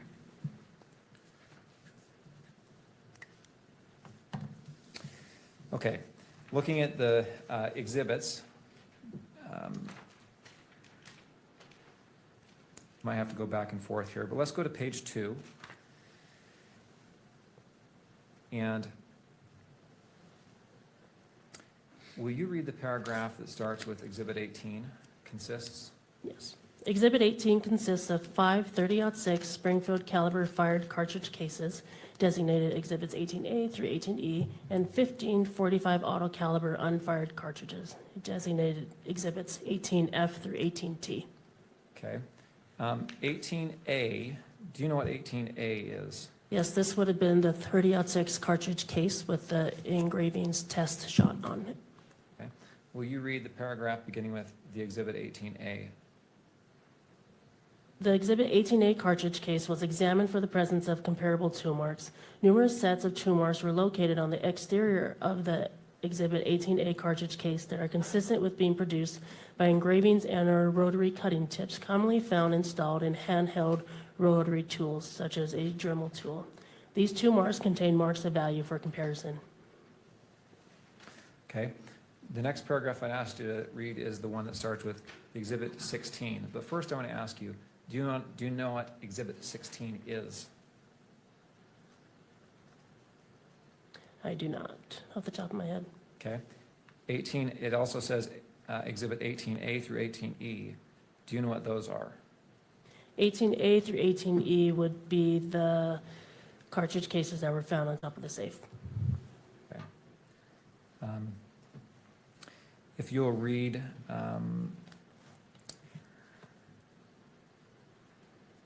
paragraph, or that paragraph. Which one again, sorry? The one starting in Exhibit 16 and. Yes. The Exhibit 16 and Exhibit 18A through 18E cartridge cases were identified as having been fired in the Exhibit 1 rifle. Okay. Let's now jump to the paragraph beginning the test tool marks. Kimberly, if you could scroll down.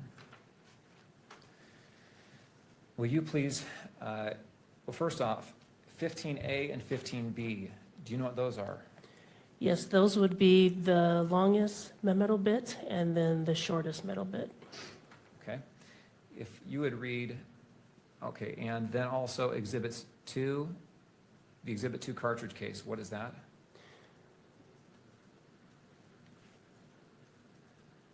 This would have been the cartridge case that was found in the gun. And Exhibits 3, 4, and 5 cartridges? They were the ones also found in the gun. And Exhibit 18A? Is the one that was found on the safe. Okay. If you'll read the first bullet point there, the Exhibit 15A. Yes. The Exhibit 15A engraving cutter was identified as having made tool marks located on the Exhibit 2 cartridge case, Exhibit 3 through 5 cartridges, and Exhibit 18A cartridge case. And will you, okay. We can go ahead and take that down.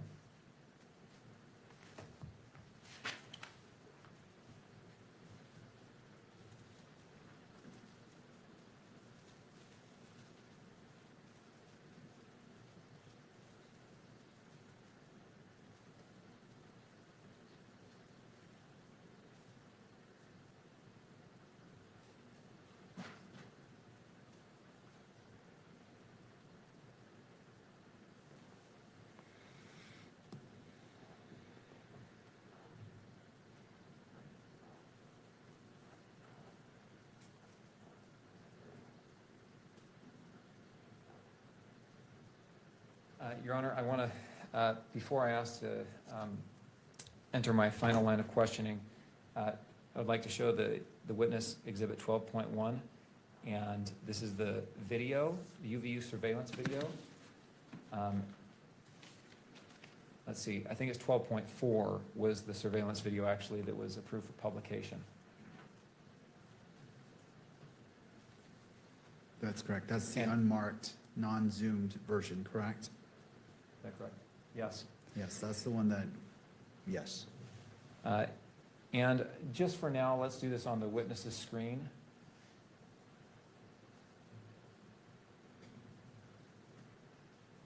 .4, and I'll ask you to jump to the 804 mark.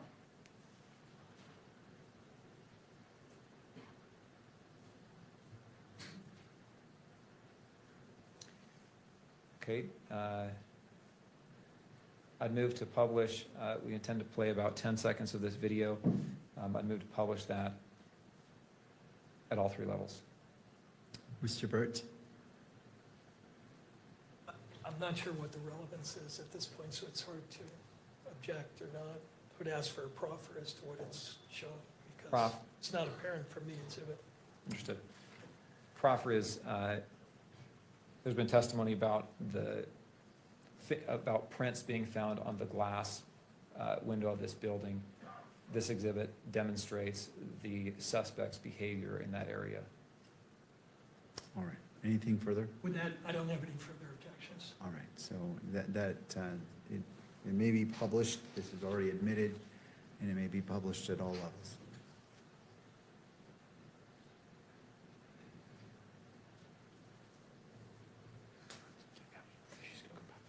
Okay, before you pause, before you hit play here, Sergeant Falmuina, do you see what's on the screen in front of you? Yes, I do. Can you see the suspect in this image? Yes. Will you describe where that suspect is? He's on the rooftop, let's say on the gravel part, and this would have been close to the northeast side of that building. Timestamp is 12:23:47 p.m., is that right? Yes. And that portion of the image that we see there, the video, is the top portion of the image slightly to the left of center, is that right? Yes. Okay, we're at 8:01. Kimberly, will you please hit play there?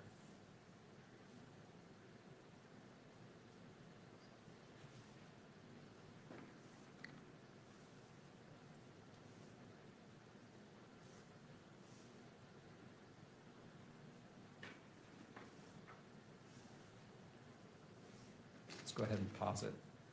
Pausing it at 8:20. Were you able to determine if the suspect touched the glass when he dropped from the roof? Not at the time when we first saw the video, no. Okay. Were you later able to make any determination on that? Yes, because the video we had was pretty grainy at the time at the command post, and it wasn't until we're actually able to get the footage directly from UVU. And when you actually got that footage, could you zoom in and get a better picture? Yes. And were you able to determine at that time whether the suspect touched the window? Yes. What was your determination? We determined that he was not, or he did not touch it. Thank you. Nothing else. All right. Let's go to a break. To defense, I realize that you began talking about your concerns. You have a witness that needs to leave today. 10, 15 minutes? What's your request? I want to maximize your ability to have time with your witnesses as well as cross if you choose to.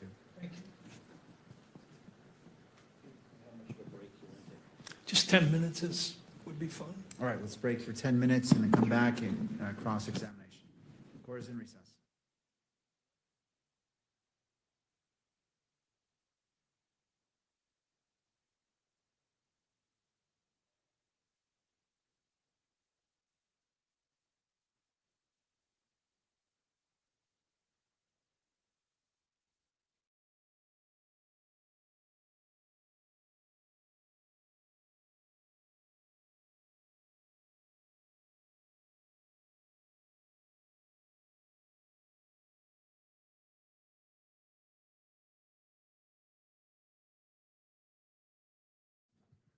Please be seated. Court is back in session. Noting the presence of all parties, we just ended with a direct examination of the sergeant. Turning to defense, Mr. Burt, Thank your you. witness. Good afternoon. Good afternoon. Your role in the case was kind of as the traffic manager of the whole operation, right? That's a good way to put it, yeah. And we're talking about multiple agencies besides the SBI, correct? Yes. Your agency, if I'm correct, wrote a massive report, 229 pages long. Yes. You've read that, you're familiar with it. With most of them, yes. Okay, and it's a compilation, right? You authored some reports, but a lot of other people wrote reports about aspects of the investigation. Yes. And as those reports were getting done, you would kind of read them and decide what needed to get done further? Yes. Was that one of the roles that you Yeah. performed in this case? Yeah, yes, as well as consulting with the case agents. Okay. Now, if my count is correct, 9 of those reports in that larger body of reports was written by you, correct? Yes. Did I miss any? Does There are that more. sound about right? Yeah. Okay. I want to ask you about a couple of those reports. The first report was a report that you wrote on September 22nd that documented the overview of the crime scenes, correct? Yes. And there were various crime scenes that you've described on direct examination, correct? Yes. One of them was the Fulton Library. Yes. Tell us why that was a potential crime scene. Yeah, of course. When officers were canvassing the scene, they were also trying to see, right, the route of the shooter as well as just trying to find the shooter. And they determined that the Fulton Library stood out because there were unattended items there at the bus stops that were away from the courtyard area. And so to them, they thought it was suspicious. And were certain items seized from, and what were they? Yes, you had a backpack, a jacket, as well as some gloves. And there may have been some other things. I just don't recall them right now.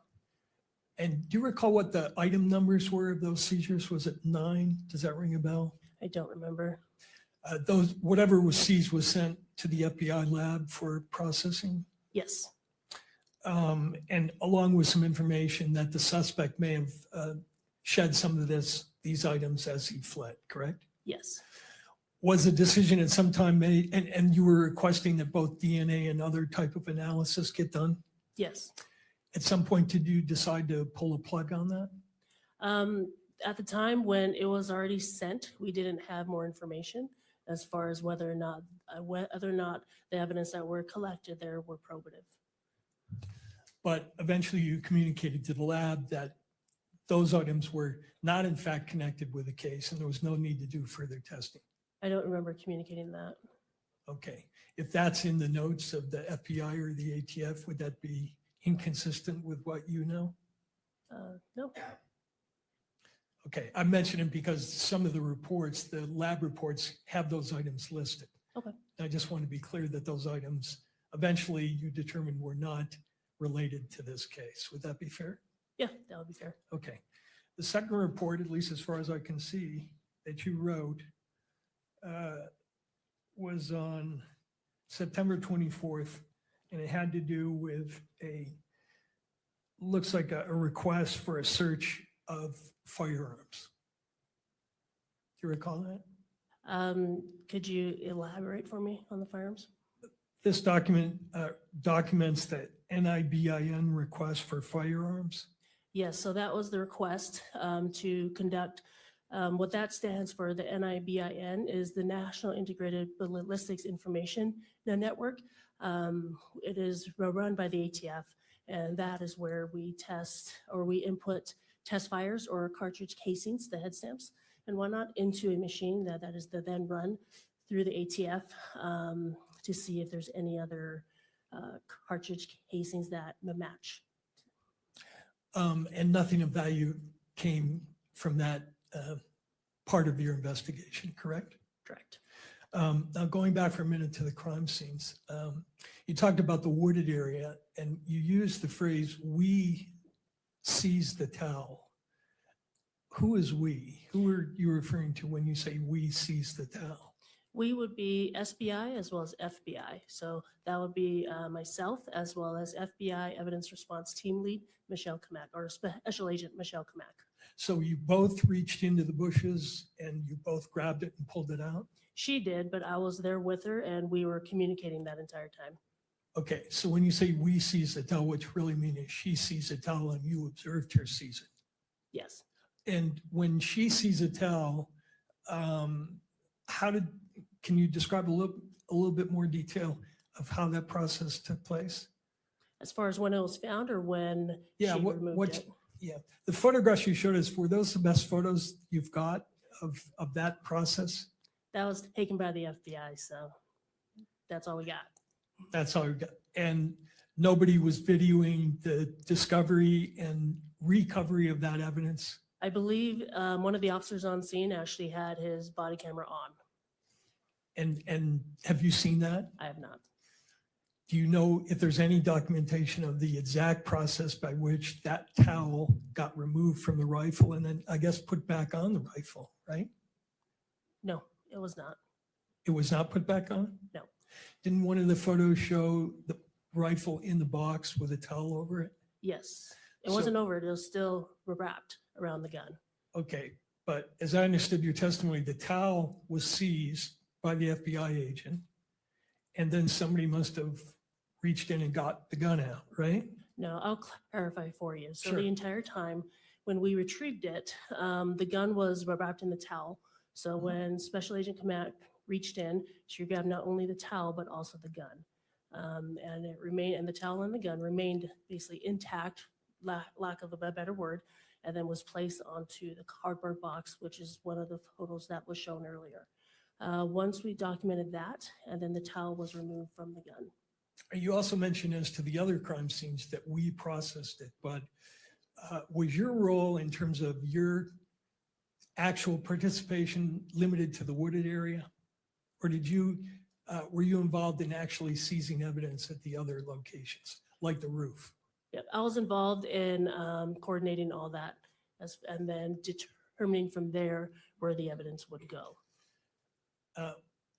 Involved in, is that the same thing as actually being on the roof and seizing the items? Or are we talking about something else? Talking about something else. And what is that something So else? after the teams would have packaged all the items, sealed them properly, create an evidence log, they will then bring it back to the command post, and from there we would compile everything, and then there was a discussion that was had as to who would take custody. Fair to say that you did not observe yourself the seizure of the screwdriver from the roof? Correct. And who were the people who were actually conducting that part of the crime scene processing? That would have been our state crime lab, those two people are part of our state crime lab's crime scene response team. When did you review the video of the suspect running toward the area from which he jumped off? That would have been, I don't know the exact time, but it would have been that day on September 10th. You saw that on September 10th. Yes. And when were the windows processed for the latent fingerprints? The windows were processed on September 11th, the next day. And was the reason that those latent lifts were taken was because you wanted to rule out whether the suspect had touched that window? Yes. That's what the notes say, right? Yes. You were not present when that scene was processed either, correct? Not the entire time, no. Okay. Now, the other reports that I have that you did, and correct me if I'm wrong, is one report dated September 24th, documenting the forensic analysis as of September 24th, summarizing what you were hearing back from the ATF and the FBI. Yes. Okay. And then the fifth report was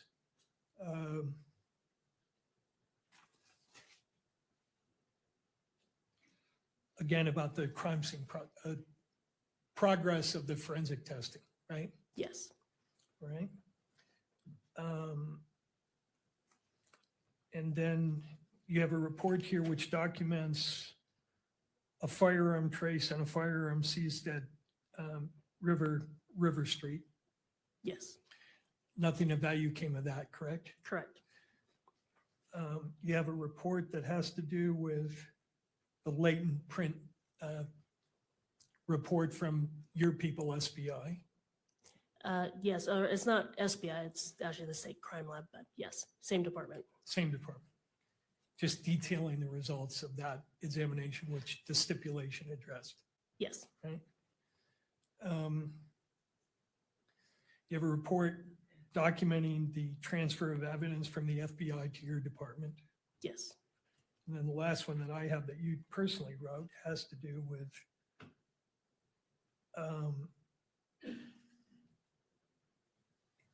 again, summarizing forensic reports. Yes. Okay. The larger 229-page report indicates that there was some investigation done by your agency that involved interviewing associates of Mr. Robinson to see if you could develop some profile of him having animosity toward Mr. Kirk, correct? I'm not familiar with that. So you weren't involved in that at all? No. Some of the documents in that large report indicates that your agency has also, up to the present time, been monitoring Mr. Robinson's mail and communications at the jail. Correct? Correct.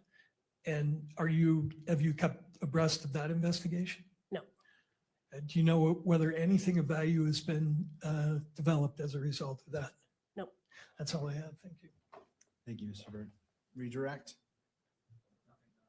All right, may this witness be excused? All right, Sergeant, thank you. Thank you. Turning to the state. Your Honor, I just want to confirm with the clerk. Yeah, let's make sure. Thank you, Mr. Gernander. Appreciate creating a good record. Judge, if I could just confirm with the court that all of the exhibits we have offered have been admitted into evidence. All right, so here's what I have, and my court clerk will certainly correct me if I'm wrong. I have State's Exhibit 1, 2, 3, 3.1, 3.2, 4, 5, 5.16, 6.17, 7.18, 8.19, 10, 10.1, 10.2, 10.3, 11, 12.1, 12.2, 12.3, and I believe 12.4, 13, 14, 15, 16, 16.1, 16.2, 16.3, 16.4, 17 and 18 are blank, so no. That is correct. All right. We're not offering 17 and 18. All right. 19, 20, 21, 22, 23, 24, 25. The following are blank, 26, 27, 28, 29. That's accurate. We're not offering on those numbers. I have 30, 31, 32, 33, 34, and 35, which have been admitted into evidence. That is all that I have record of. All right. Can I Does that comport? Yes.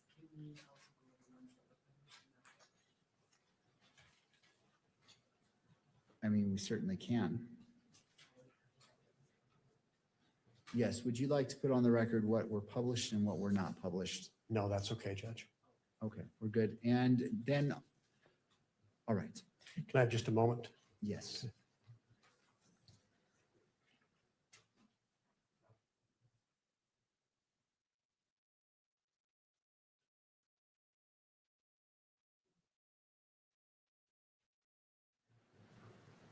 Your Honor, the state rests its case in chief.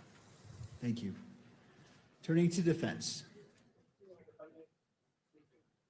Approach the bench, please.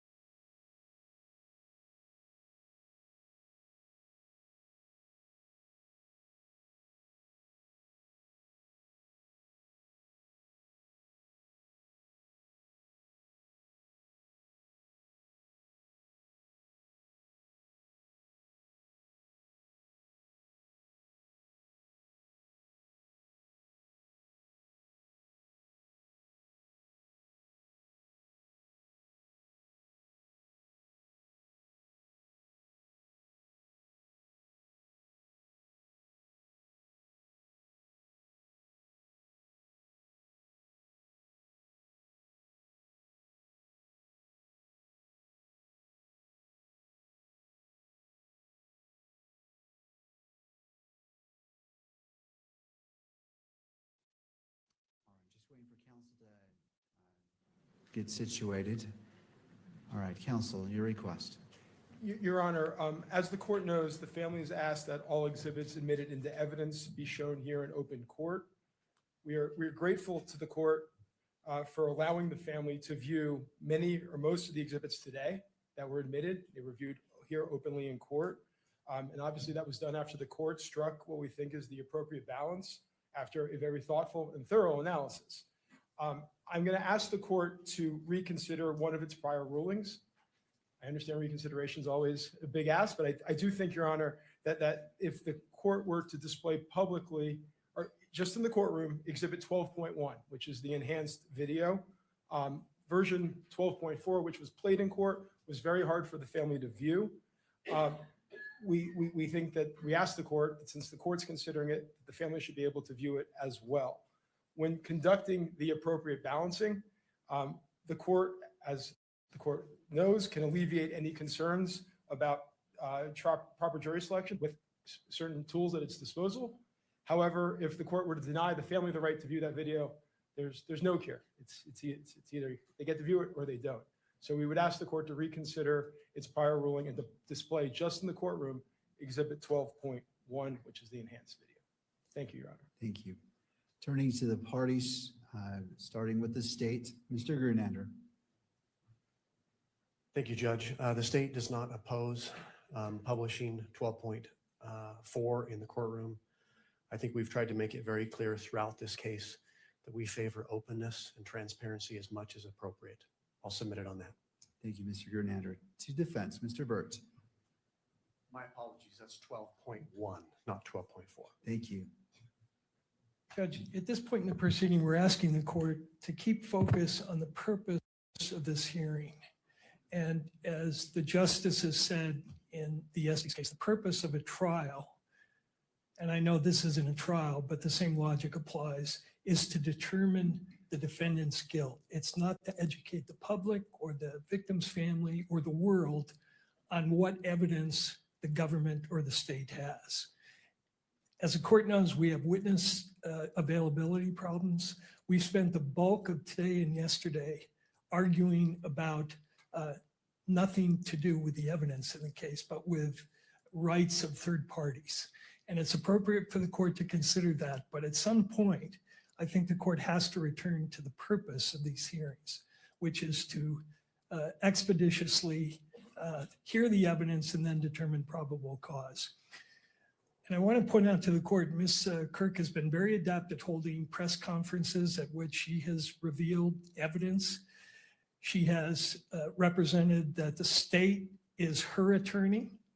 She has access to all the evidence that the state has publicized and that the media and her own lawyer argues is already in the public domain. So they're perfectly free to go outside this courtroom under the court's protective order. They're free to go out and hold press conferences and announce to the world outside the courtroom what they think the evidence is. They have the availability of that evidence. But the court's role, I think, at some point is to exercise some control, move the case forward, and especially when we have witness availability problems. And I'd ask the court, whatever the court does, if you're going to allow revisiting or replaying of evidence for the sole purpose of informing the world or Ms. Kirk or anybody else, that the court do it at the end of the process and not at this point where we will be deprived of our ability to call this witness, because she has to be done today. Thank you, Mr. Byrd. Thank you. Briefly, and I say that because time is of the essence, not because I don't want to hear what you have to say.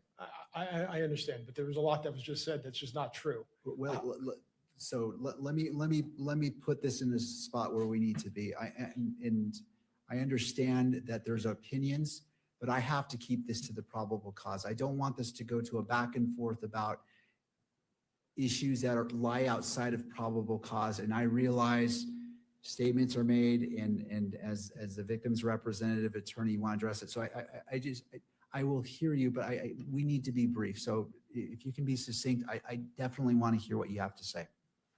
Your Honor, I am almost always brief, I promise you. The family has not seen this video. It hasn't. It doesn't have access to the evidence the state has. The state is the state, and Mrs. Kirk and the family have their representatives. There's a completely distortion of reality that was just put forth. And this isn't about educating anybody about anything. This is about allowing the family to see the evidence that's been gathered after a 10-month investigation in which a father, a husband was assassinated. That's what this is about. So we ask you to please allow the family to view the video like the court has viewed in order to allow the family to process this moment. Thank you. Thank you. Anything further before the court issues its ruling and we go from there? Not from the state. All right. Defense? All right.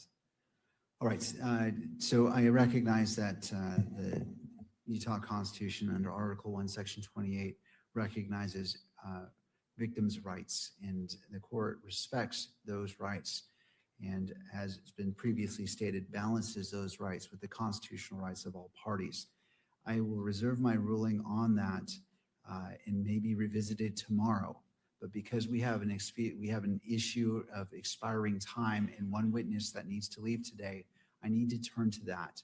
I'm not ruling that that cannot happen, but for today, we need to focus on this to getting this defense witness on the stand and off the stand. And so please, if I do not remember, the parties can remind me and we can revisit this tomorrow.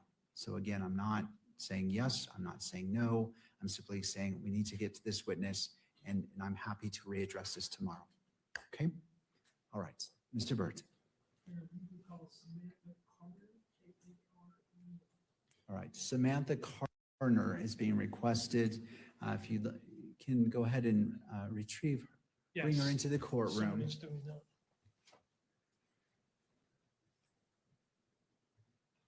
Is somebody grabbing her? Yes. Okay, thank you, Mr. Burt. I just couldn't tell and wanted to make sure.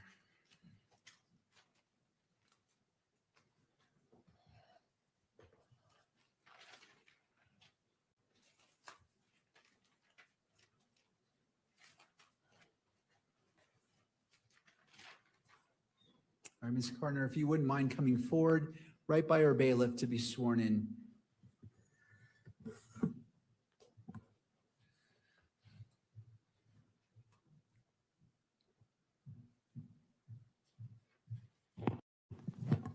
Please raise your hand. Do you solemnly swear that the testimony you're about to give now before the court will be the truth, the whole truth, and nothing but the truth, so help you God? Thank you. All right, thank you, ma'am. If you wouldn't mind coming forward, having a seat at the witness stand. To your left is a water bottle if you choose. It looks like you brought your own as well. And after you're situated, if you wouldn't mind pulling that microphone toward you, just to ensure that your testimony is picked up on the record. Mr. Burt, your witness. Thank you. Good afternoon. Could you tell us your name, please? Yes, my name is Samantha Carner. And Ms. Carner, what do you do for a living? I am a firearm and tool mark examiner. And where are you stationed? I currently work at the Forensic Science Laboratory in Washington for the Bureau of Alcohol, Tobacco, Firearms, and Explosives. And how long have you been employed at that location? A little over 6 years. What generally do you do there? What area of expertise do you have? I am assigned to the Firearm and Tool Mark Unit, so I receive items of evidence related to firearms, tools, tool marks, and fired ammunition components.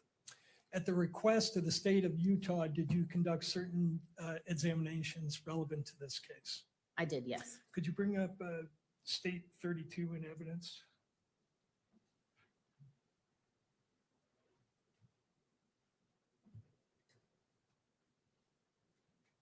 Do you want it, Mr. Burt? Yes, I think. On all screens? All screens, it's admitted and Okay. I think approved. All for right, let's go ahead and put publication. it on all screens because this was admitted and published previously.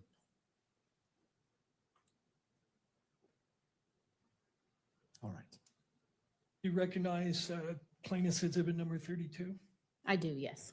Are you the author of this report? I am, yes. Okay. What were you asked to do in relation to the examination that's documented in this report? For the Submission 1 report, I received a firearm, cartridge case, 3 cartridges, 1 bullet jacket fragment, and 4 lead fragments. I was asked to test fire the firearm and compare the test fires to the cartridge case and the bullet jacket fragment. I also was asked to do a tool mark characterization on the cartridge case and the cartridges. And then I also ran a general rifling characteristic search on the bullet jacket fragment. Okay. And are your conclusions accurately documented in your report? Yes. Could you turn to page 2 of the report? Second, bottom of the page. Those 2 paragraphs, please. Did you write in your report, these conclusions conform with the relevant Department of Justice policy on uniform language for testimony? Yes, that is always added to our reports.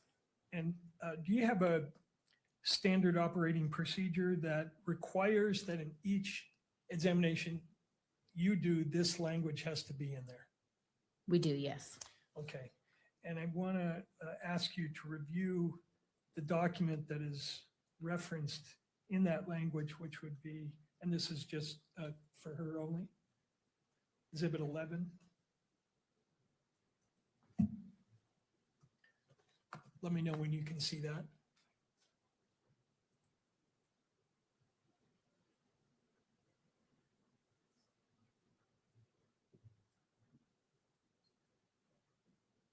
Are you able to view that? Yes. Is this the ATS, is this a language referred to in your report? It is, yes. The written policy of the Department of Justice concerning uniform language for testimony and reports for the forensic firearm tool mark discipline pattern examination. It is, yes. I move that into evidence. This is, what is the title of this exhibit? Your Honor, this would be Carner 11. All right, and what level of publication are you requesting, Mr. Kurtz? Both public and admittance into evidence. To this state? No objection. All right, Carner 11 is admitted into evidence and may be published on screens and captured by the camera. Thank you. And you can publish that.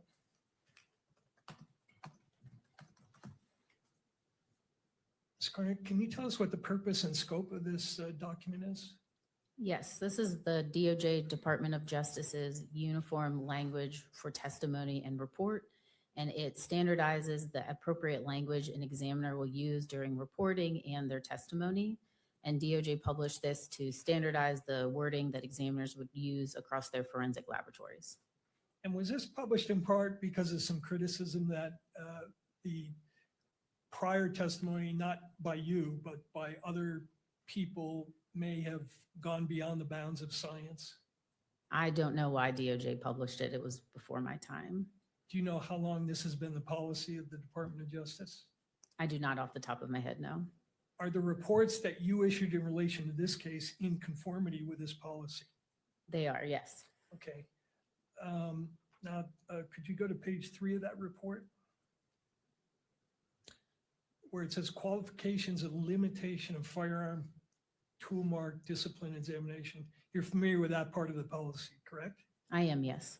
And the portion of the policy that says a conclusion provided during testimony or in a report is ultimately an examiner's decision and is not based on a statistically derived or verified measurement or comparison to all other firearms or tool marks. Therefore, an examiner shall not, and then it lists several propositions. You're familiar with that language? I am, yes. And it says that an examiner shall not assert that a source identification or a source exclusion conclusion is based on uniqueness of an item of evidence. Your report is not meant to imply something contrary to what's stated here, is it? No, it's not meant to contract. You're not asserting that a source identification is based on the uniqueness of an item of evidence. No, I am not. And the reason you're not doing that is because you haven't examined all possible items of evidence that could be relevant to your comparisons, correct? I have not looked at every firearm that's been manufactured in the world, nor have I looked at every tool that's been manufactured in the world. That's correct. Okay. The second portion of that says an examiner shall not use the term individualize or individualization when describing a source conclusion.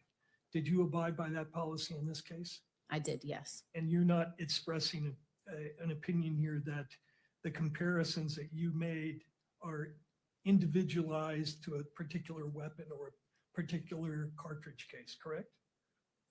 My conclusion for one of the exhibits identifies the cartridge case as being fired in the firearm. Mhm. But that's all it says, yes. Right, but you're not asserting that that's an individualized identification in the sense that's being used in this policy, are you? No, I am not. Okay, and then the third part of that says that an examiner shall not assert that two tool marks originated from the same source to the exclusion of all other sources.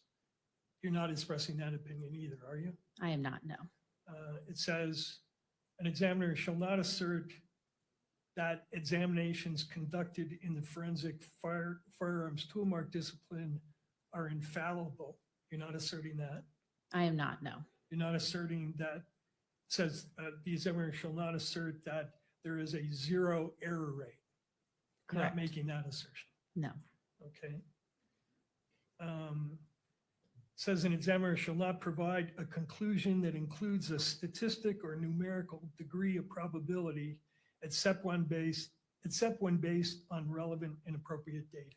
You didn't conduct such an analysis here, correct? I did not, no. Okay.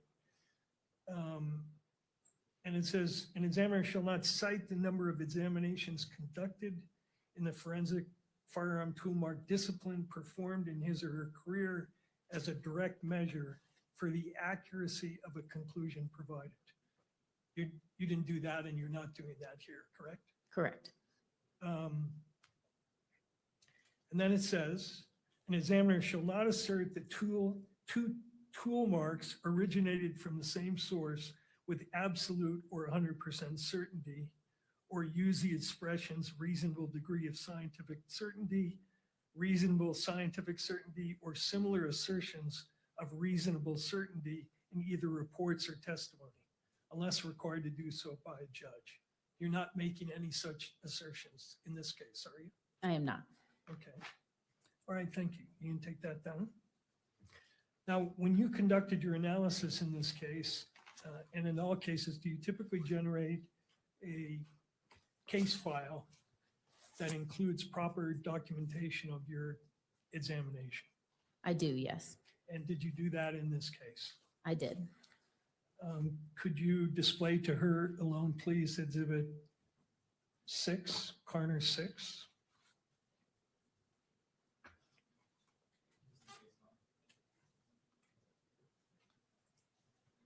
Case file.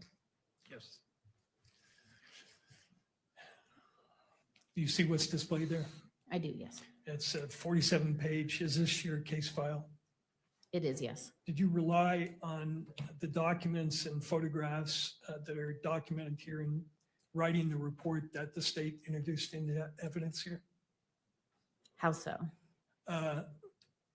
Before you wrote your report, did you photograph items that you were looking at, take other notes, and then use that work product to form the opinions you reached that are documented in the report? The notes are mostly used for initial documentation and evaluation, and then yes, supplement to the conclusions that I make. It's all a representative image of what my conclusions are going to be. So part of it is going into the conclusion statement and then just showing proof of those conclusions. Right, and your standard operating procedure requires that you document in your case file the basis for your opinions, correct? Yes. I'd move Coroner 6 into evidence. To the state. Is this the 47-page document? Yes. Yeah, I object. I don't see the relevance of the court's probable cause determination to review a 46-page report that includes notes.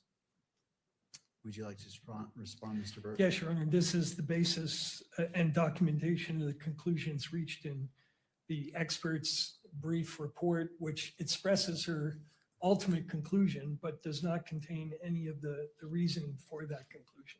So it's important for the court, I think, to understand why and how she reached the conclusions that she did. All right. Anything further? No?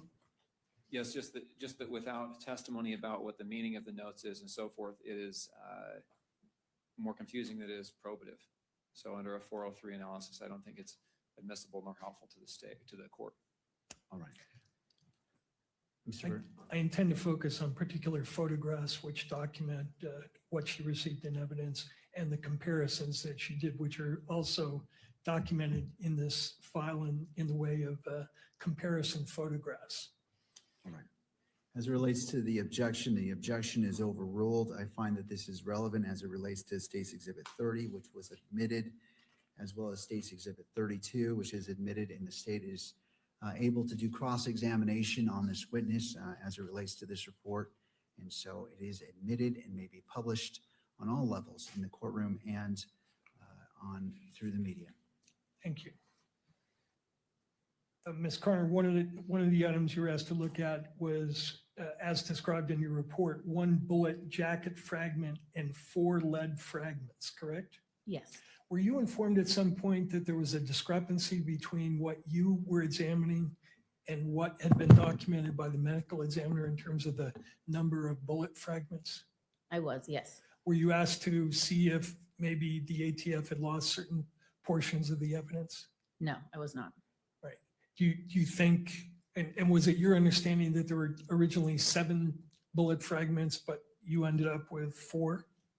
I was alerted that there was potentially 7 fragments from the medical examiner in a photo just a few months ago. Okay. You're clear, though, that when you got the evidence, it was in a sealed condition, correct? It was, yes. And when you opened, what was it, an envelope? A small individual manila envelope, yes. And did you take the contents of the envelope containing the bullet and take photographs of it? I did, yes. Okay. Could you display page 41 of 47, that exhibit?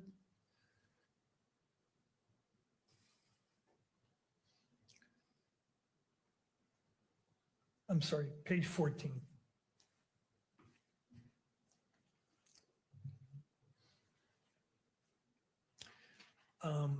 And tell us what's depicted here. Yes, this is a picture of the as-received condition of Exhibit 6 in its entirety. That's the top picture. So you'll see Exhibit 6A all the way through 6E in descending order. And then the bottom 2 photos on the left is the Exhibit 6A bullet jacket fragment, and that is the view of the exterior. And then the photograph on the right is the Exhibit 6A bullet jacket fragment, and that's the view of the interior of it. Okay. Now, after you documented what the bullet and the fragments look like, did you do certain procedures on the bullet, the larger bullet fragment? I did, yes. And what did you do? I cleaned the bullet jacket fragment, and I also peeled the petals back. If you think of a banana and peeling the skin away from the interior, it's almost like doing that.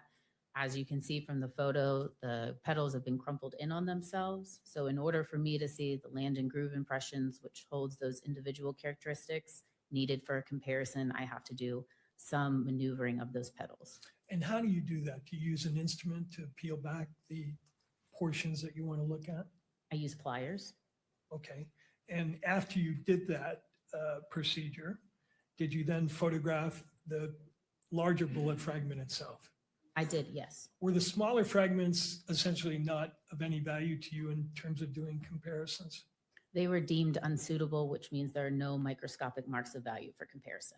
Okay, but the larger fragment, after you did the process you just explained, you then photographed it again, correct? That is correct, yes. Could you display the next page of this exhibit, please? Tell us what we see here. This is 2 pictures of that 6A bullet jacket fragment after the examination preparation. So the top photo is going to be the interior of 6A, and then the bottom photo is the exterior of 6A. Now, after you took these photographs, did you proceed to do something to determine whether you had either class, individual, or subclass characteristics? Yes. Tell the court what that means. To start, when I do my initial examination of a bullet jacket fragment like this, I'm going to look at its class characteristics. Class characteristics are the least restrictive set of characteristics I use in my comparison process. And these are design features that are given to a large group of items that characterize them together. So for a bullet, you could think of the diameter of the bullet, the number of landing grooves, the direction of twist, and the type of rifling. So I would go through and look at the class characteristics of this bullet jacket fragment, which was 6 right conventional rifling. Then I'd move on to look at any subclass characteristics. And subclass characteristics are more restricted than class, but less than individual. And they are design features that can be put on an object during the manufacturing process, which is consistent among items that are made by a tool that's in a specific state of wear. So what I mean by that is it's going to be a subset of a larger group, which is why it's not used for identification or comparison purposes for the basis of a conclusion. But when you think of something that's made through a mold process, when that mold comes together, it creates a seam line, and that seam line is going to be represented on all the items that it makes. So that's why you can't use it for the identification process, because it's going to be on a lot of items, which is why it's a subset of the group. Then I move on and looking at the individual characteristics. And these are imperfections and irregularities that arise from the manufacturing process. And then there's also individual characteristics can arise from wear, use, and abuse of a tool. And these individual characteristics is what is going to be distinct to that tool, and that's why they're used for the identification process. So again, I did an examination of its class characteristics, looked for any subclass characteristics, and then looked to see if there was individual characteristics in the land and groove impressions sufficient enough of marks and values to do a comparison process. Now, once you have the class characteristics of a bullet, can you narrow the range of firearms that could have fired it just based on class characteristics? You can, yes. And is caliber a class characteristic or an individual or a subclass characteristic? It's going to be a class characteristic because a lot of firearms will have the same class, or excuse me, the same caliber. Did you measure the diameter of the bullet? I did, yes. And did you end up with a range where it could have been certain range of length or diameter? I did, yes. And what was your reading? Can I refer to my notes, Yes, please? please.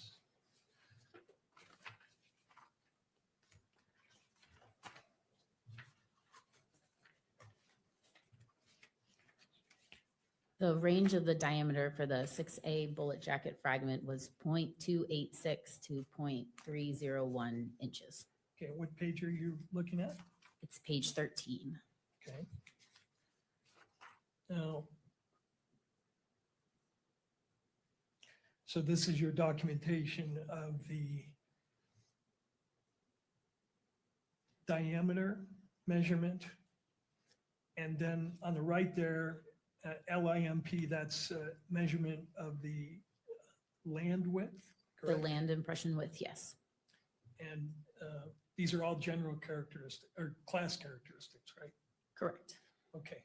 Now, once you had that this, and also that it was, you said, what's called the rifling was to the right, correct? The direction of twist, yes. Yeah, the lingo is 6 to the right, meaning, 6 right, yes. Yeah. And that's a class characteristic. Correct. So once you had the diameter of the base of the bullet, and did you have some difficulty because of the damage to the bullet in exactly measuring it? The reason I provided a range was because of the damage and deformity to the base. So at times it wasn't a perfect circle. So it was important to me to give a range of what those diameter measurements were. Once you have the diameter and the rifling characteristics and the land and groove measurements, can you then plug those measurements into a database and to narrow down the class of weapons from which this bullet could have been fired? The general rifling characteristics search will use those class characteristics and will generate a list of possible firearms that could have fired the bullet. But that list is not all inclusive. It is just used as an investigative tool. Sure. Could you go to page 47, please? Could you tell us what we're looking at here? This is the results of that general rifling characteristic, or the GRC search. All right, and what did you determine in terms of, just based on the class characteristics, what weapons could have fired the 6A bullet? There were several different 30 caliber class firearms that could have fired the bullet. And they're listed here, correct? Correct. Could you tell us what the initials PI and RI and PR mean in the far right-hand column? They refer to different types of firearms, so rifles, revolvers, machine guns, any type of firearm. And what are the pistol ones? How is that designated? PI or? Correct. And what is RB? Bolt action? Bolt action. So based on the class characteristics, any of these weapons could have fired that bullet? They could have possibly fired the bullet jacket fragment, yes. Okay. Now, let's go back to the examination of the other two measures, subclass characteristics and individual characteristics. Is one of the reasons you look at subclass characteristics because they can be confused with individual characteristics? That is a concern, yes. In fact, your manual says that, right? It's important to rule in or out subclass characteristics to avoid the danger of confusing them with individual characteristics. I'm not sure if our manual says it verbatim. It says that we do need to assess every piece of evidence for possible subclass characteristics. And what is the reason for that? Subclass characteristics can be similar to individual characteristics. However, trained examiners are able to notice the difference between subclass and individual. Subclass characteristics are not always present on an item. It's possible, but not always present. And they tend to look a certain way. They're going to be uniform in their appearance. They're going to be spaced in a way that's more uniform. If you think of circles, those circles could be a distance between each other in the same distance every time, and they will look almost the exact same every time. Now, does your laboratory have certain protocols for conducting these comparisons? We have procedures for comparison, yes, like taking photographs, yes. Well, but also procedures for instance, you have a document called Examination and Comparison of Unfired and Fired Ammunition and Components that deals specifically with the procedures to be followed for the kind of examination you did here, correct? Yes, I believe that refers to the minimal documentation necessary for a piece of evidence. And one of those standard operating procedure requirements is document observations and evaluate for the potential of subclass characteristics on the relevant tool working surface, right? Correct, yes. And you did that in this case, correct? I did, yes. Okay. And what conclusions did you reach? Can I refer to my notes? Yes, please.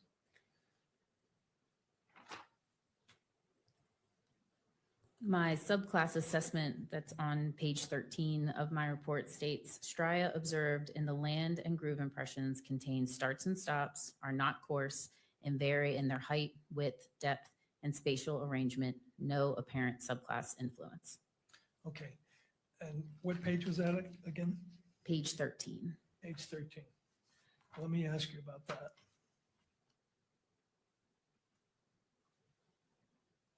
The striae observed are not coarse. I think I understand that. And vary in their height, width, depth, and spatial arrangement. Did you measure the height, width, depth of the land and groove impressions? The land and groove impression widths, yes, I did. And how about the striae? That's different than the land and groove impression, right? Correct, yes. You didn't measure the height, width, and depth of those marks, correct? No, I did not. Okay. And your protocol says, does it not, due to their similarity to and potential confusion with individual characteristics, it is essential that the evidence be evaluated for the potential of subclass characteristics. It does, yes. That's the whole purpose of why you're doing that part of the exam, right? Correct, yes. And anywhere in your protocols, does it specify what you're looking for, or is it just up to you to decide what is and what is not a subclass characteristic? Subclass characteristics are a very large part of the training process to become a firearm and tool mark examiner. There are modules that are taught where you're trained to recognize what subclass characteristics look like, what manufacturing techniques might lend to more subclass characteristics. So I am trained to know what it looks like. Okay, and my question though was, does your standard operating procedure set out, here are the things you should be looking for?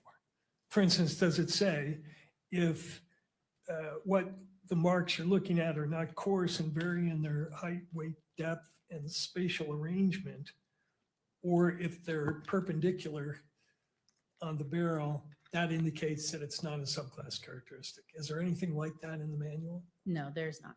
Okay. Did you inspect the interior of this barrel? I did, yes. And did you notice whether it had any debris or dust in it? I believe my notes state that debris and dust was observed in the inside of the barrel, yes. Okay, and could you further characterize what that was? Debris? I think it says dust, so I would say dust. What can cause dust to get inside of a barrel? A plethora of things. I'm not sure why something is ever in a barrel. Okay. So you determined here, you ruled out subclass characteristics, correct? Yes. Then the next part of the examination was determining whether you had any individual characteristics on the bullet, correct? Yes. And what did you conclude in that regard? That there were microscopic marks of value worthy of comparison, or yes, individual characteristics in the land and groove impressions. And does your standard operating procedure have any guidance in terms of how you go about determining that? No, I do not believe so. Okay. And then once you determine that you have items of value on the question bullet, do you then do something to produce test bullets? Yes, part of the comparison process when there is a firearm that we receive is to test fire it to make pristine samples to see if reproducible individual marks of value is on the bullet or the cartridge cases. How many test fires did you produce in this case? I made 3 sets, so 6 total. 6, is that your standard number of test fires? Our standard operating procedures state that you need at least 2. There is not a maximum number that we are allowed to do. It's the discretion of the examiner. Were you informed by other investigators working on the case that this particular weapon was manufactured in Germany in 1938? I was not, no. You did not review a report from an ATF agent who investigated that issue? No, I don't believe so, no. In doing your examinations, is it important to know something about the manufacturing process of the weapon? It is helpful to know how a barrel or any part of the firearm is manufactured, yes. And why is that? Certain manufacturing techniques will lend to that individual characteristics. So grinding is a method that is known to leave individual characteristics on a tool. So if a item that I receive, I can tell is finished or manufactured by grinding, it already gives me an indication that individual characteristics would be left from that tool to the tool mark. Now, once you have your 6 test fires, then you did some comparison between the test fires, right? That is correct, yes. And why do you do that? That establishes whether or not there are individual reproducible marks of value on the test fires. It's important to know that because if there's not reproducibility amongst the test fires, then there's a chance to say, oh, it's not going to reproduce on the evidence and I wouldn't have anything to compare it to. And have you had cases where you fired the 6 test fires and you don't get reproducible marks? Not that I can recall. And when you do your comparisons, just looking at the test fires, do you get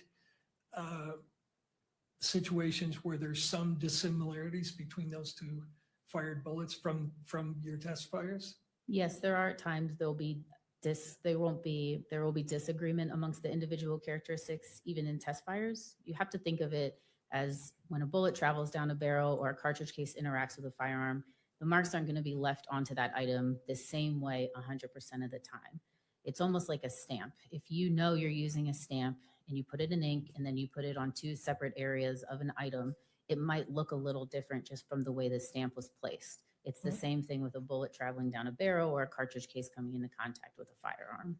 So even when you know a bullet is fired from the same weapon, you can have 6 bullets fired, and when you start comparing them, you will see differences between each bullet. There's a possibility to see some areas of disagreement. However, if I'm rendering an identification and saying there is reproducible individual marks of value on these test fires, there will be an overwhelming amount of sufficient agreement of that individual characteristic. Now, when you're doing these comparisons, you use something called the AFTE theory of identification, don't you? Yes, the AFTE theory of identification. All right, and take a look. And that's the standard that you used in this case to draw the conclusions that you made in the report that I showed you earlier, correct? That is the theory stating how an examiner is able to come to a conclusion when examining 2 or more sets of tool marks. And yes, that is how I go through my examination and how I come up with my conclusion, yes. Okay, and what is AFTE? AFTE is the Association of Firearm and Toolmark Examiners. It's the governing body of the firearm and toolmark community, whose primary goal is to further research and continue to show information about manufacturing and the evolution of firearm and toolmark examination. They hold annual seminars, publish a glossary of terminologies used by the firearm community, and they also have a peer-reviewed published journal. Peer-reviewed published journal. Can I join AFTE?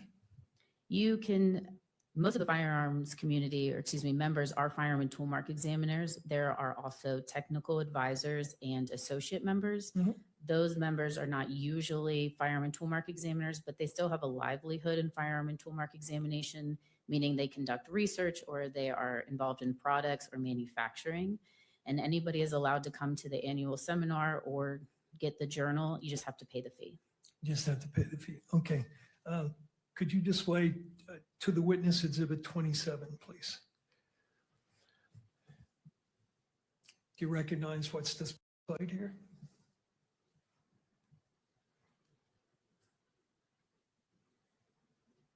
It appears to be the AFTE theory of identification, yes. All right, I move that into evidence, Your Honor. What is it? This is the standard that she used to make the comparisons in this case, correct? Would this be Carner 27 This would be Carner 27, Your Honor. to the state? Your Honor, if I may voir dire the witness on this exhibit, I've never seen it before, I don't think.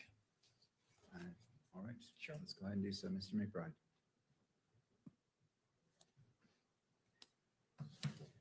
When was the last time you reviewed this document? I'm not sure off the top of my head. Can you testify as to its accuracy by looking at it now? Not verbatim, no. Your Honor, no more questions. My objection is lack of foundation. Mr. Byrd. Does this document accurately state what the theory is? May I take a moment to read through Yeah, it? sure.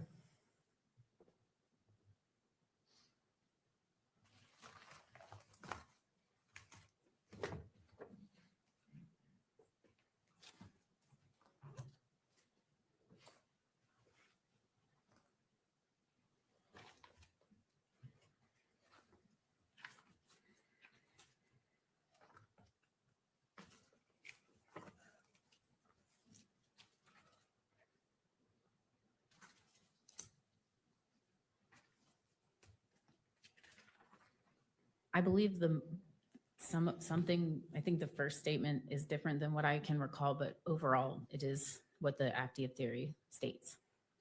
Okay. And your ATF protocol refers specifically to the AFTI theory of identification, does it not? It does, yes. Okay. So is there any difference between what's in 27 and what's in your manual? Again, I don't remember without looking at them side by side. Okay. Let me get that in front of you. Let's go to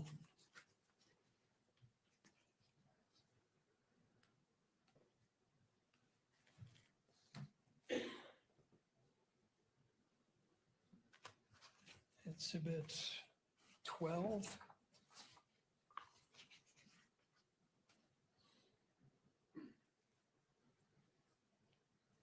And go to theory of identification and range of conclusions. Page 1 of 3. I don't have the dates on it. Toward the end.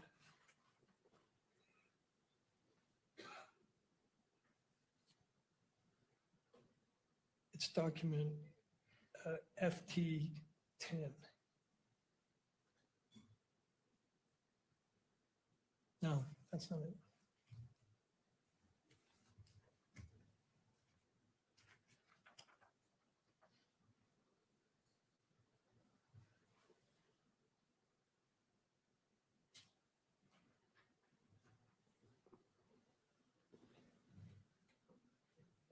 Did I put you in, Sean? You may.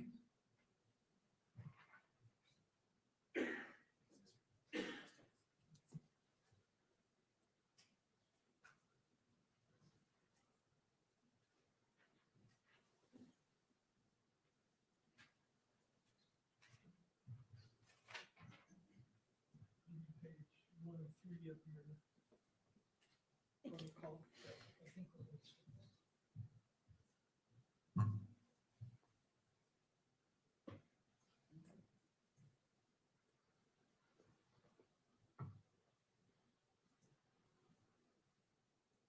I recognize this as something that comes from our SOPs, yes.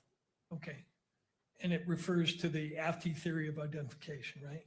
It does, yes. Same theory that's displayed in 27? Yes. Okay, so I'd renew my offer on 27. Your Honor, the objection stands. Language matters. Without knowing what, if this language is identical to what she's trained on, that can make a big difference. Whether the word sufficient or adequate is used, these are scientific principles and we need to be precise in the language that's used. The witness cannot authenticate the exhibit that's been offered, so it should not be received into evidence. Mr. Burke. Goes to weight, not admissibility. You'd be free to question her about any differences, but I think she's laid a foundation that the theory's the same, so. All right. Well, I remind the parties that this is a probable cause finding, and so as it relates to what's been presented, the witness has said that it looks familiar. Again, I don't want to quote you. I don't remember the exact phrase, but she recognized portions of it and then was given the opportunity to compare it to her standard operating procedure. I think she said SOP. For those reasons, Carner 27? Yes. Is admitted and may be Thank you. published.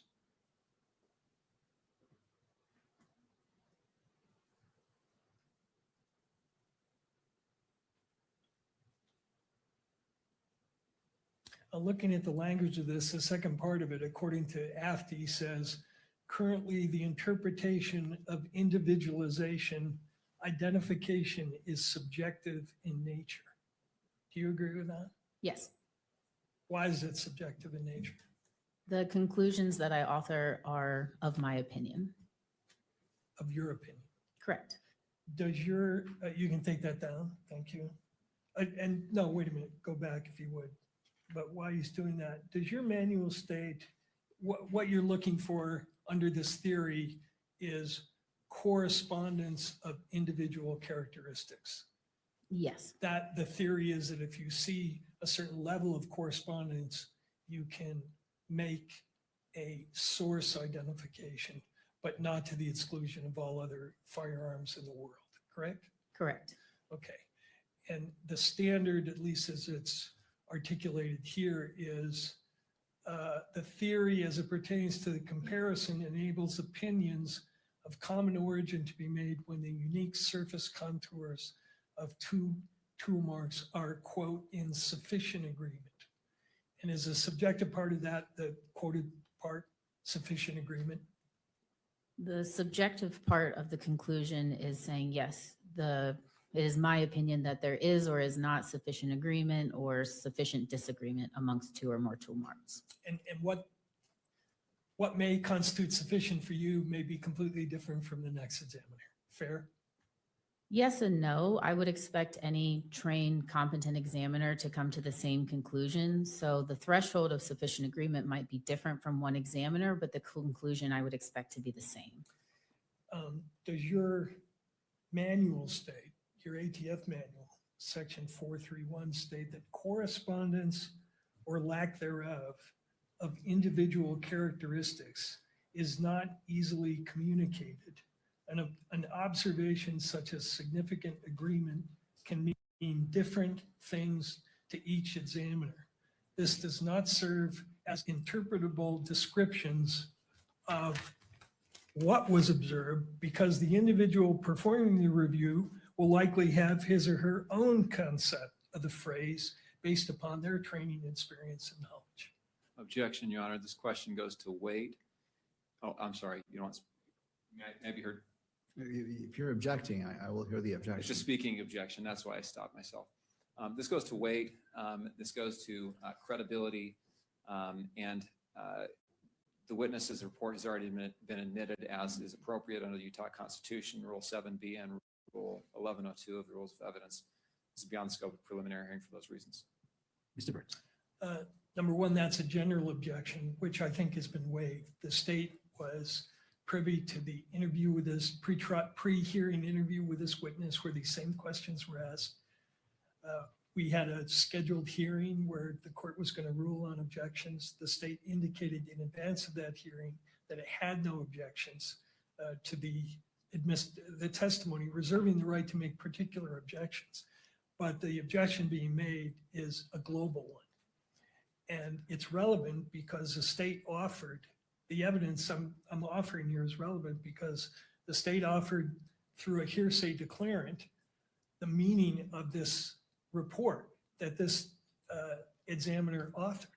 And I'm trying to inform the court on what the limitations are of the opinions expressed in the report that the state offered. And it's certainly relevant to the reliability issue to know that the opinion is based on a subjective standard that the witness herself admits is subjective. So I think it helps the court understand what weight, if any, to give to this report that the state offers. All right. Mr. McBride, final thought. That's all fine, but it's inviting the court to weigh the evidence. That's the whole point. And at this point, the inferences are drawn in the state's favor, and the court is not to weigh even contrary evidence. Well, in regards to whether objections have been waived or not, the court as the magistrate bears the ultimate responsibility to ensuring that this hearing is a probable cause standard. And so that's a responsibility that as a magistrate I take seriously. I understand the arguments from the parties. I'm going to overrule the objection, but Mr. Burt, this is, we don't need to go 100 miles down a path where 1 mile is where probable cause may be. And so I invite you to refocus, to bring it Sure. to the probable cause. I'm not trying to limit what your theories or such, but I need to hold to probable cause. Absolutely, and I don't even need a quarter of a mile. This is my last question, and I'm going to move to another All right. topic. Thank you, Mr. Clerk. Is that what your manual states? I don't remember it verbatim, but it does sound accurate. Well, could you pull up Exhibit 12, page?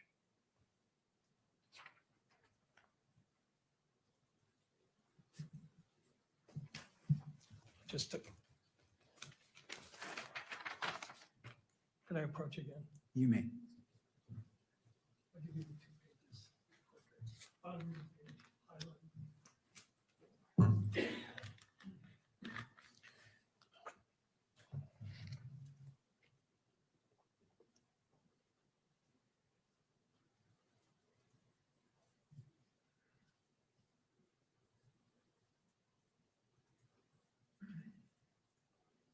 I see where you were reading from, yes.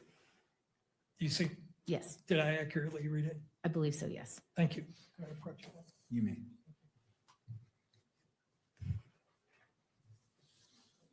Now let's return to the report, the People's or State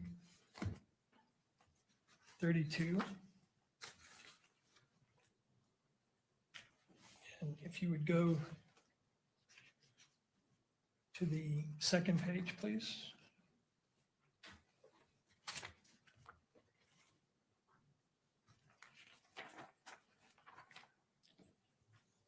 You concluded here, did you not, that the Exhibit 6A bullet jacket fragment could not be identified or excluded as having been fired from the Exhibit 1A based on an agreement of all discernible class characteristics and neither sufficient agreement nor sufficient disagreement of individual characteristics. The result of the comparison was inconclusive. Yes, That was your ultimate conclusion, right? yes. And on the next page, if you go to 2 pages in, you have an appendix, do you not, where you explain what inconclusive means? Next page, one more. There we go. I want to ask you, because I'm unclear on what inconclusive mean. You say reasons for an inconclusive or include the presence of microscopic similarity that is insufficient to form the conclusion of source identification, a lack of any observed microscopic similarity, or a microscopic similarity that is insufficient to form the conclusion of source exclusion. Could you specify which of those possibilities exists in this case? Was this a case where you had microscopic dissimilarity, but in your opinion, it was insufficient to form a conclusion of source exclusion? No, my conclusion is inconclusive, just as it says in the appendix. There is a lack of sufficient agreement and sufficient disagreement, so I'm unable to say one way or another. Okay, but I guess my question is, were there points of dissimilarity between the question and the known bullets? Again, there was sufficient agreement and there was not sufficient agreement or sufficient disagreement. So yes, there was times that I saw agreement in the striations in the landing group impressions, also seeing disagreement, but there was also a lot of lack of microscopic marks of value to see it all. So because of this lack of quality and quantity of marks to be able to see, it never reached the threshold of sufficient agreement nor sufficient disagreement. So an identification or exclusion could not be rendered. Okay, I think you and I have met before today, correct? Yes, Where we talked about what that term inconclusive meant, correct? yes. And I think, and correct me if I'm wrong, but did I read to you from a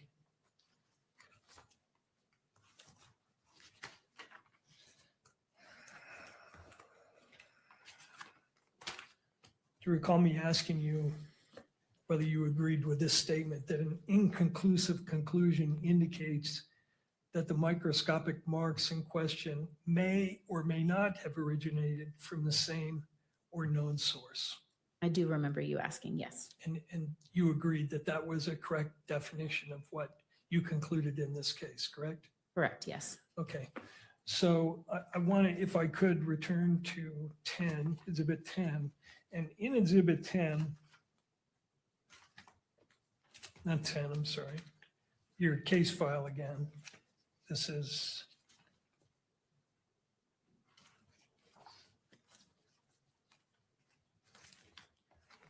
the 47-page document. There we go. What's the tab? 6. Okay. In your case file, you have produced for us some nice comparison photos of your comparisons, correct? Yes. Okay. And if you would go to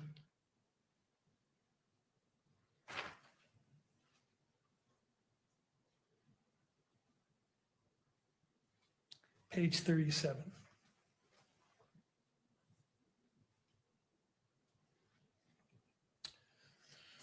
Is the top photo depicting one test fire on the left and another test fire from the same gun on the right? Yes, it is.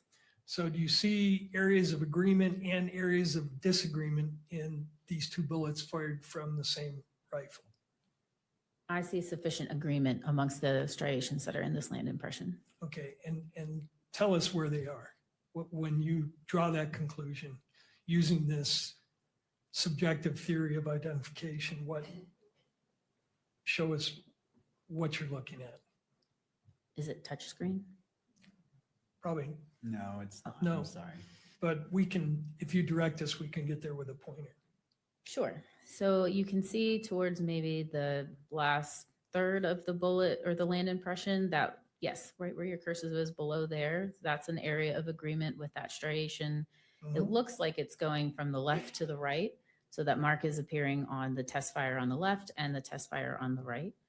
Then if you look towards the top of that land impression, there's going to be some more lighter colored striations or lines that are moving from left to right. Those areas are in agreement as well. Where is that? Not as far up as where he is, correct? It's down?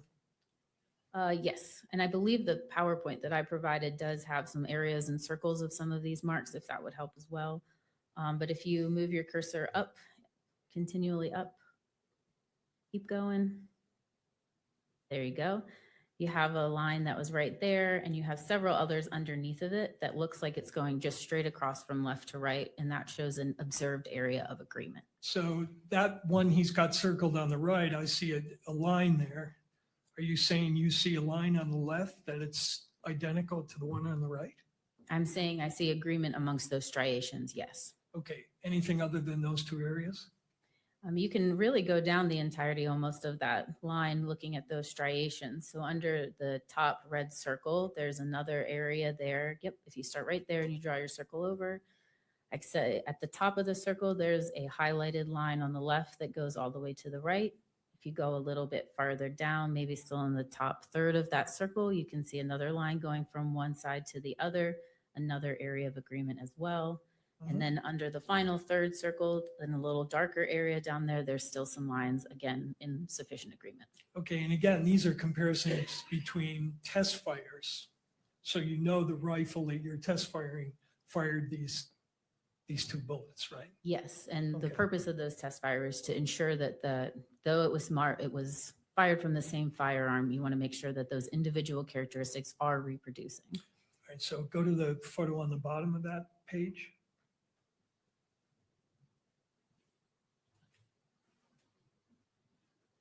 This is the first of several comparisons between the test fire on the left and 6A on the right, correct? Yes.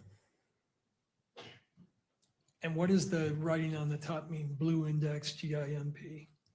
So that will be, the first number there is the case number, the laboratory case number. Then next 1.11B is going to refer to the specific test fire that's on the picture. And then V versus 6A, so that's the evidence that's also pictured. GIMP stands for groove impression. So I'm looking at a groove impression in this photo. Blue index means I'm specifically looking at the groove impression that I have put a blue indexing mark on so that I know where I am during the comparison process. Okay. 30X refers to the magnification that the photo was taken at, and then INC refers to inconclusive, the final conclusion. So I'm interested in the areas of disagreement. Are there areas of disagreement between the known and the unknown here that you could point us to? So for this photo, to me, I see areas of agreement in the top. Mhm. And then on the way down from the 6A, right after you see those two highlighted lines near the top, there's a lot of damage that is observed, and almost no microscopic marks of value can be observed at all. So again, that lends to the lack of quality and quantity of marks even to do a comparison. It's almost like missing data points. Okay, missing is not the same thing as dissimilar though, right? It just means there's nothing there to call agreement or disagreement. So do you see areas of disagreement here or no? On the striations that are available to me on this groove impression, I see areas of agreement, and specifically talking about those two highlighted lines at the top on the right. Okay, go to the next page, please. Top photo on the next page. It's B38.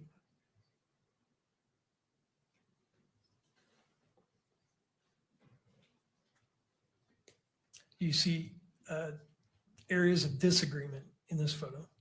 So this is the same photograph that we looked at before, just at a different magnification. It's zoomed in a little bit more from 30 to 40X. So again, I'm looking at those two highlighted lines near the top. And then if you look down, you can almost see that damage a little bit better. And there's none of those striated lines that you see on the test fire, which you would expect to see in a land or groove impression on the right at all. So again, no microscopic marks of value to compare whatsoever. All right, how about the bottom photo?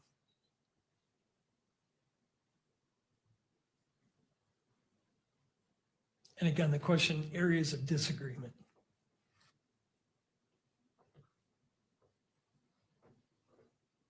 The possibility of an area of disagreement maybe in the middle there on the 6A is a line that does not look like it carries over, but just from this snapshot, I cannot say if I had moved the photo a little bit different or the specimens together, that area would be agreement. In this photo, it does not look like it does though. Okay. And could you go to the next photo, please?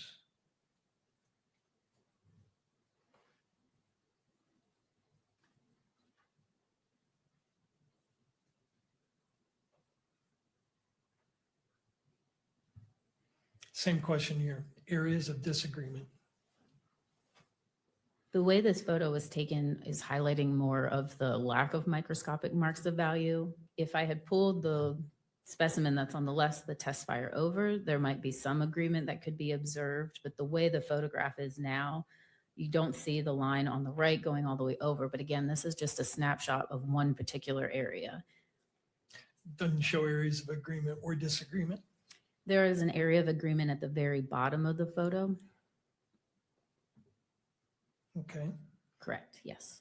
next photo, please.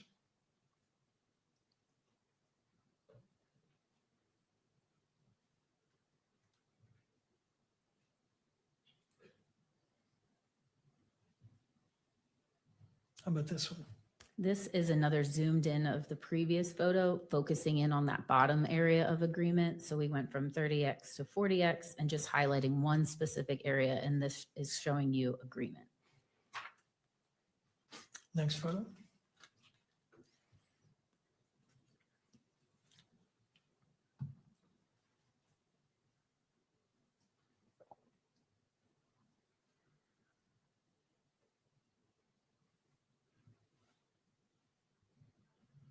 So again, this area that is highlighted, the bottom portion that's in focus, is showing an area of agreement.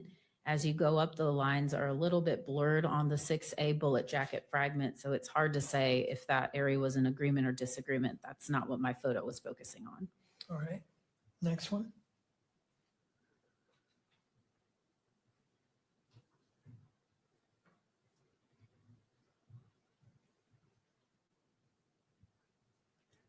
So again, this is going to show you part of the groove impression at the white index. On the top, you can see some striated lines, or excuse me, more of the middle of the photo.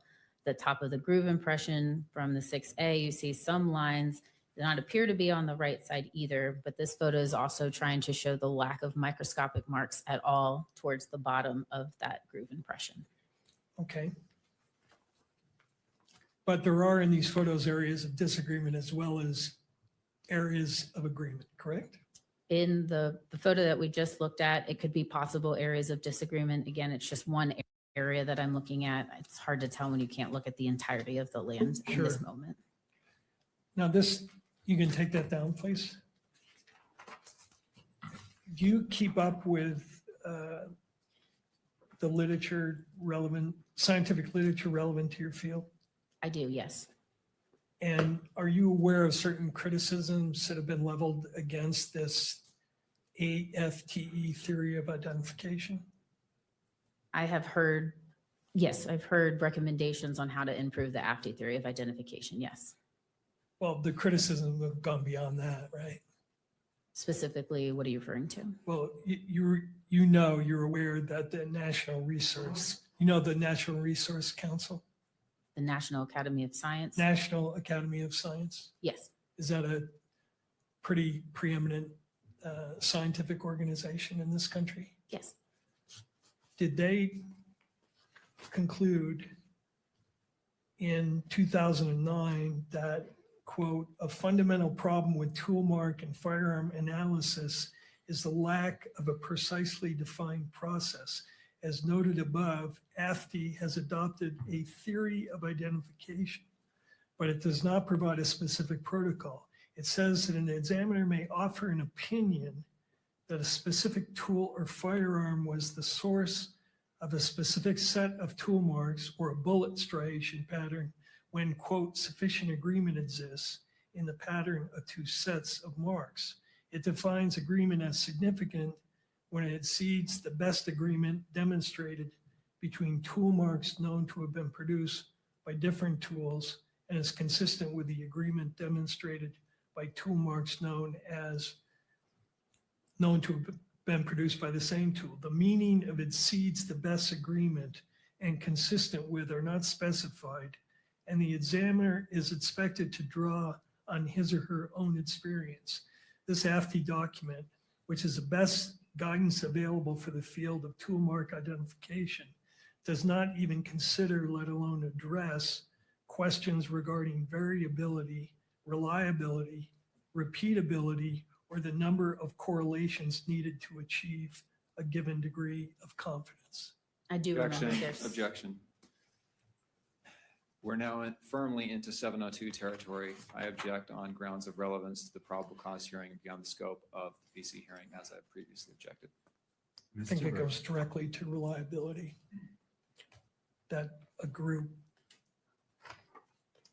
scientific group studied this exact process that she used in this case and reached that conclusion. If you would, so again, I'm trying to keep us on the probable cause standard. This is going a bit deep in regards to it. This is citing to 2009.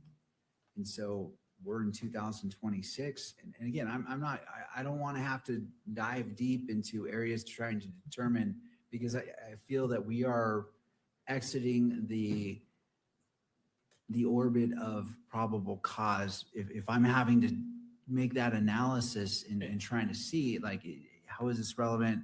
How does this apply? How does this go to probable cause? So if you wish to ask this question and then move on, we certainly could do that. But sure.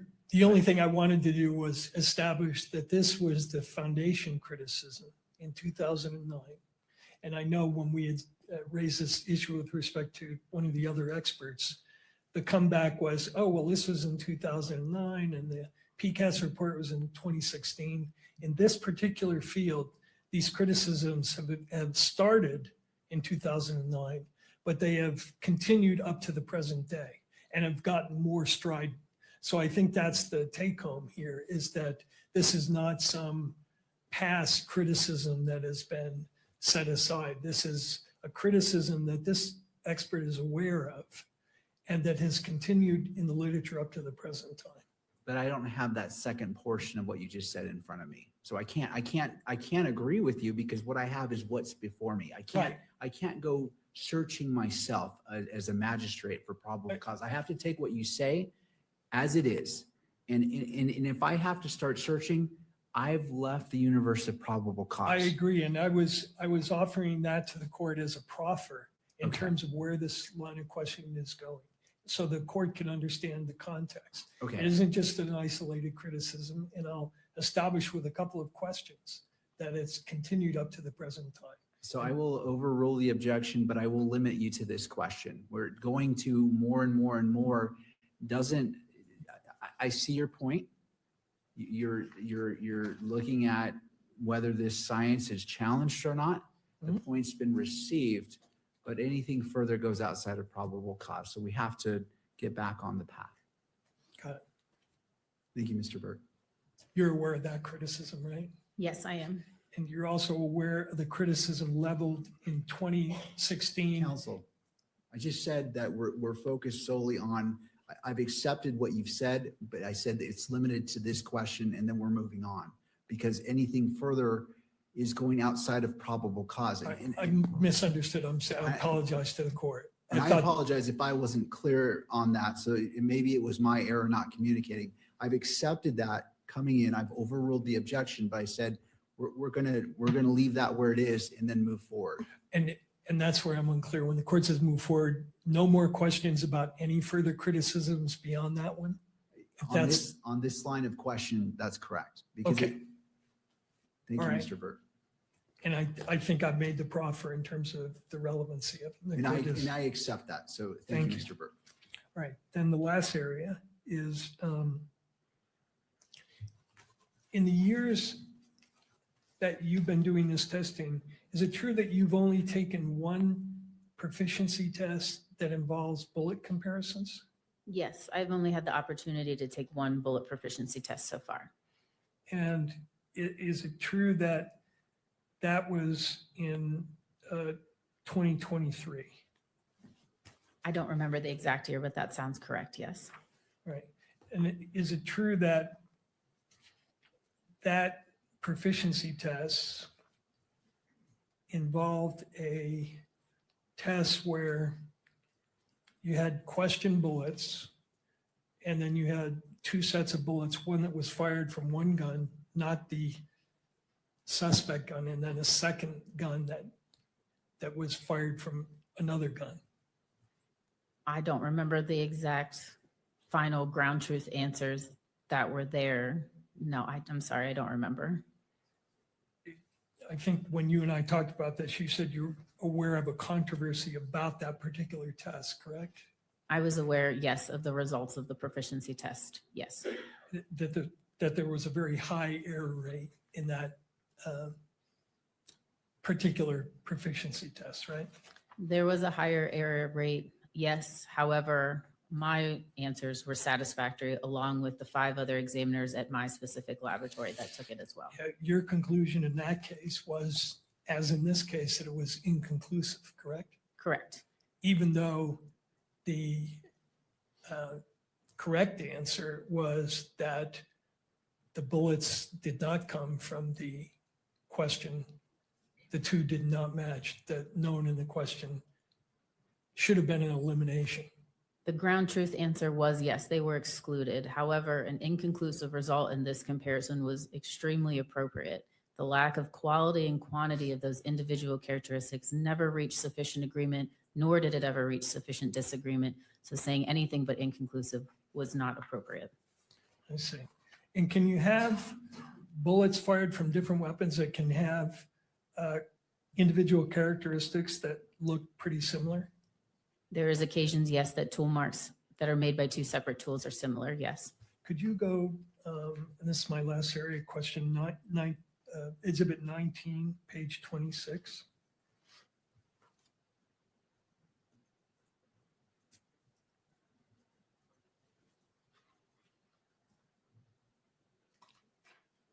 Your Honor, I'm requesting Page 20 minutes 26. for cross-examination. We're coming up on 4:37. That would be my request, Your Honor. This is my last question. So All right, Mr. Burke. Thank you, Mr. McBride. I appreciate the heads up. In your opinion, does this, the one on the left and the right, show matching individual characteristics? Counsel, has this been admitted?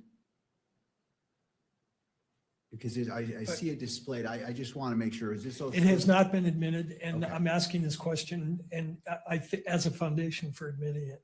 Okay, that's fine. So I just, Yeah. it was on another screen. I wanted clarification. So it's not on any screens because it hasn't been admitted, but clearly it can be on her screen. Thank you.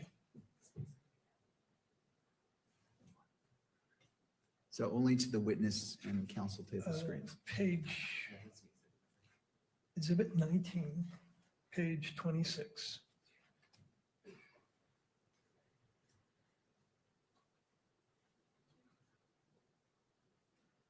Does this comparison show individual characteristics indicating that it was fired from the same weapon? There are individual characteristics present, but without examining it in person, I don't feel comfortable making a conclusion. Okay, how about the next page?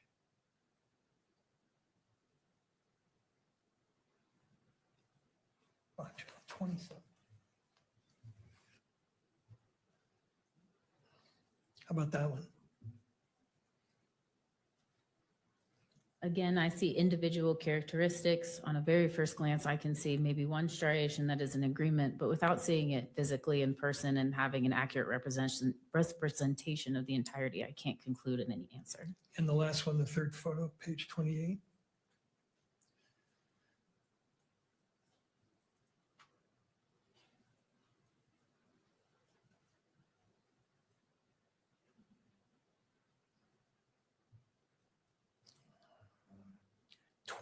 Page 28.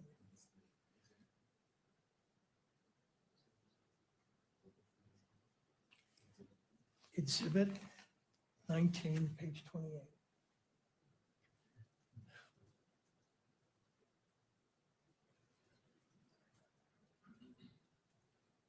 Same question. I do see individual characteristics. I do see some areas of agreement without looking at it further. I wouldn't make a conclusion. It's a holistic approach when you're examining items. Would it surprise you if I told you that all three of those were fired from different weapons? Again, I don't know any context to these photos other than what you showed, so I don't feel comfortable saying one way or another. Thank you. All right. Mr. McBride.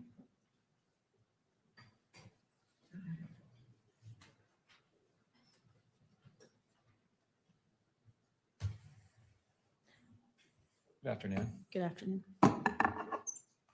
Those last three photos that you were shown, had you seen those before? I have looked at them probably back in 2024 when it was published. Okay, that's a study. Is that what that is? Of some sort? Yes. It was a look from the Association of Firearm and Tool Mark Examiners. It was a volunteer of photographs of people that did have an incorrect answer in that proficiency test.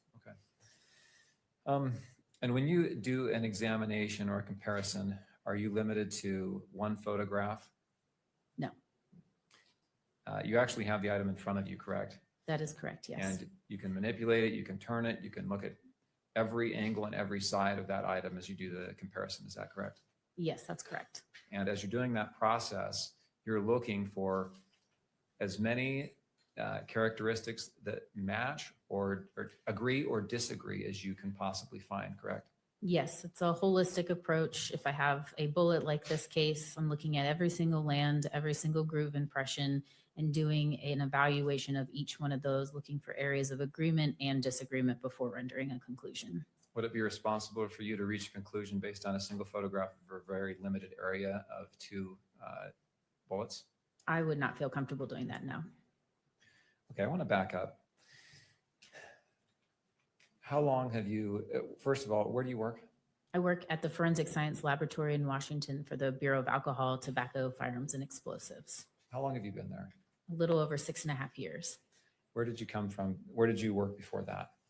Prior to working for ATF, I was a latent fingerprint technician, recovering latent fingerprints from improvised explosive devices. And I also worked as a crime scene investigator in Winston-Salem, North Carolina, and Anne Arundel County, Maryland. How long did you have that position? I think cumulatively it was about 5 to 6 years. And before that? Those are the only ones. I think it was about 6 months as a latent fingerprint technician, 2 years as a crime scene in Winston-Salem, and 3 in Anne Arundel County. Do you have education and training before that position? Yes, I have a Bachelor of Science in Forensic and Investigative Science from West Virginia University and have attended and graduated the National Firearms Examiner Academy, as well as done specific training at my laboratory. At each of the positions you've held, have you had on-the-job training at the laboratories where you've worked? I have, yes. And will you describe what that training is like at the ATF where you are now? Yes. So part of becoming a firearm and tool mark examiner for ATF was attending the NFEA, the National Firearms Examiner Academy, which is a year-long intensive comprehensive training program. I learned about historical cases, figures, and the evolution of firearms, fired ammunition components, and manufacturing. In phase 2, I worked 16 weeks of hands-on experience assembling and disassembling firearms using a comparison microscope, comparing fired ammunition components and tool marks, going on manufacturing tours, and participating in moot court. I worked on an independent research project and 4 practical exercises, and then presented that independent research project to a panel of experts and participated in 2 moot court sessions on 2 of those 4 practical exercises. Then specifically for ATF, I still work on my training, going through practical exercises and competency tests, working under trained firearms examiners at my laboratory, and also continue learning about any manufacturing evolutions or going on manufacturing tours. And I also participate in moot court for every single competency test that I work. Once all of that is complete, then I work on supervised case before moving on to unsupervised casework. And supervised casework means what? It means that the author of the final report will be a different examiner, but I am working on all of the work side by side and going through all the steps that are needed for that examination.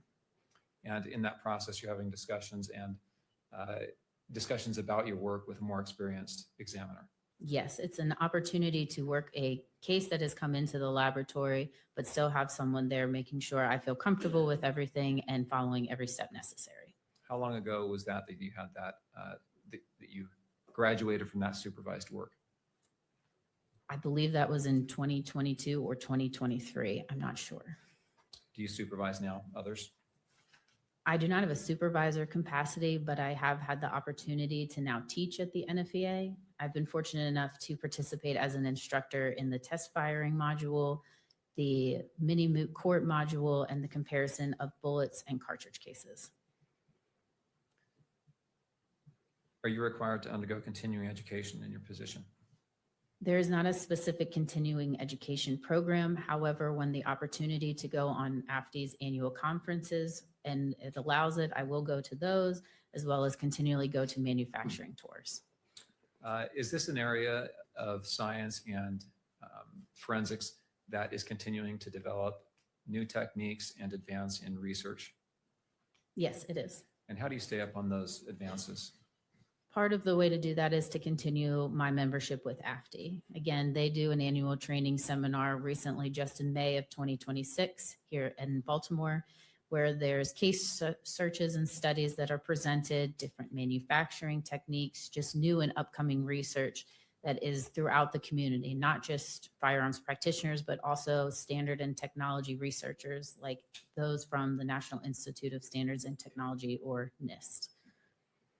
And I think Defense Counsel has asked you a little bit about some of the publications that have given criticism is how he's phrased it, but given recommendations on how to improve the science in your field. Are you aware of that? I am, yes. And is there an effort to adopt those suggested improvements where they have merit?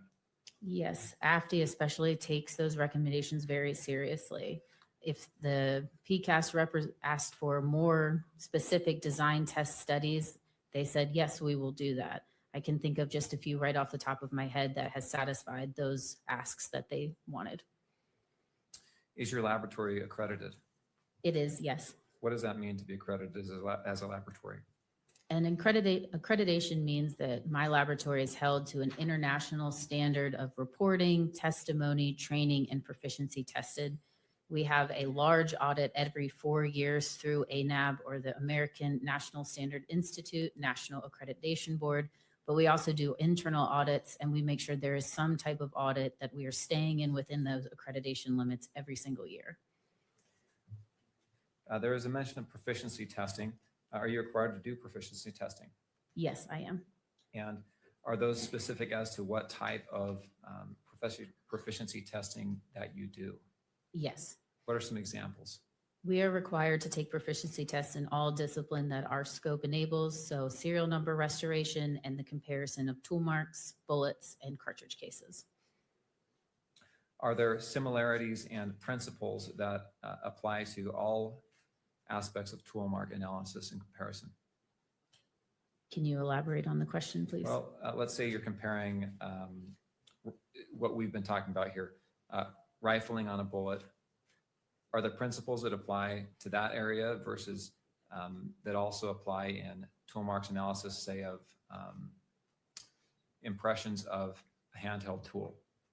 Yes, all of those comparisons are a product of a tool mark comparison. A firearm is nothing but a tool. So when you are talking about a cartridge case comparison, it's still looking at a tool and a tool mark. The tool in this case is the firearm.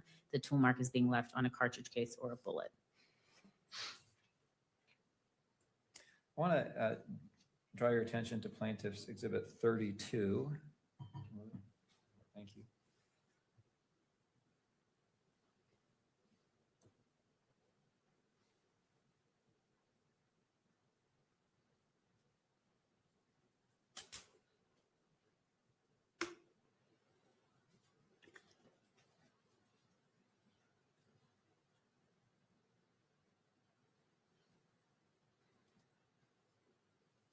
Well, that's pulling up.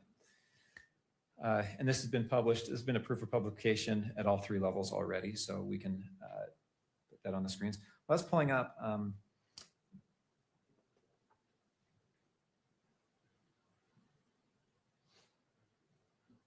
Thank you. I want to ask you first about an entry here. The second sentence under results of examination. Exhibit 1 is rifle was test fired and found to be in operable condition. Did you perform that test fire? I did, yes.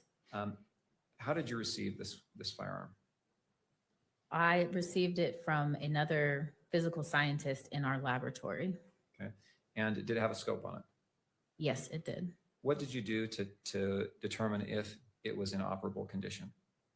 In order to determine if the firearm is in operable condition, I will find ammunition that it is calibered for. In this place, it was 30-06 Springfield. Load that into the firearm, and then I fired any test fires into our water recovery tank. Okay. And why did you choose a water recovery tank? The water recovery tank is what is used to obtain bullet specimens. The water is going to slow down the bullet from its movement so that we can actually obtain the bullet, and it is supposed to cause minimal damage. Why does it matter if there's minimal damage or more damage? You would like minimal damage because that means that there's going to be less damage on the areas that you need to compare. And the evidence rounds that you, or in the bullets that you often receive in your cases, are there cases where there's a lot of damage to those bullets? I have received cases with lots of damaged bullets, yes.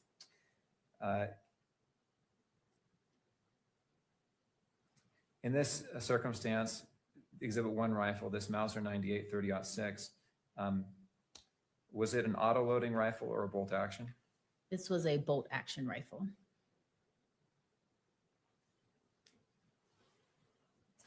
Exhibit 2 cartridge case. Let's see here.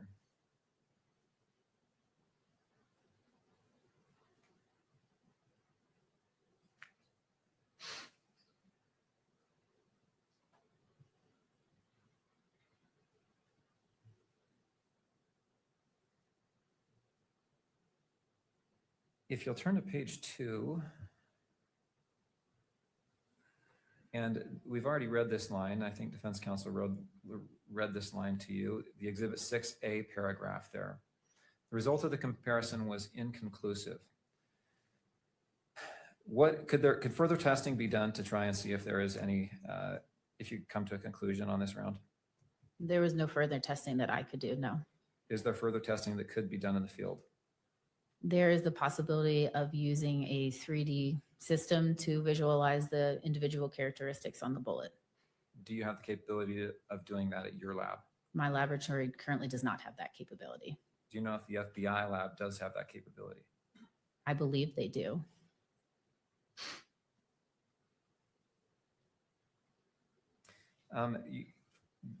Defense counsel put up a list of potential firearms that could have fired this round or this bullet. Is that list comprehensive? It's not an all-inclusive list. And does it mean that this round, I'll leave it at that actually.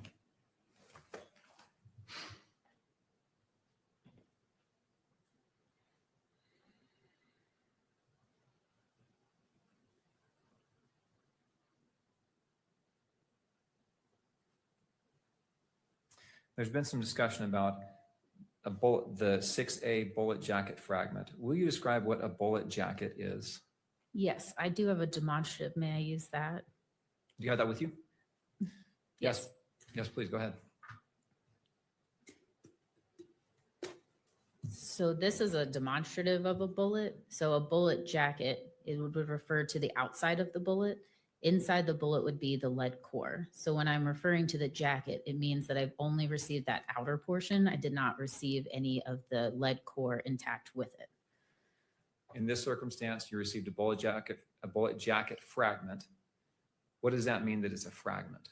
Fragment means I don't have the entirety of that jacket. And can you testify as to why you don't have that entirety? No, I cannot. And it also, your report also says that there are 4 lead fragments. What is this? Why would you have lead fragments? So the lead fragments, the lead would be from the inside of the bullet, that core. Occasionally when the bullet reaches its final destination, it can split and some of that core might be pulled off of the jacket and be found where it landed. And would you be able to gather information from those lead fragments that could identify them as coming from this particular firearm? Would you expect to be able to make that comparison? I would not expect to see any characteristics that would help me reach a conclusion, no. Why not? Because the lead core is on the inside of the bullet, the landing grooves are going to be in part of the jacket or the exterior. So when it's moving down the barrel, the inside is not coming into contact with rifling whatsoever.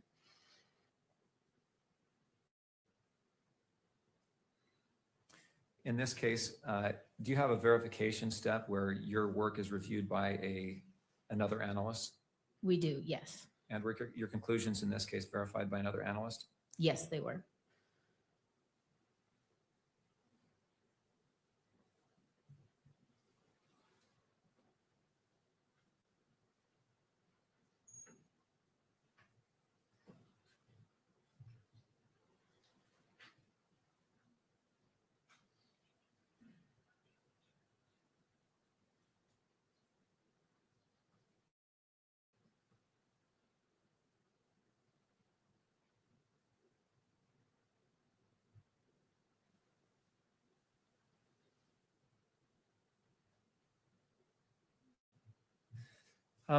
Is there a potential that destroy the evidence that you're reviewing? What do you mean? Well, prevent it from being tested in the future. No, I would not expect anything that I've done to prohibit more examination in the future, no. But in general, you say you peeled back the petals, I think you said, of the bullet jacket because it was so crumpled. If that's, Yes, I think if anything that lends to a better comparison process. It is a very well-known practice amongst firearm and tool mark examiners. Without doing a examination like that in preparation, no one's able to see the marks that are needed for the comparison process. Okay. In reaching the conclusions that you did in this case, did you follow the protocols and practices that are required by your position? I did, yes. Nothing else. Mr. Bird.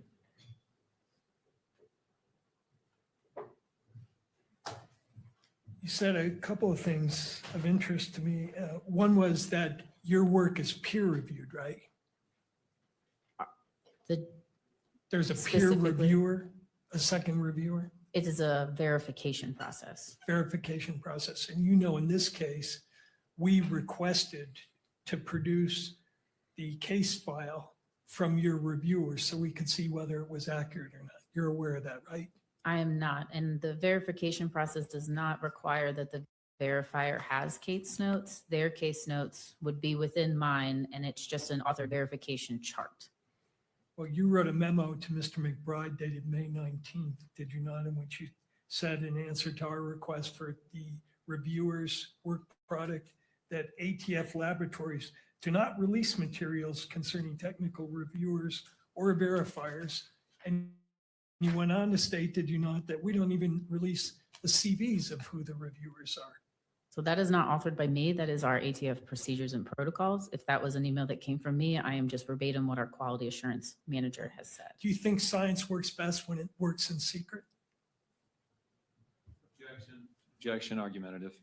Counsel? It goes to the issue that was raised on cross-examination, which is my work was peer-reviewed. So how do we evaluate the strength of that assertion when they refuse to hand over to us the work product of the reviewers, or even identify what their credentials are? That's relevant. Well, I'm not agreeing or disagreeing with that, but the question itself was argumentative, because we can look at the question, working in secret. Let me rephrase. Okay, so I am going to sustain the objection because of the phrasing. It is inherently argumentative. It wouldn't be a question that would be able to proceed in the prelim. Do you have an opinion on whether it is scientifically defensible to rely on a peer reviewer and not reveal that peer reviewer's work product?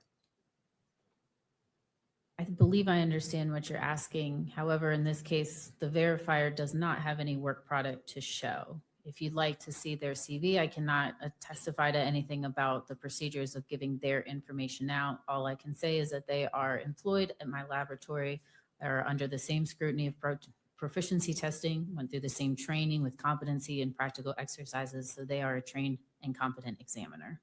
Right. They don't have any work product to show, but your protocol calls for, does it not, documentation of whatever it is they did. And that is included in my case file. Right, but not the reviewer's work product. The reviewer's work product is a verification sheet. If you'd like, I can refer to my case notes and find that specific page number, but that would be the only work product that they would have in this case. I see. Now, you said two things about the PCAS report on cross-examination. One was that, if I understood it, that the PCAS findings have been addressed in subsequent studies. Did I hear that correctly? Because one of the recommendations was to further, actually, I think the recommendation was one more black box study to show the foundational validity of firearm tool mark examination. And since 2016, several have been published. All right, let's look at that for a second. First of all, they didn't recommend, they found, did they not? Quote, PCAS finds that firearms analysis currently falls short of the criteria for foundational validity because there is only a single appropriately designed study to measure validity and estimate reliability. The scientific criteria for foundational validity requires more than one such study to demonstrate reproducibility. Isn't that what they found? That is what their finding was, correct. Okay.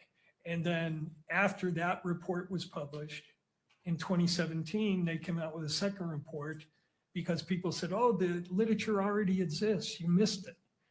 And they said, no, that's not true. Isn't that right? They Objection. concluded. Relevance to preliminary hearing. We're now well into 702 argument. He raised this issue on cross, Your Honor. He clearly went beyond the 2009 reference that the court allowed and opened this area up. And I don't think it's fair for him to be allowed to do that without me being able to respond to it. Thank you.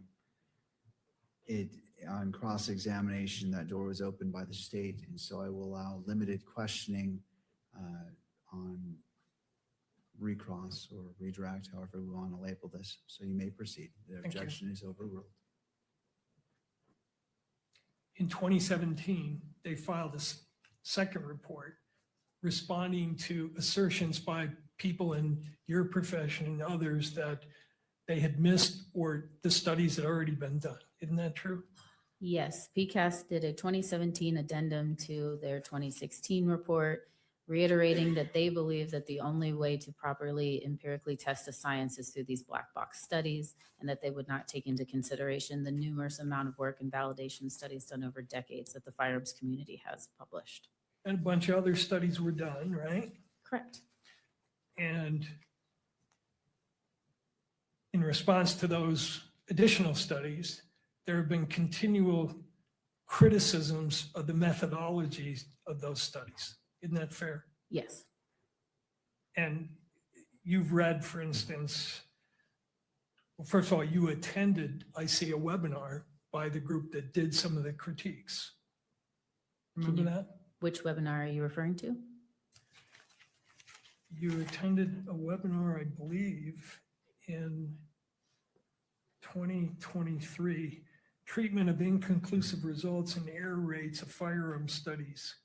Webinar hosted by the Center for Statistics and Applications in Forensic Evidence, 2021. Correct, I did. According to, and that group has published a number of studies right up to 2026. For instance, their study in 2024 called Methodological Problems in Every Black Box Study of Forensic Firearm Comparisons, in which they concluded that the field still was not reliable despite the studies that you reference. Isn't that true? That is the author's opinion, correct? Right. And they're not the only ones. There have been other groups of statisticians who have published articles right up to 2026 saying that the studies that you referenced are unreliable. That their methodology of those studies is flawed and cannot be relied upon to support the science of two-mark comparison, correct?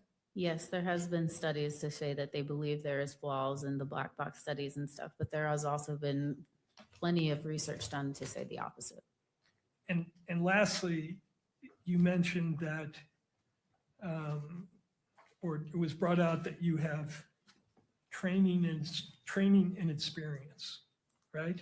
Correct, yes. Do you agree with the conclusion stated in the section of the report, the PCAP report, that neither experience nor professional practices can substitute for foundational validity? Do you agree with that? I do, yes. You agree with the conclusion reached in the PCAP report that a forensic science discipline that has an error rate higher than 5% is not reliable? I don't know that I have opinion to that because I think it's a little on the broad side. I don't know what you would consider high as far as the percentage.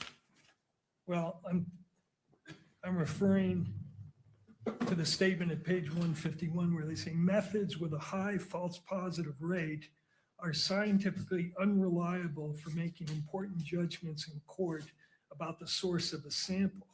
To be considered reliable, the false positive rate should certainly be less than 5%, and it may be appropriate that it be considerably lower depending on the intended application. I would agree with that statement. You would agree with that.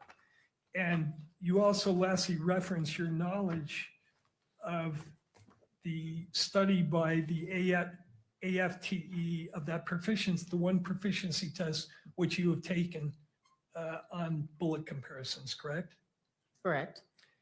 And the error rate in that particular study, proficiency test, was 20.4%, correct? Correct. For item 2, 18.2% for item 3, and 18.9% for item 5. I believe those were the results. However, I don't agree that proficiency tests are what are used for validation studies to show foundational validity. So if the error rates are high, then they shouldn't be relied upon to show invalidity, but they should be relied upon to establish that your experience means that your science is valid? Is that what you're saying? Foundational studies are looking at, just as PCAS said, those black box studies, different test design, all of which firearm and toolmark community has conducted. We've looked at cartridge cases, bullet, pristine samples, damaged samples, and different firearms. Proficiency test is looking at the accuracy of an examiner's results, not foundational validity. You would agree that an error rate of 20% is unacceptable, would establish unreliability, correct? I would agree that those results need to be looked at to see where that error was coming from. Okay, thank you. Thank you. Anything further for this witness? And Mr. McBride, I'm going to limit you because your objection to going outside and going to 702, you open the door, but I've got to close that door to some point. So I will give you a limited number of questions. We need to come to a close. I understand that.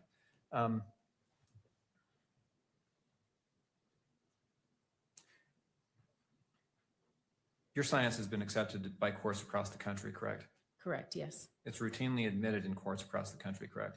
That is correct, yes. Your science has been peer-reviewed and viewed favorably by numerous publications and studies across the country and across the world, correct? Correct, yes. No more questions. May this witness be excused. Thank you, Mr. Burt. Thank you, Mr. McBride. Ma'am, thank you for being here. You're excused. All right, that brings us to a close. Do either party wish the benefit of the record before we adjourn for the night? Can you just give us about 5 minutes and then I think we can make an announcement. Can you just give us a minute to chat? Yes, you may have that, and we'll stay in court for these 5 minutes just because it would take longer to let everyone go and then come back in.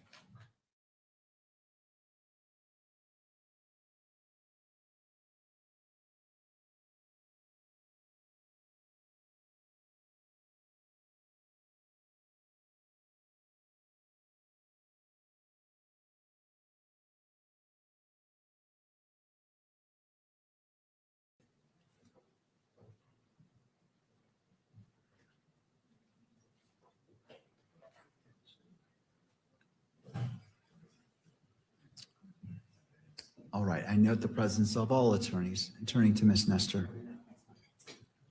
Thank you, Your Honor. Your Honor, we have just one more witness who would be a fairly short witness, not super long. So I anticipate we will be done tomorrow, probably by lunch, I would think. So maybe if we could plan that we'll be finished. We probably will not need the entire day tomorrow, is my suggestion. All right. Turning to the state, obviously I'm not holding you to your answer today, but just for guidance, does the state anticipate and rebuttal witnesses?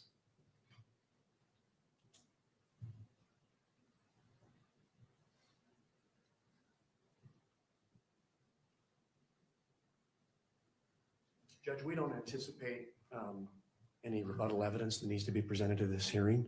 So I think the question would be is, are we going to argue the bind over tomorrow? And the state would be prepared to argue bind over tomorrow.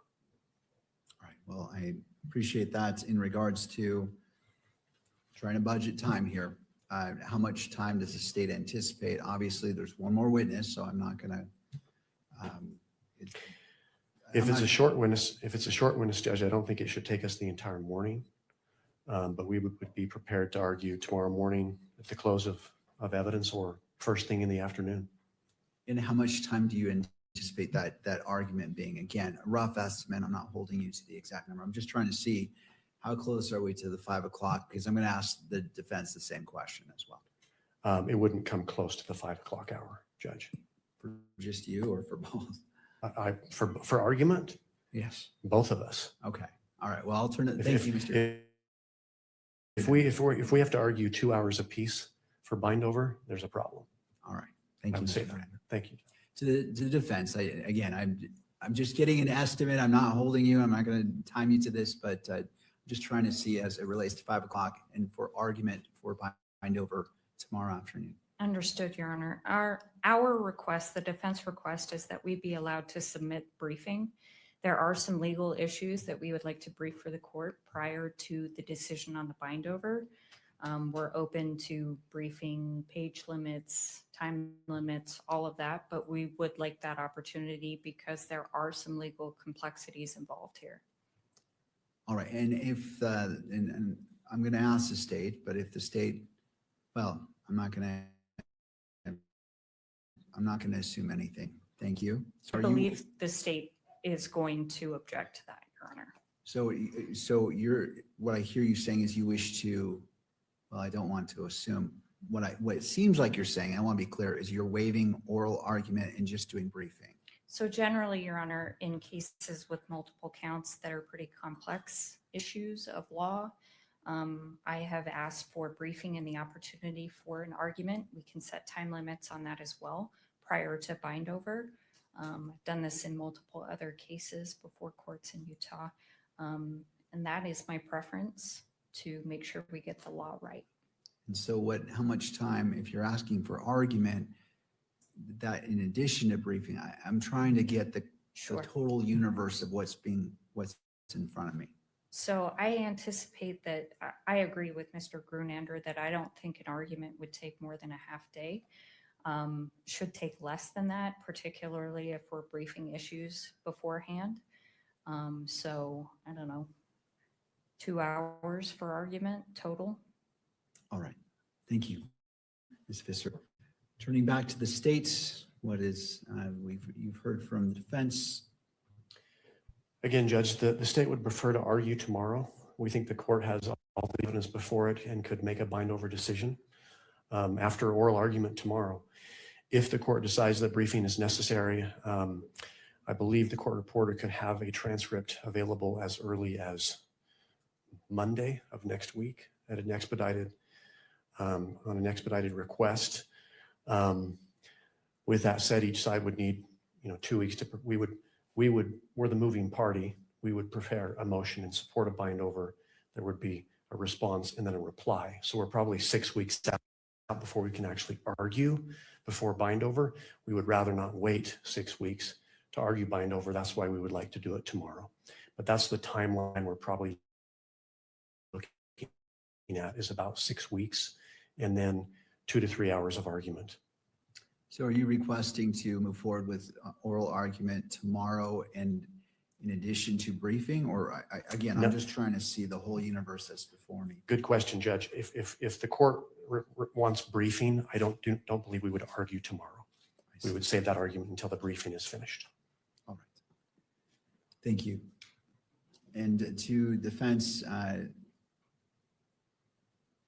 would you agree on the time frame for briefing has been proposed by Mr. Grunander to allow each side the appropriate time, taking into consideration a transcript which may or may not be needed by the parties? We are also okay with simultaneous briefing on this if the state prefers that. That wouldn't take 6 weeks if that's the concern, but we have no objection to the 6 weeks. All right. And does your client waive any speedy trial rights that may result as this request? I just want to make sure I'm addressing constitutional rights. Also going to be addressing from the victim representative. This goes squarely into the victim's rights to speedy disposition. So again, I'm just trying to take it, and I know we're late. I just want to cover all these bases. Yes, our client will waive his right, his speedy trial rights, so that we can properly brief the preliminary hearing issues. All right. To the state. If the court wants briefing, we would not like to do simultaneous briefing. We would like to start it out as the moving party. The defense would then respond. We would then have the opportunity to reply before oral argument. All right, and I'll invite Ms. Kirk's attorney if you wish to be heard. This goes squarely into the victim's rights as recognized in the Utah Constitution as well as the Utah statute as it's what's before us. Your Honor, obviously we want swift justice for Charlie here. I think we obviously know the court needs to make sure they're balancing all interests here, but I think as soon as the matter could be bound over and this matter could be set for trial, that's what the Kirk family would like. But do you want to weigh in regards to briefing? Because it sounds like it's Your Honor, I'm hesitant to weigh in on briefing. I feel as if that is a decision which the court should decide whether or not it's necessary. And we're going to take no position on briefing. We asked for speed. This has been 10 months coming. We've heard a lot of evidence. To me, it seems rather overwhelming, but that's my opinion. Obviously, it doesn't matter. But so we just asked for it to move quickly. Thank you. All right.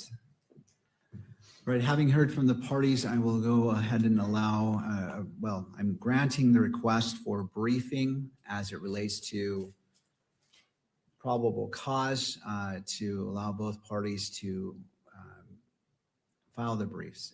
With defense, as you are the moving party requesting briefing, when would you like to submit your brief?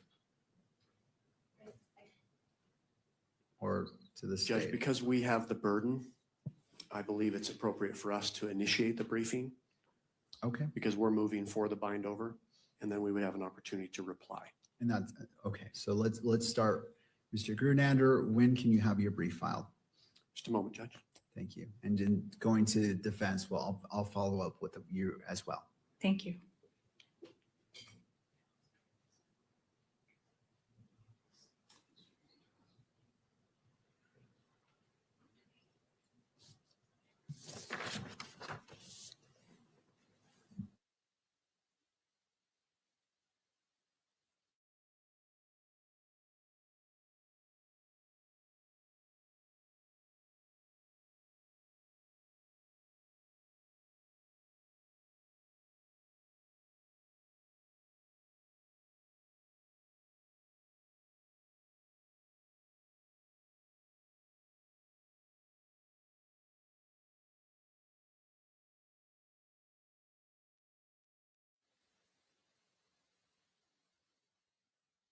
One moment, Mr. Grunander. I'm trying to get logistics so we can move this along.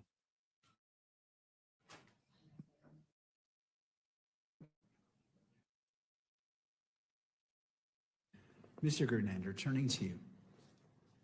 Judge, if we were able to collect the transcript Monday, if we had 2 weeks from Tuesday, we could have our motion in. I believe that's the 28th of July. All right. So state's briefed by the 28th of July, assuming that they can get the transcript by Monday. All right, state's brief. Okay, Ms. Visser. We need 2 weeks after that. So August 11th, I believe, is 2 weeks. All right, and to the state, if you wish to file a reply, when It would be 7 days after that, Judge. So the 18th. August 18th. All right, and for oral argument, what I can set is September 1st in the morning. Let me take a quick glance here at the calendar. I'm trying to keep that close in time so we can move this along for all reasons previously stated. And we can start at 10 a.m. 10 a.m. on September 1st. How does that look for the parties? That works for the state.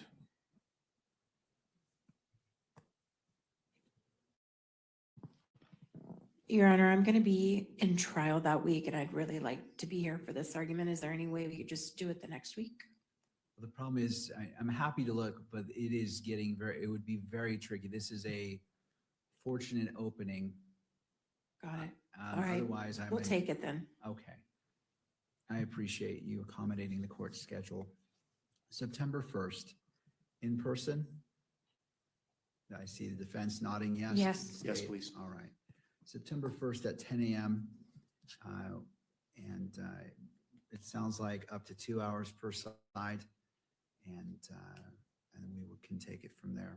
Mr. Grunander. Judge, page limits. We spoke as a team, and our preference would be to limit at least the initial briefs on both sides to 30 pages, no longer than 30. Defense stipulates to that? I'd like to counter with 40. Okay. Well, this is not an auction, but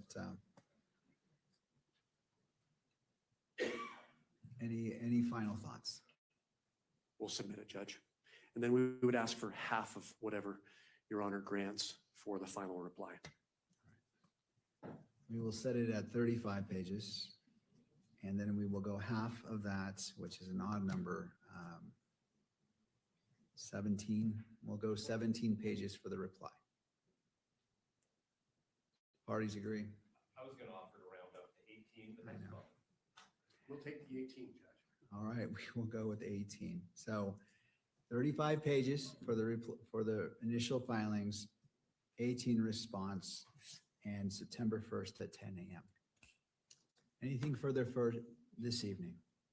Yes, Judge, I believe the Kirk family, there was a ruling that was reserved by the court with respect to publication of an exhibit that probably needs to be addressed. Yes, and now my understanding is what's being requested is the portion that had been altered, which I believe is about 1 minute.